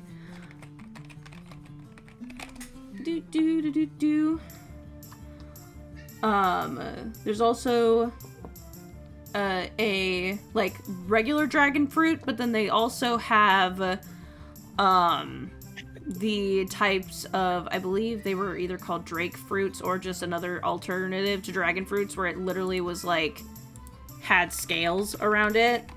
And the ones here are flaming dragon fruits. And flaming drake fruits, I'm assuming, or no? Yeah. There is also one more. This one's a little more unique. There is also a fruit here that is called a cinderberry, and effectively during their active season, they grow in little bushes, and they are actively on fire for several months to weeks at a time. And the fruit is not ripe until that flame diminishes.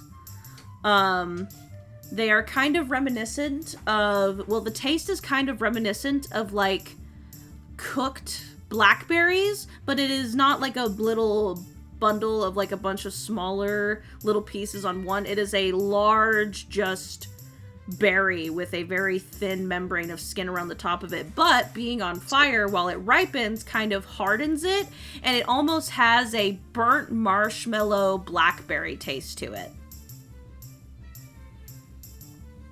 Yeah, so Lysel's gonna acquire some cinderberry seeds and take it to somewhere where it's not in the way, maybe easily accessible to a larger population of people. Think a casual fruit tree, if you would. And they're going to take actually the soul of Sir Alaric, and as they plant this cinderberry bush, they're going to say, "You wronged many people in your lifetime. I think it's only fair that you spend the rest of eternity providing for people instead." And they're going to imbue the soul into this plant as they plant the cinderberry bush. Yeah, and as you see that there's something about the soul intermingling with the soil in this, where the plant starts to sprout almost immediately. And the branches have a very strange but pleasant purple hue to them. Normally the branches are just black because they're kind of resistant to being burned. But these ones are purple.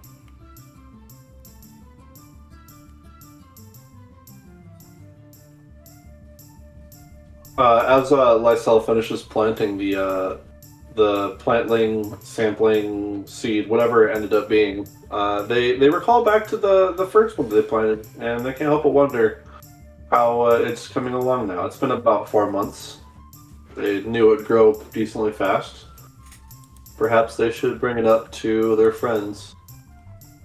Be like, "Hey, let's go back to Mapleview?" That was the name of the town, right? Yes. So the next time Lysel sees Emiko and Jay, they're gonna say, "Hey, when do you think we're gonna go back to Mapleview? You know, where it all started?"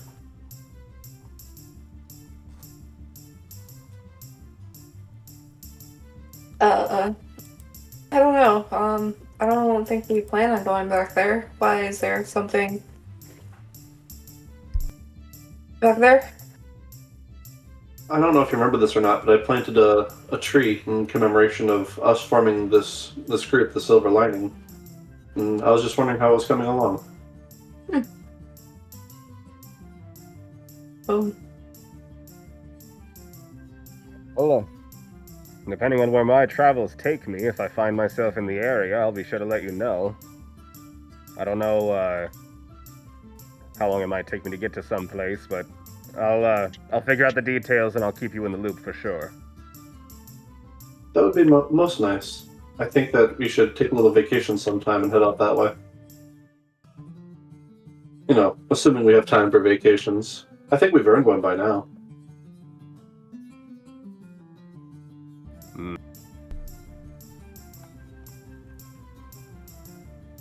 Perhaps after we've sought out that person you're looking for. What was her name again? Winfrey McNeil. Yeah, I think that after we deal with whatever she's up to, or I don't know. We were planning on killing her, yeah, or doing something with her. It is excruciatingly difficult for me to see an alternative. Unfortunately, there was, from my understanding, some sort of curse that was placed upon my mother's soul upon her demise that requires the death of Winfrey in order to free her. And unless she comes to me with some way to break that curse herself, then I'm afraid that regardless of whatever new leaf she tries to turn over, she will have to meet her final death. I'm not very good at looking into things, but if you need help looking into that, I don't know if we have any leads on that or not, do we? Aside from knowing the general motion of Winfrey's movements, I'm afraid we are more or less in the dark. Perhaps we can spend some time looking into that. We have a little bit of time while Johnny makes all of those artifacts he's working on. Yes, I was planning on using that time to get an artifact of my own taken care of and see if I can't, well, let's just say I have some unfinished business with that former Scanari, Owen. Don't know if you knew what his name was. I spoke with him from beyond the grave, and I have some due diligence that needs taken care of. Well, why don't we get on that? And then we could probably move into Jay's downtime at this point. Yeah, at the, after Lysel's training montage, we will then move on over to Jay.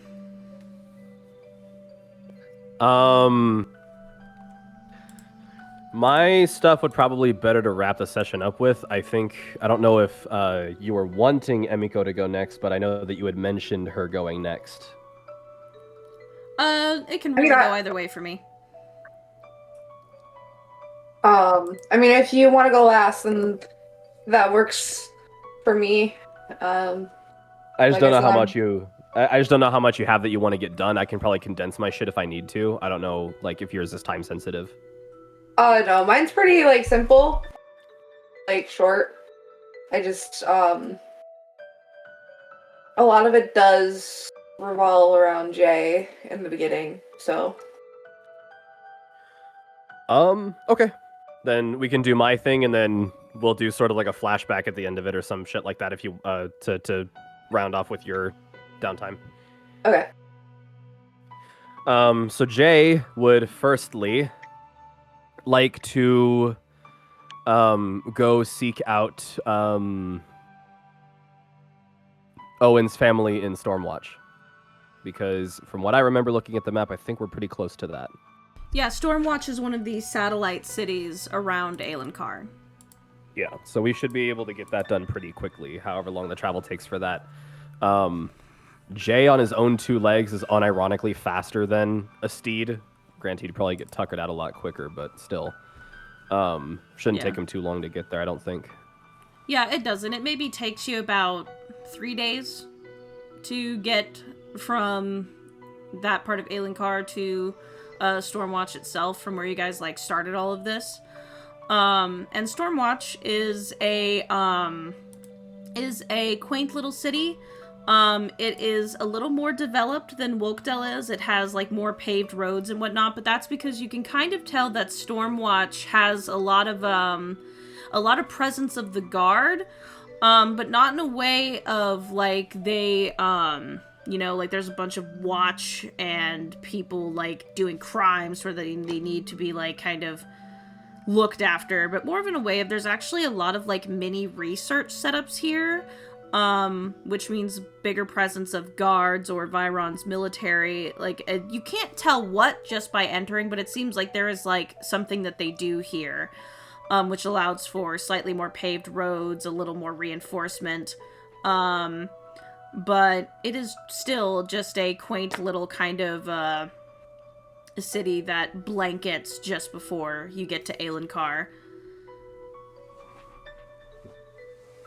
So I have a little bit of information about Owen written down. It says he was supposed to become a royal guard in Viron.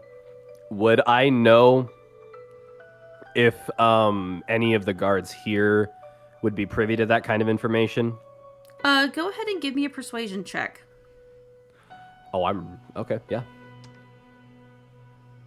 An 11.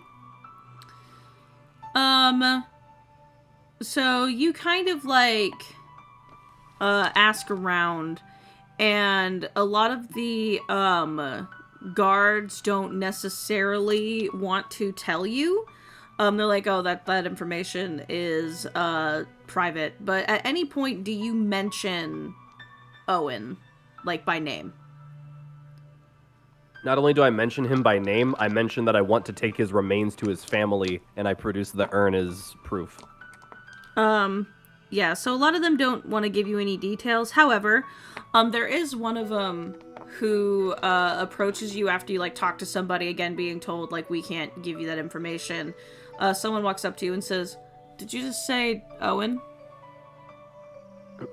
Yes, Owen. I wasn't given a last name, but, he was, pretty, how do I say, adamant about the, location of his, next in line, I suppose you would say.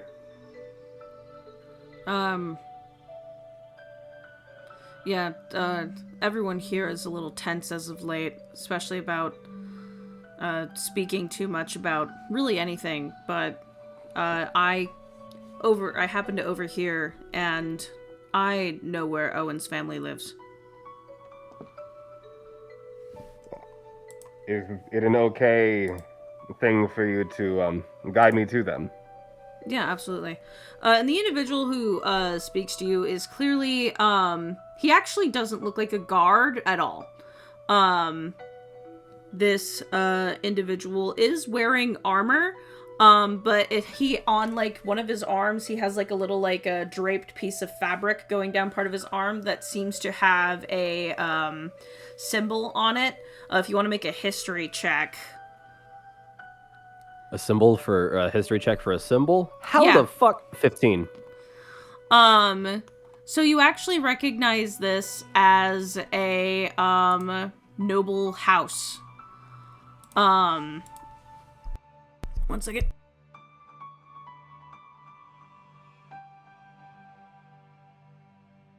Oh, sorry. I thought that I was going to sneeze, and then I didn't sneeze.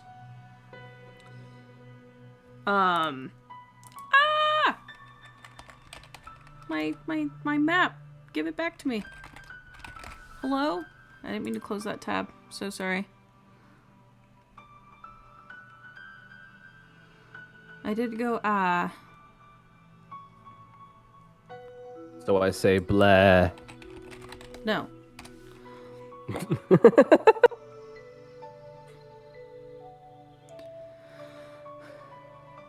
Oh my god.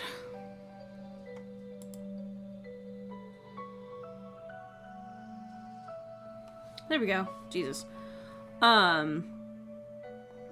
You actually recognize this symbol.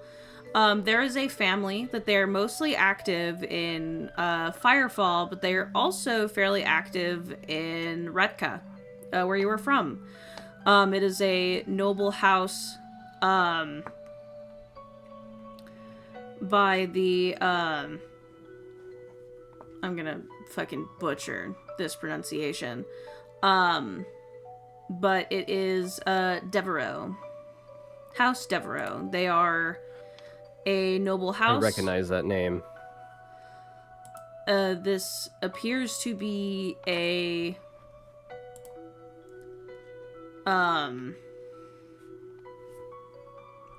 he looks to be a knight of that house. You don't know what he's doing here, but you recognize the symbol and also the way that they have the mini banner on their arm.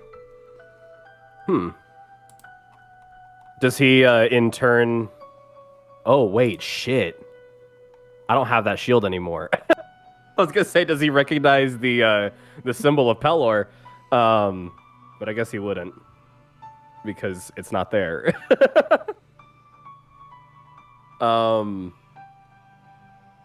This is Didn't why you I also have the recognize holy it. symbol of Pelor around your neck? Isn't that how you use magic? Or am I tripping? I was using the holy symbol on the shield at first, and then at some point I forgot, and we just kind of started hand waving that shit.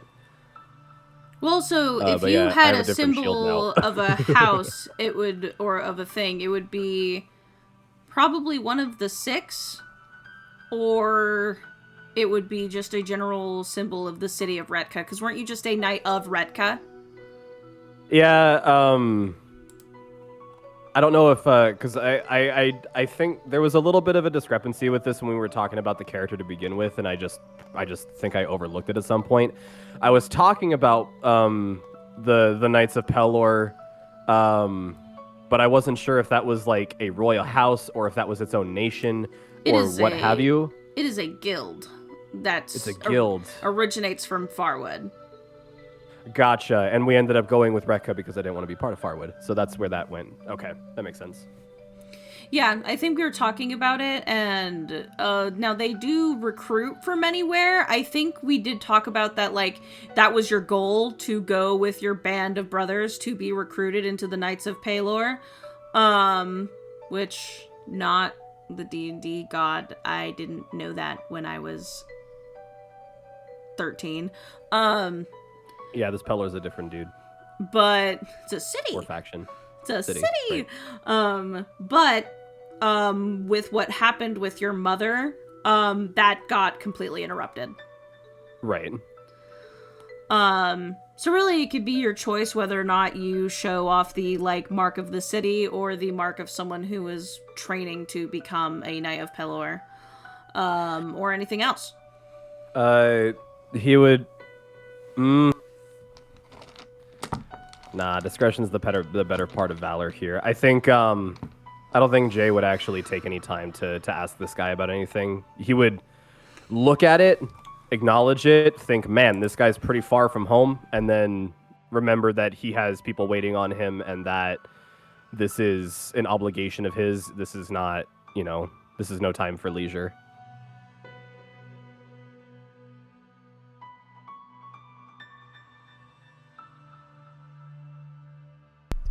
Fair enough. And he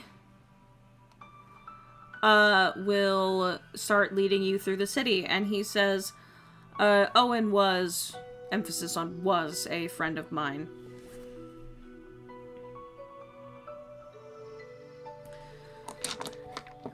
How did you know one another? I was the one training him. I should give you some context. He, like, looks over at you and, like, kind of leans forward a little bit. Just to clear any air, because I know what Owen has done.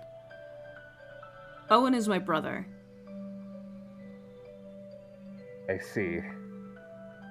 I am here to protect his family in case any of his, ill decisions, comes back to bite them. Well, in that case, you'll probably want to sit in with me as I explain. Once we arrive, I'll give you more details. I feel like you, probably more so, should know exactly what happened.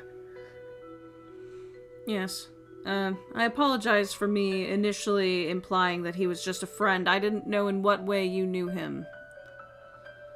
I guess it should be obvious, given that you were not bearing the mark of those bastards, but you can never be too careful.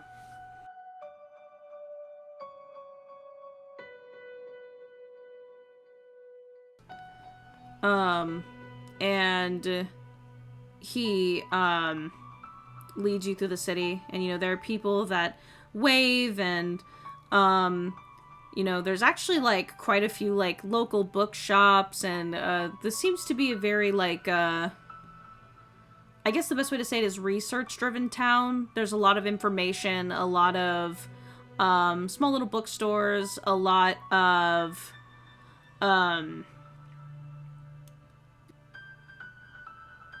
a lot of, like, work and effort goes into maintaining, this little town.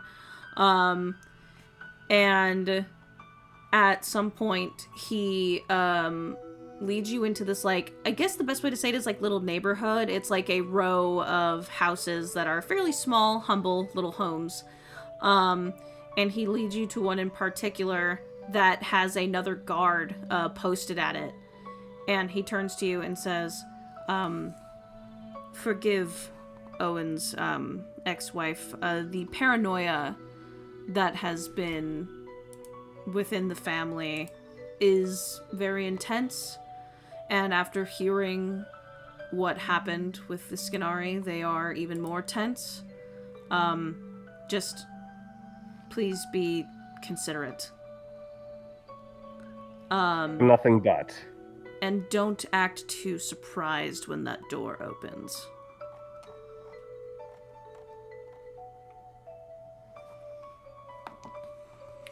And then he will turn around and start heading towards the door.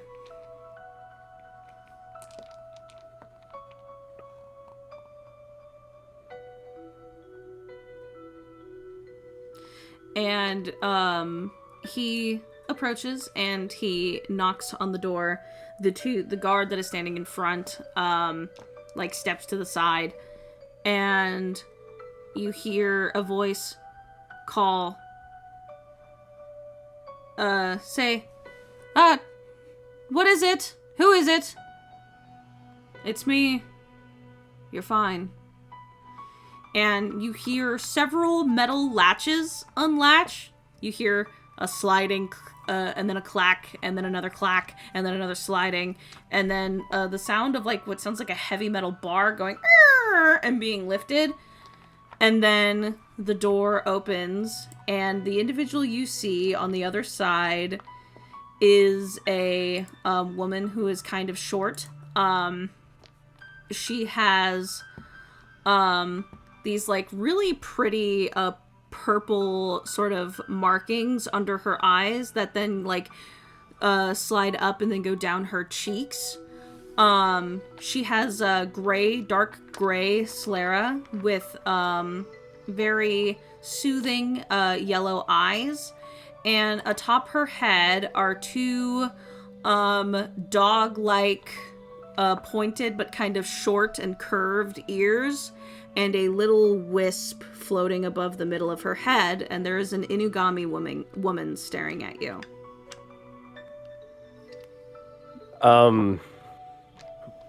Yeah, Jay probably wouldn't be surprised at all. He'd probably be like, oh, that's why you left him. With the urn sort of cradled in his left arm, he's going to take his right hand and not just shift the helmet down like he usually does to, show off his face. He's going to take the helmet off and bring it close to his chest as he reaches toward her with the urn. I do not wish to be the bearer of bad news, and I hope I do not come to you at a horrid time. But, the man known as Owen, your ex-husband? What about him? Well, he's in this urn. And, you see her dress, like, ruffle, and a, small child who can't be any older than 4, who also has, doesn't have, dog-like ears, in fact, has, like, mostly humanoid features, but does have the markings on the face and a little orb, above, her head, and then she does have like a dog-like tail, like pushes past her mom's leg and goes, "What?"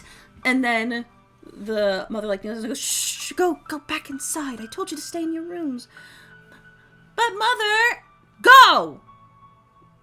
And tearfully, the small child scampers off, and she sighs and says, "They don't know the truth. I don't have the words or heart to tell them."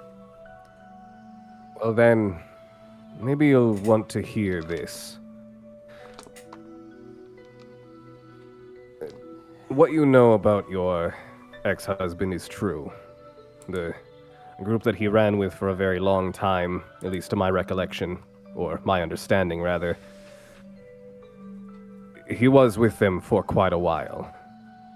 Never did any wet work, so to speak, but I'm sure the details wouldn't matter.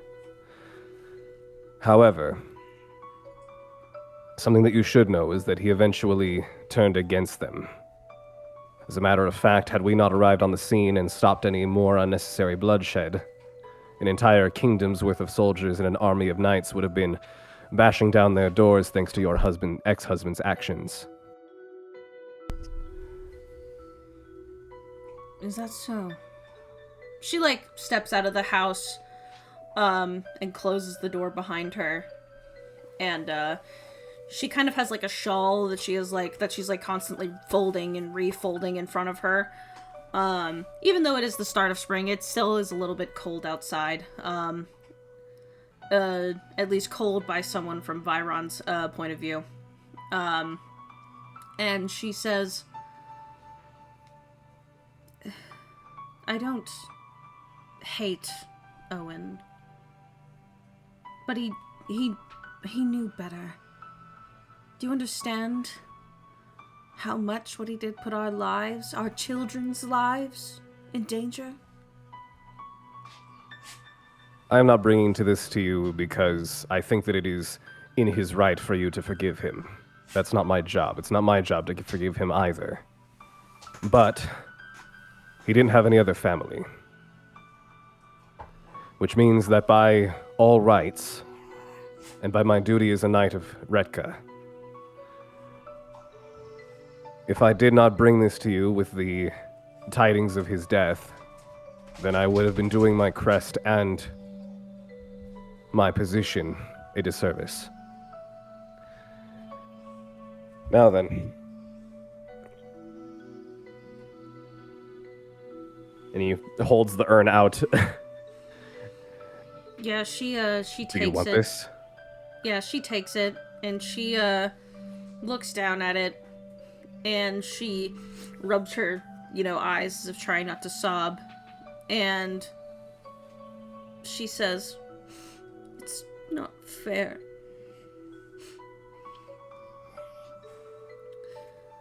And she hugs it to her chest for a second, and she says, "Are you the one who killed him?" No. He was killed by a demon.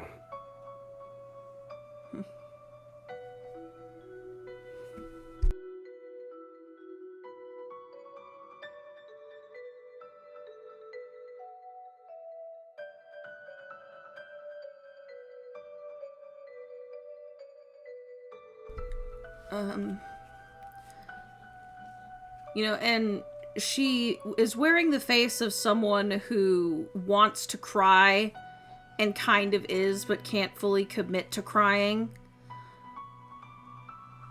I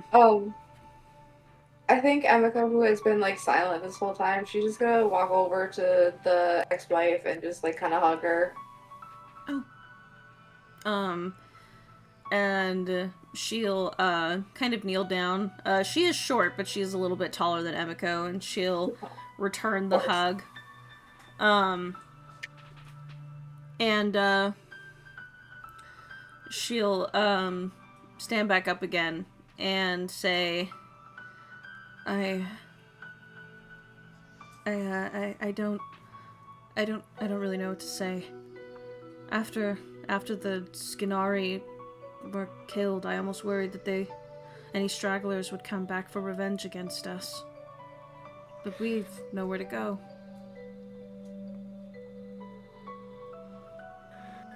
If you have nothing to say, then allow me to provide you with a bit of solace. For all intents and purposes, the conflict between the Skinari and their targets was a war, something that I am not all too unfamiliar with. I was bred for it, I was trained for it, and I was on my way to fight in it until a war of a different kind knocked on my door and killed my own family. Part of it, at least. Once the dust settles, those stragglers, They might still be enemies socially. But the dust is going to settle. The steel is going to be sheathed. And whether they like it or not, they will have to learn with you and understand that their part in that war was lost. There will be no stragglers coming to defeat you, or break down your door, kill your guards, take over your town. They are gone now. We have made sure of it. Their leader is gone, and the group, as far as we know, is completely disillusioned.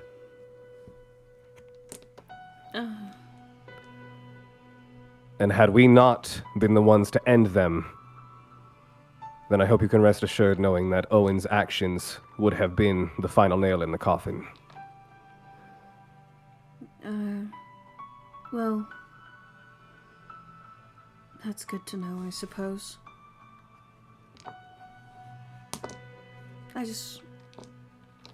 I can't make sense of any of it. Why he would put his children in danger. She, holds up a hand. You don't have to respond to that. It's fine. I've had over a year to think about it, and even if it doesn't make sense to me anymore, it doesn't have to.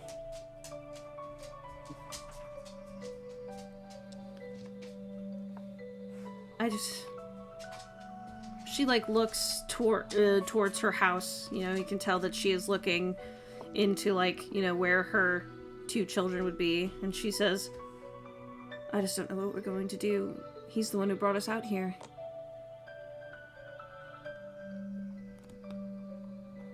Where are you originally from? We're from... Originally, we're from Northwraith. But... we were struggling there, too. Now, most of our struggles pertained to the rising actions of the Skinari, and while that's over, we don't have any resources. I'm a seamstress by trade, but it doesn't make us enough coin. Not here to provide everything we need. What if I can offer you and your family someplace safe? It's a bit away from here, but it will be safe from any remaining Scenari, and you'll be able to have a home over your head and meals on the table. Where, if you don't mind my asking? Do you know much about the Tri-King Triangle and Yelitsune? Oh, I know that Yelitsune is one of the largest cities in Shure. I've never been, though. I know a lot of my kinfolk are there. My family owns an estate near the city, and I can offer you a job in my family's household. Oh, I would hate to impose. You're not imposing.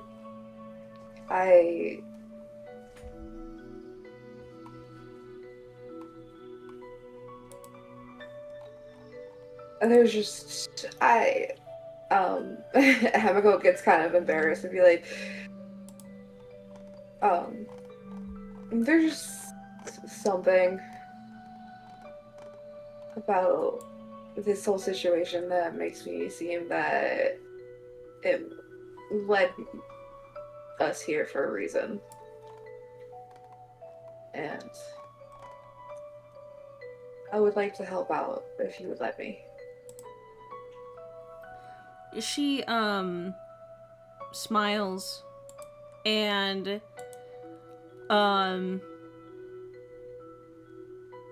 she nods and says, if you're offering, that would be most generous.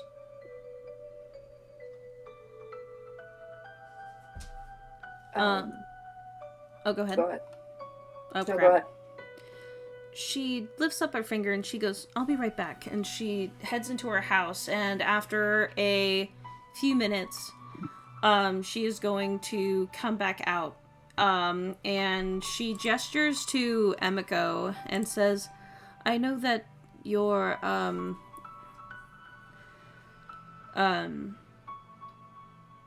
aesthetic seems to be much darker fabric and colors, but I made this recently," and she hands you something folded, covered in like a thin, I guess wrapping paper would be the best word. It's mainly to preserve it, keep moss off of it. And she holds it out to you. Emiko will take it.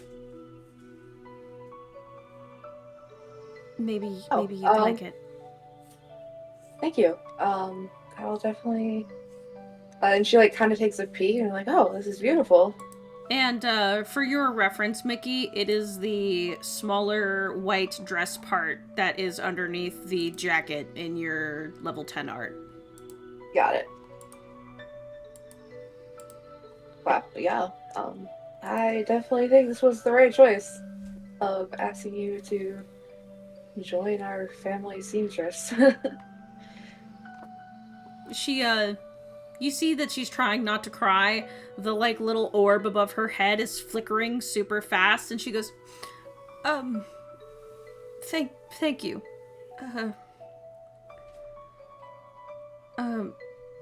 And I'm so sorry. Can I inquire as to what your names are again?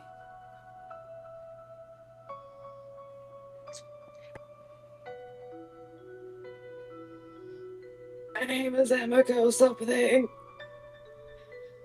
Your last name's Kinoshita, if that helps. Yeah. I could remember that. Yeah. Emiko will introduce herself with her full name. Nice to meet you. 1 second, Dick. Oh, shit.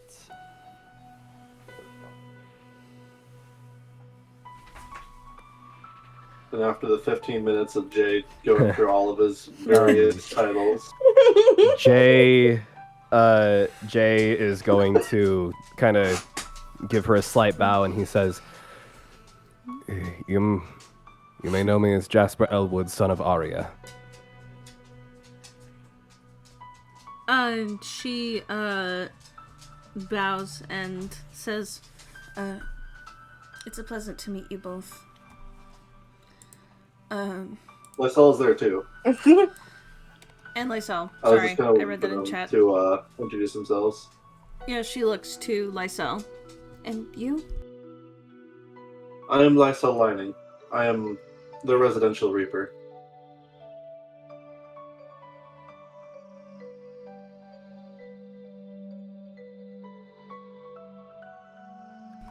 It is nice to, meet you. My name is Iris. It is nice to meet you.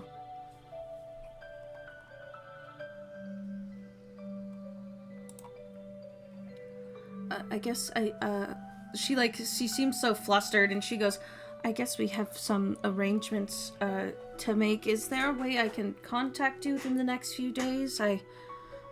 My children might need a few days to, well, adjust." Yes, of course.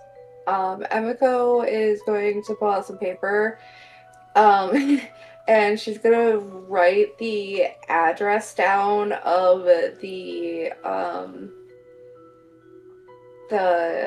tavern, and she's also gonna have, and when she hands it over, she's gonna have a sending stone as well, or a coin with it. Be like, this is the address to where you can find us after you're ready to make the move, and you can contact us with this stone or this coin. She takes it very delicately, and she says, "Thank you, Miss Emiko. And Sir Jasper.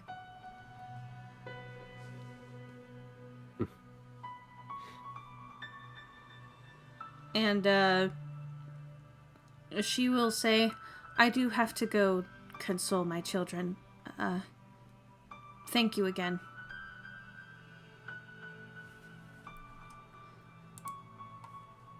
And she also looks to Owen's brother and nods to him.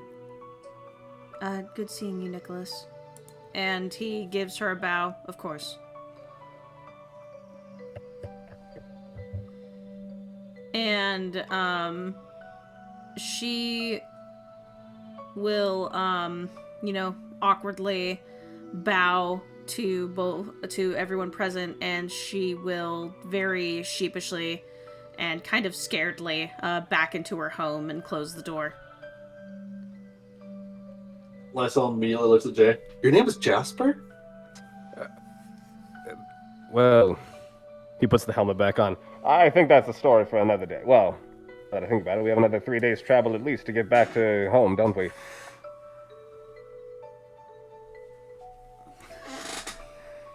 She didn't need to know that I am some kind of fabled, storied hero. All she needed to know is that I was a humble servant giving her the last rites of her ex-husband, whom, it seems like, she still loved begrudgingly.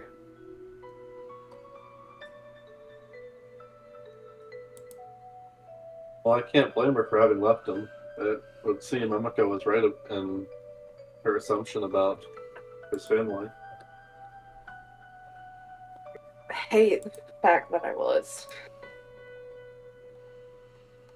Yep, Owen's family was an Inugami mom and their 2 half-Inugami children. Weird. But with that, we will go into Emiko. Other than... Oh, I wasn't done. Oh, buddy, what do you need? You were just really quiet. So real quick, I need to know 2 things. One, that item that I mentioned to you in our DMs, I need to know how much that's going to cost, and if I can get it made, how quickly would that take? The second thing I need to know, and this is the more important thing, so we can go back to the item in a minute. But the second thing is, what was the name of that vampire, the one that I was trying to teach to control her thirst? And where was she located? She was on the border of Viron and License, and her name was Vitalis. Vitalis, that's right, thank you. That is the, one of the phages. Vitalis. So her name is Vitalis Phage. Vampire acquaintance from Viron. So we are... Fuck, I need the map again.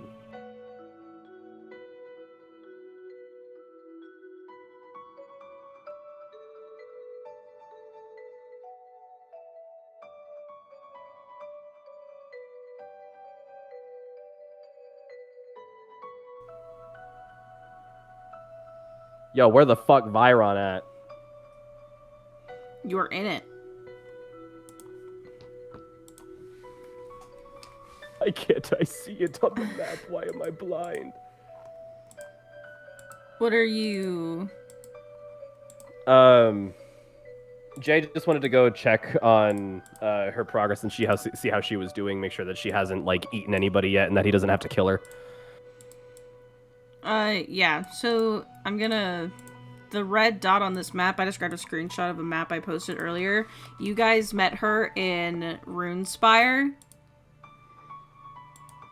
which is on the border of License and Viron, but on the License side of it. So it would take, if you did this within the first few days of the downtime, it would take you a week and a half to get there, and then a week and a half to get back.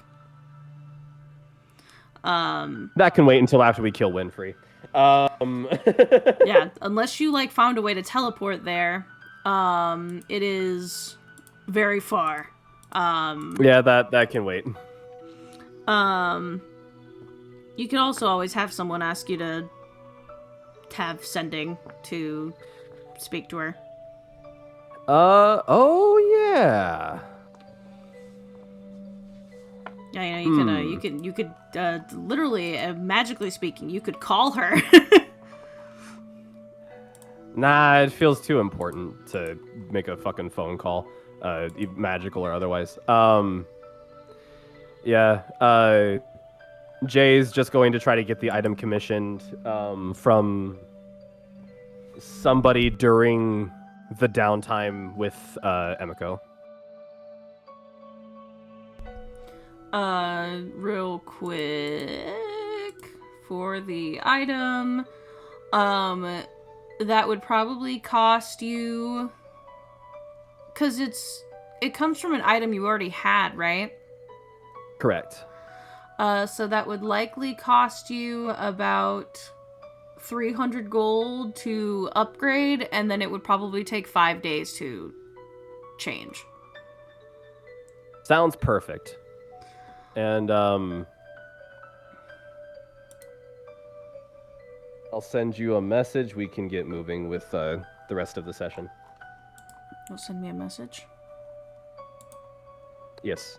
Frightening. Okay. With that, we move on to Emiko. So Emiko will spend the first half of part of her downtime going on that trip with Jay and Lysel. And then the middle part of it will be training with Lysel and Jay to kind of work with her new ability to kind of move her allies around the battlefield and train with her new scythe as well. And then after that,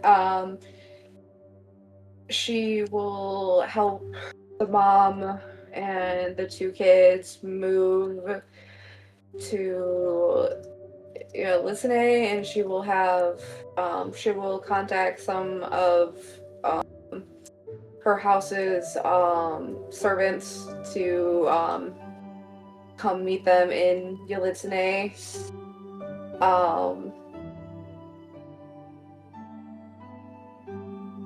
To help them move to the house because she can't go back. But after that, and after they have that settled, I think she would take Jay through Yelitsune for a few days and just show him around the city and show him around her own, basically her home, and do a little shopping. She would get the jacket part of her new art, and yeah, that's pretty much it.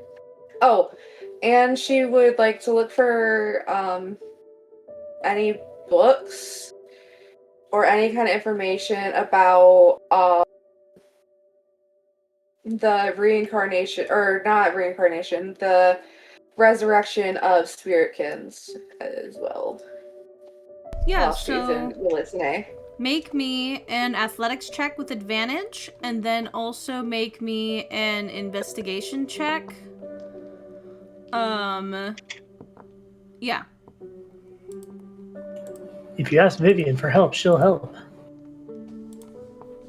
That too. Yeah, she'll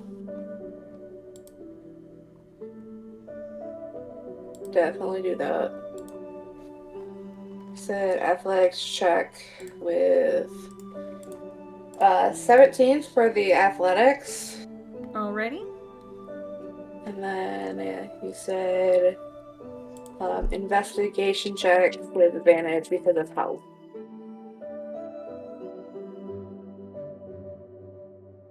And that's gonna be 16. Yeah, so, and the point of training with your glaive was so that way you could get proficiency in it, right? Not really. I get, It was just, in general, just for fun, to get used to it. yeah, it's just, like, it's mostly, like, yeah. Because, like, she gets proficiency in it because she took, fighter. So she has proficiency in it, but she's like never used like such a big weapon before, so she's like learning how to like maneuver it basically. I gotcha. Okay, that works for me. Yeah, so you kind of adapt to your new skills, training with Jay and Lysel, and I'd say that you get pretty used to it. You realize that if you work with the weapon and not against it, that you can kind of maneuver that, a very, that a pole arm that is longer than you are tall is not so bad to use. And then moving Iris is fairly easy. Your family, not that you could interact with them because of the rules of your pilgrimage, but your family is very welcoming and they have plenty of space, and generally just the community of the city of Yelitsune is very welcoming. They fit right in, as it were. And also the seamstress who currently works with your family, who is another Kitsune woman who is over 400 years old, is delighted. Like, she welcomes her so freely. And immediately, like, shows her where everything is, shows her the ropes, and, help this little family who was, in danger for a while of the Skinari, find a safer and better start. And then, for the investigation, how much time are you willing to put into this? As much time as she has, as she waits for like everyone else. Yes. Of course. So, going through Yelitsune, and it is a sort of difficult task, because a lot of them just talk about the passage of going back to the spirit world, and you're like, no, that's not what I want. But you do, after you literally start losing hope at one point, Emiko. Like, everything just keeps talking about the, way that the, spirit traverses between the spirit world and the living world is, very important, blah, blah, blah, blah, blah. But you're like, you think, at some point there has to have been, like, a Kitsune adventurer or someone that died on the battlefield and they had to bring him back. Like, clearly,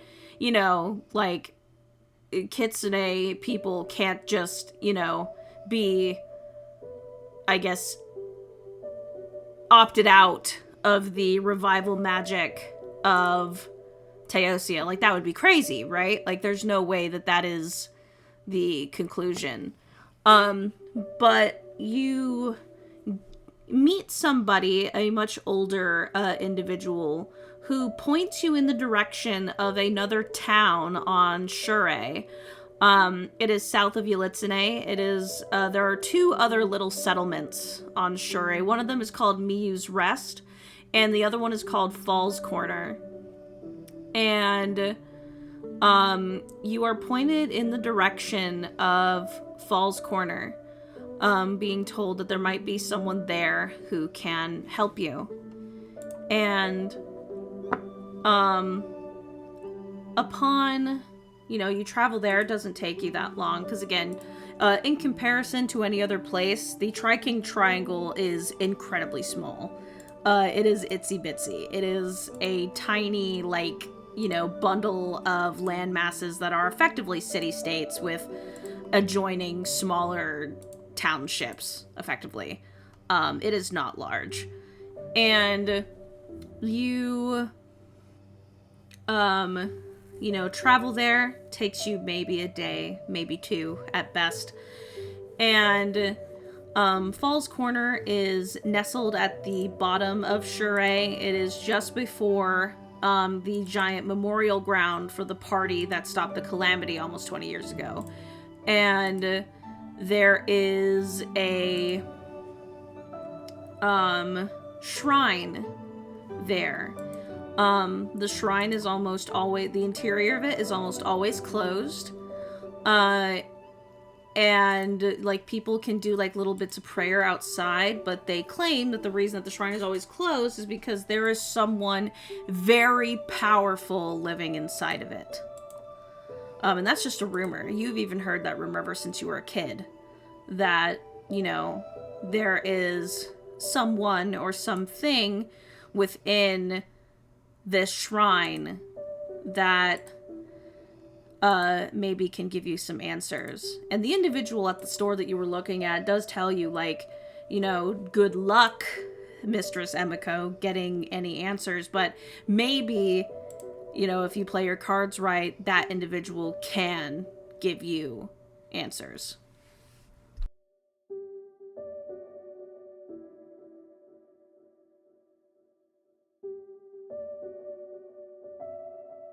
Sorry. I mean, sorry. Are you gonna keep going? Go for it. I was gonna say, is that something that you would like do? Yeah, Emiko would go into the shrine and see if she has the time to do this. She would definitely do this. She would definitely do this on her own too, as she feels like it's like a connection to her own people. So she would like go alone as well. Yeah, so there is a it is a very large shrine that kind of has like a square, like fenced in area, and there's a bunch of tinier little shrines that people like pray at and leave like little prayer slips and stuff like that. But the larger building is completely closed off, and in front of the sliding double doors, there is a mat on the ground for individuals to kneel at. Because the individual does speak to people, just nobody has ever seen them.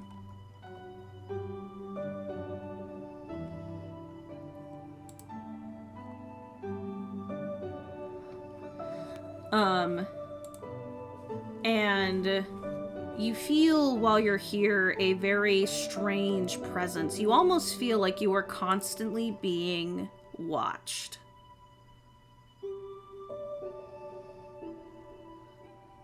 And do you kneel at the mat in front of the door?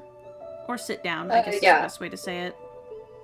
Yeah, Emiko will kneel and pay her respects before asking her question.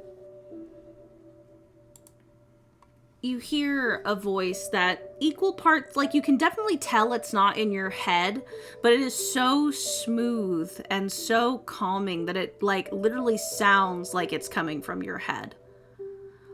And you hear a voice that says, "Little creature, is there someone that you wish to bring back from unlife?"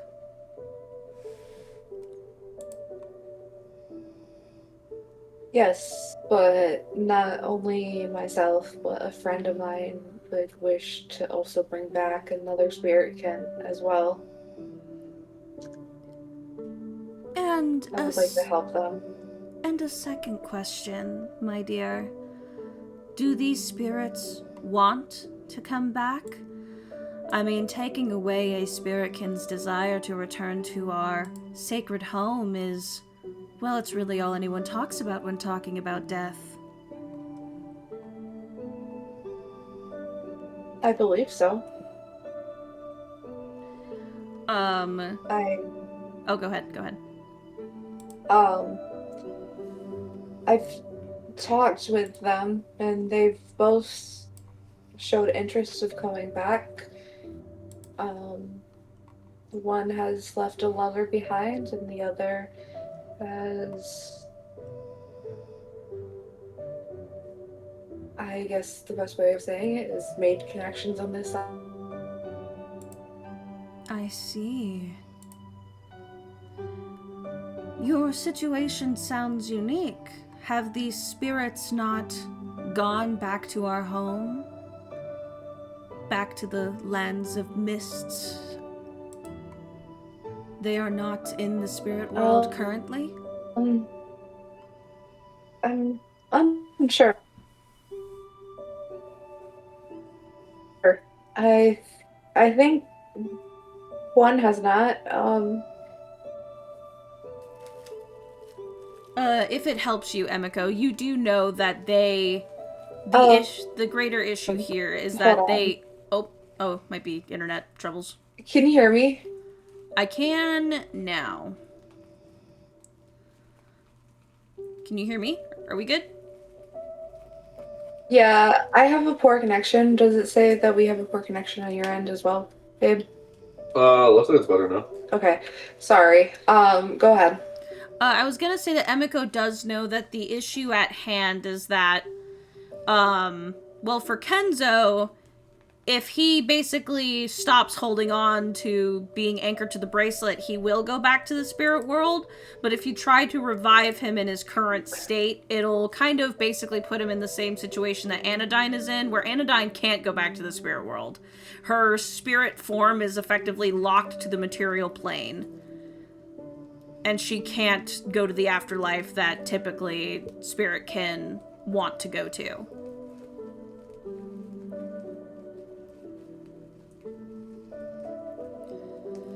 So the thing with Anodyne, are we trying to let Anodyne go, or are we still trying to revive her? Xander is trying to revive Anodyne because if, right now, if she lets go, if she stops being a corporeal familiar or whatever, she doesn't get to the afterlife. She is effectively dissipates. She is erased. Okay, so they both have the problem of, like, not being able to go into the afterlife right now. Correct. Or for Kenzo, Okay. he is worried of becoming in the state that Anodyne is in. Okay. Emiko will probably think for a second and then look up. They're both kind of, I don't want to say unable, but one is stuck, and if she lets go, she won't be able to return. And the other one is worried that if he lets go, he also won't be able to return. I feel like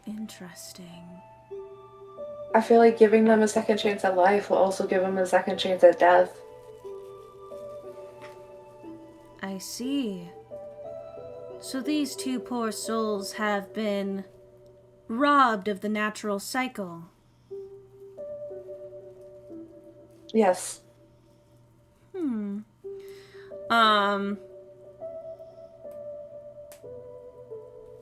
And you hear nothing for a few moments. And then you hear, and you've come to me, believing that I can help you, yes? Yes. Emiko. Which, I don't know if you've introduced yourself, but if you haven't, this individual somehow knows your name. Oh, okay. Emiko, might I touch your spirit?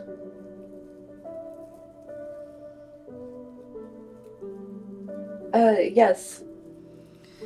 You don't see anything, but you feel this, like, coldness wash over you, and you feel it on your cheeks. Not through the mask, or on top of the mask, because you have a little bit of sensation because it is a Soul Guardian mask, but you feel this on your physical, like, face underneath the mask.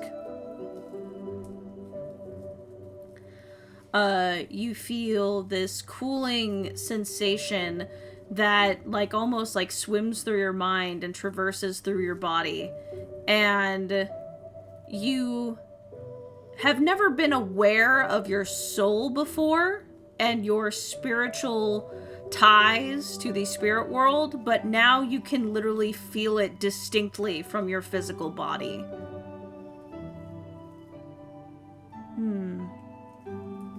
And the energy releases, and then you hear,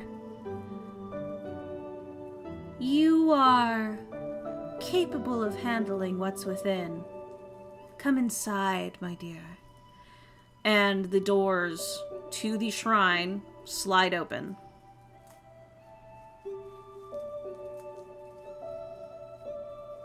Yeah, we'll stand up and walk inside. And the doors close behind you, and on the inside there's a bunch of, like, flickering motes of light that remain in the same area, but they, like, fade in and out. Little spiritual mage lights that flitter in and out of existence. But also, this place is filled with spider webs. They are all of different colors. Some of them are blue, some of them are pink, some of them glow even. But they are spider webs nonetheless. And the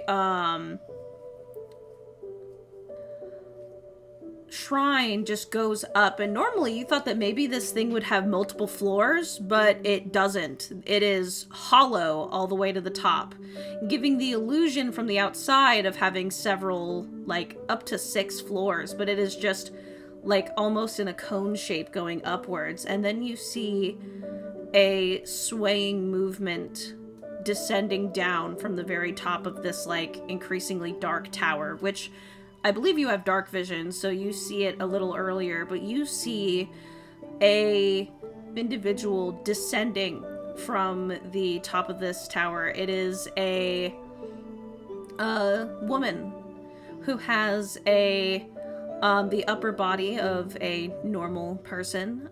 She is wearing pretty ornate robes that look like they would be a dress on a person that has normal humanoid legs, but the rest of her torso is that of a spider. She is 13 feet tall, and she is wearing a ornate shrine maiden's headdress. She has pale skin. She almost looks like a porcelain doll in the face. She has pure white skin. Almost looks painted, with rosy cheeks, and she has 6 eyes. And she has, like, normal lips, but then off to the side are little tiny mandibles that kind of branch off of her face.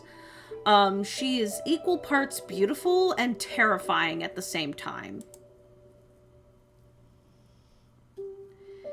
And she descends down and is hanging upside down from the ceiling.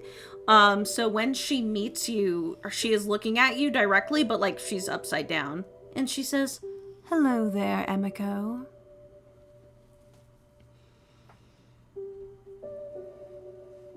Hello. Would Emiko know anything about this creature? Go ahead and make me a history check with advantage.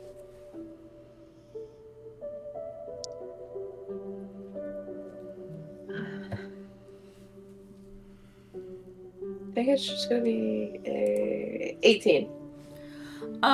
So you know that this is a Joragumo. They are spirits from the spirit world that are half woman, half spider. They are capable of taking on either fully spider or fully humanoid forms. Most of them choose not to, though. They don't like it. They feel like it is hiding what they really are. The legend version of what they do is that they lure men into their lairs to eat them. But, stories and tales. There's also a lot of tales about kitsune that are legends, that they are, all a little devious. But, that's all just folkloric stuff to tell stories and, make it a little fun. But, you do also know that their webs are increasingly magical. And that they are very powerful spirits. There are not many on the material realm.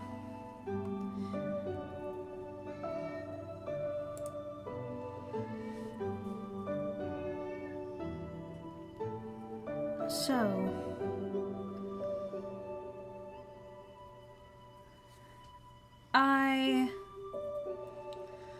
she leans down and looks at you and cocks her head to the side and says, "Well, very interesting. You have a dead soul guardian's face on yours. I was wondering what kept me from touching your spirit when I tried. Fascinating."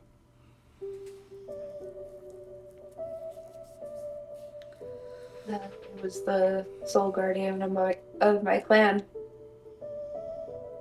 I see. I am sorry for your loss. Right then. Thank you.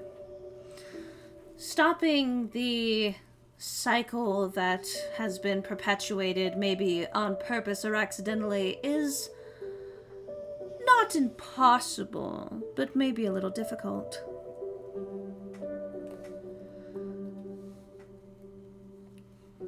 Your spirit tells me that you are a busy woman. Is that right?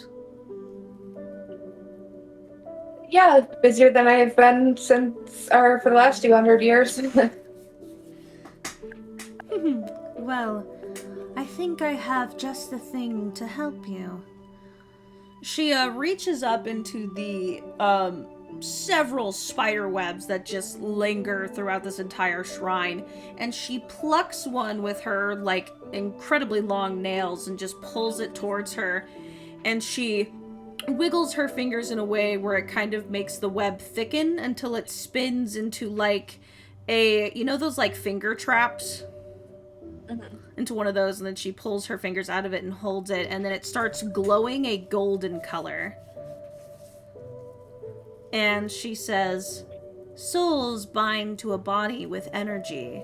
And then she puts her fingers back into it again and does the thing where it does quote unquote trap the fingers, and she kind of expresses the way that she can't pull it apart.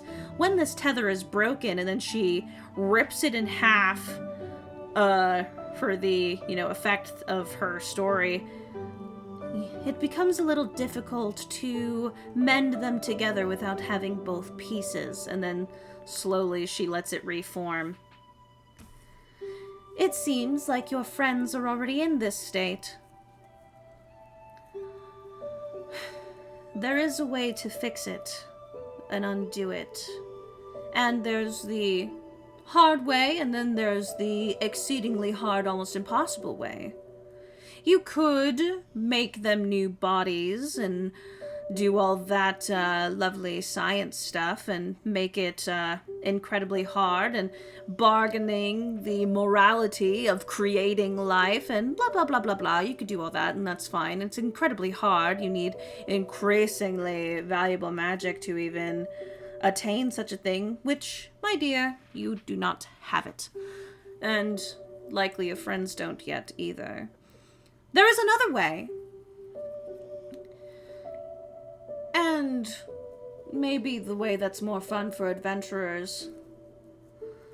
She, lets the webbing go back together, and then she pulls down more webs, and it literally looks like a cat, scratching on, a scratch post for a second. She literally drags her nails down one of the webs, and then they, fan out, pulling thread off of multiple spindles. And illusions start to form of spirits in like a traditional art style, like the webs like weave into these like pictures.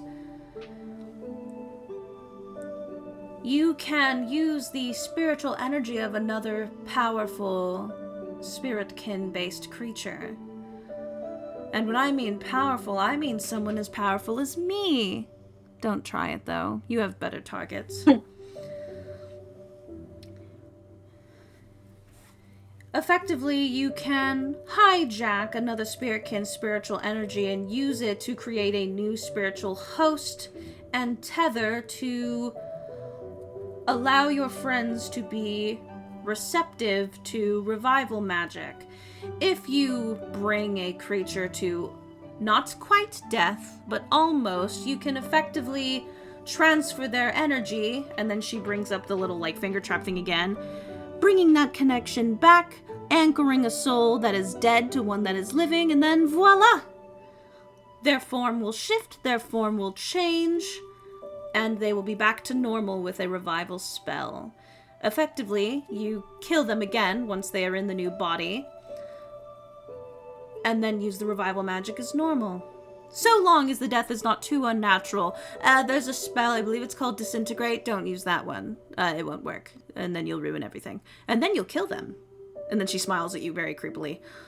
The important thing about this, though, is that the creature you kill has to be in their spiritual form, or not be a being that has a material birth, i.e. no Nekomata, no Inagami, no Kitsune. Has to be something grander. For instance, a soul guardian, or a Joragumo like myself. I'm not asking you to kill me. An Oni, things like that. Things that they don't have material birth or lives. A lot of the times those creatures either manifest here, haunting the world, or they traverse from the spirit realm directly. What happens to the original spirit from the thing that we almost kill to steal the body of? Well, you erase them. By overwriting their spiritual energy with that of your friends. Now, I know, darling, you might be thinking, well, that's just as bad, and blah, blah, blah, blah, blah, blah, blah. Who cares? Find someone who is your enemy, and then it doesn't really matter if they're erased now, does it? If they're horrible, the spirit world probably doesn't need them back.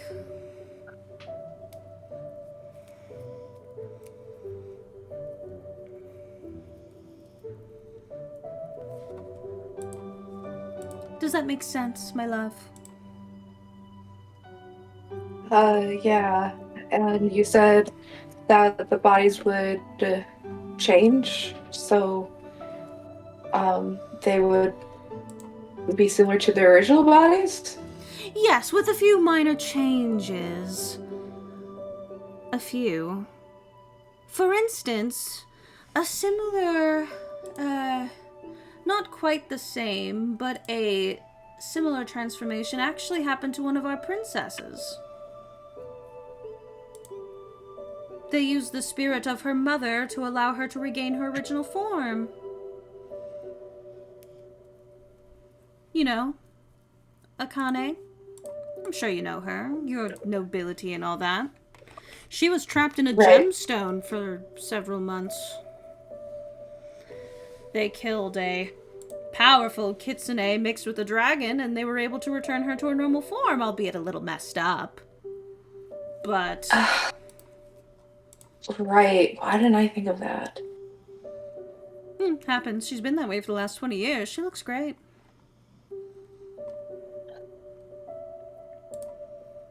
Thank you. Is there anything else I should know?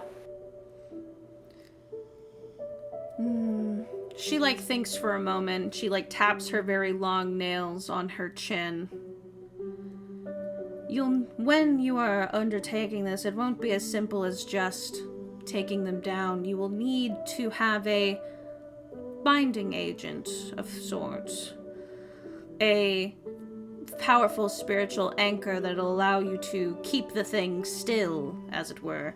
Because even if you defeat it, since it will be a pure spirit, it will still be able to, fight you.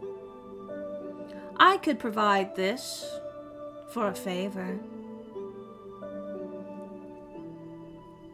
Would you be able to provide enough for 2 souls?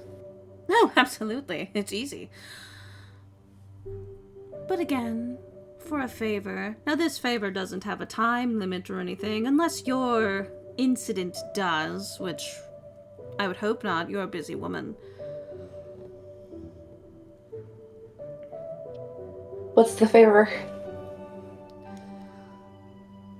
She, fully, like, you see her do, like, a weird, like, rotating motion to allow her to rest on the ground, like, properly, looking down at you, and she says, I need you to recover something for me. Something that I can't get to myself. Something was stolen from me, stolen from this very shrine even, although the thief could not dare face me directly. Coward. There is a vampiress on the mainland of Kelmra who stole, it's gonna sound so silly, a fan from me. It is increasingly magical, was gifted to me by someone very important. However, leaving this shrine is out of the question. You sneak into that bitch's lair, take back my fan, bring it back to me, and I'll give you almost as much webbing as you want. This vampire wouldn't be Winfrey, would it be? Oh, that'd be hilarious, wouldn't it? No, but they are working together. Okay, should be easy enough. I don't know her name, but she's a weird creature. She is a vampire, but she's different. She became a vampire via some weird transformation and not from being bitten and turned and all of that fun stuff. She still consumes blood, but she can consume it from multiple points of her body. She can also manipulate blood magics, and she's also subjugated some other weird vampires, calling them her brothers.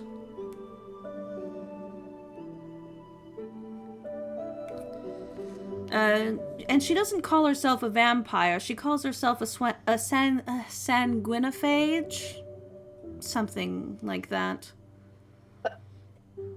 Oh. Are you okay? Are you choking? No, I just think I have a lead already. Oh, fun! That'll make this easy then. Right then. Yeah, I don't know what her name is. Sorry. I don't particularly like her that much, and it was hard to find anything. Even what I have took me months. But yes, she took control of this one that's a flesh eater and one that eats bones. Gross. And she practically controls them like puppets. She's also able to shapeshift, so it might be hard to find her. But that's all I know, dear. She pulls down this, like, deep blood red strand of spider web, and she ties one part of it around her wrist and then practically, like, whips it at you, and it flows weirdly right in front of you. And says, tie this around your wrist, and our agreement is sealed.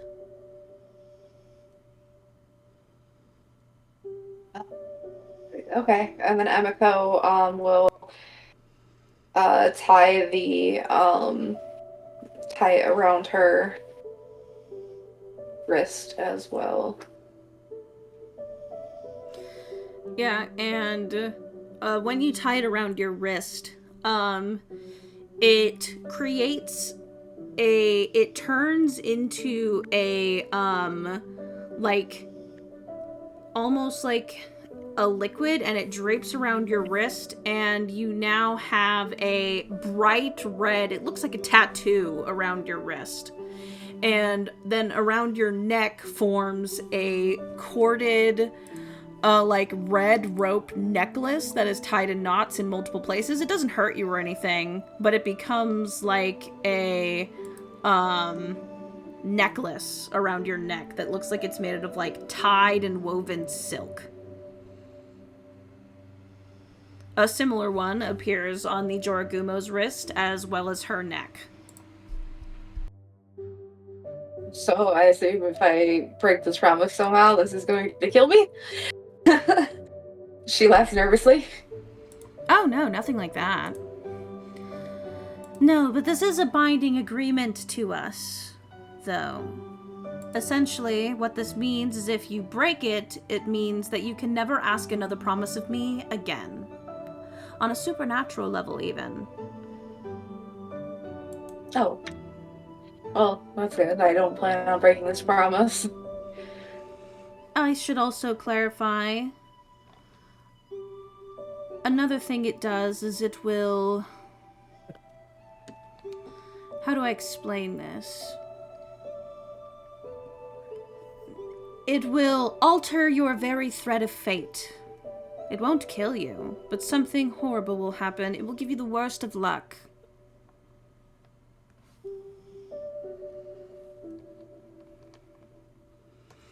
It is another thing that the Joragumo do, where we are able to affect the very threads of fate.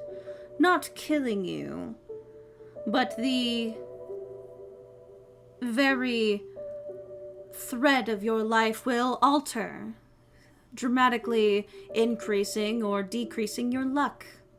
Things will start to happen that maybe won't make sense to you, but will happen anyway. Kind of like that very, very bad day where you go, how could this all be happening to me? It seems so random. What could that? But worse.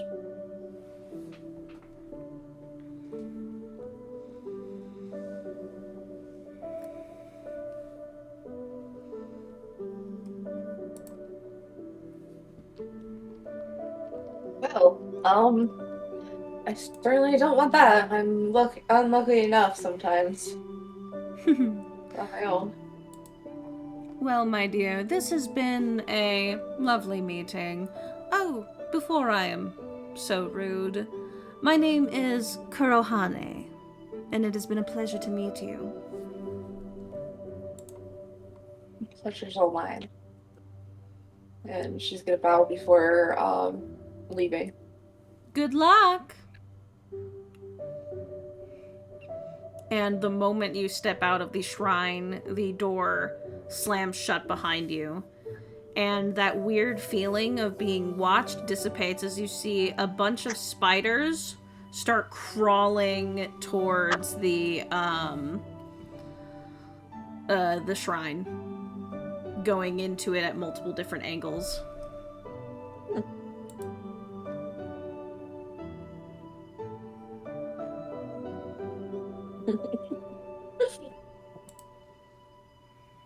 Awesome. And then Emiko will make her way back towards healing. I think that would be around this time where all of us agreed to meet back and like have a meeting of like what we did during our downtime and everything. Hell yeah. Sometime between you housing the Spiritkin family and running the investigation on the resurrection methods,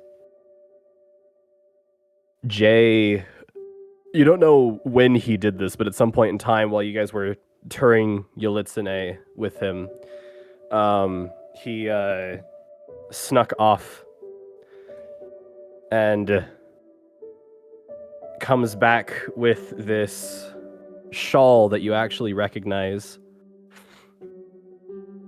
The shawl of lightning resistance that he usually wears like a scarf around his neck. But it is very neatly folded, freshly cleaned, tailored, and all that. But now it has... Let me see if I can find it. Oh, it's in here, I know it.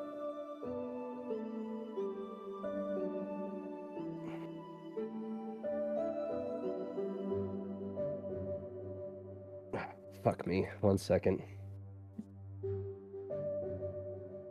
There we go.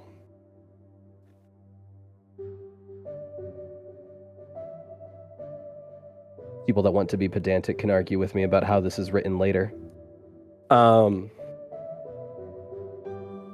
5 lightning bolts that are inscribed along the side of it, the longest length of it that would perhaps drape over the shoulder or drape down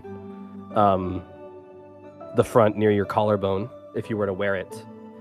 And he is going to present it to you when there is a quiet moment.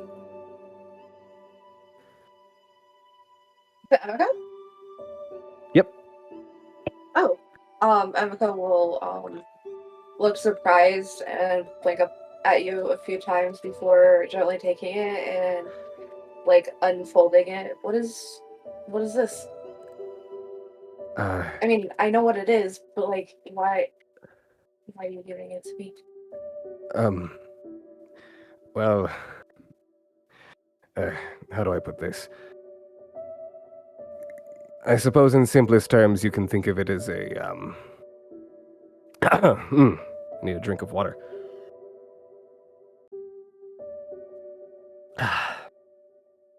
You could think of it as a token of my gratitude and, kind of scratches the back of his head, knowing full well that there's no hair there to make it itchy, and looking away for a moment. Admiration for you.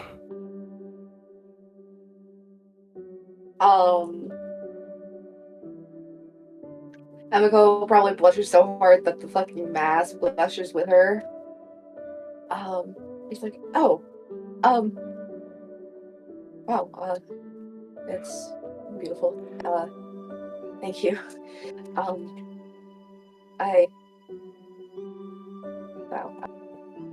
I don't really know what to say to this. There's nothing that need be said. Attached to the... Sorry, I don't know fashion. The bit that you would normally, like, where it would intersect, you would tie a knot, probably, something like that. There should be one of those charms. I had the tailor outfit it, almost like a lapel pin. It will require the same magical attunement as many other items, but the charm that I had inlaid into it should prevent it from, how do I say, interrupting your connection with any other items you might have. Wow, you really thought of everything.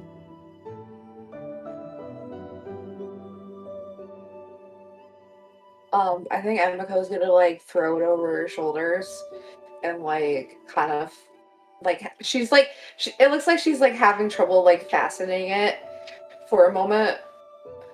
Here. Oh, okay. And she drops her hands and lets you do it. It's a very unpracticed motion, but you can tell that he probably had some difficulties with this earlier when he was making sure that it would fit properly. And he eventually gets it into a spot where the pin snaps on tight and it doesn't feel too awkward. He kind of lets you adjust it.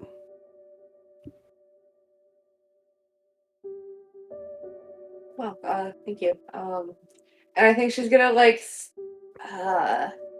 when like he's like laying down, she's gonna like grab his hand to like pull him down a little bit farther so they're like kind of level, and she's gonna stand on her toes and she's gonna press a kiss against his cheek or the armor, the helmet. No, he's not wearing the helmet. Okay. Yeah. Kiss on the cheek.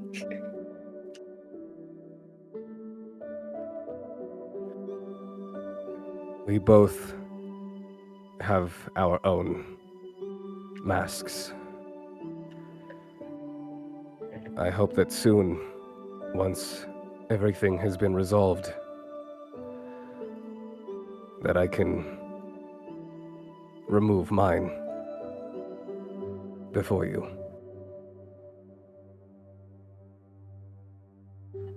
I the same.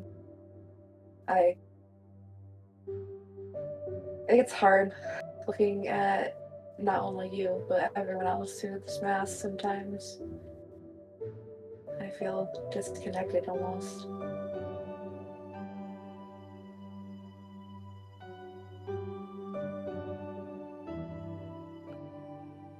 I don't think I need to see the face underneath the mask to know that there is nobody that I'd rather be connected to in the same way.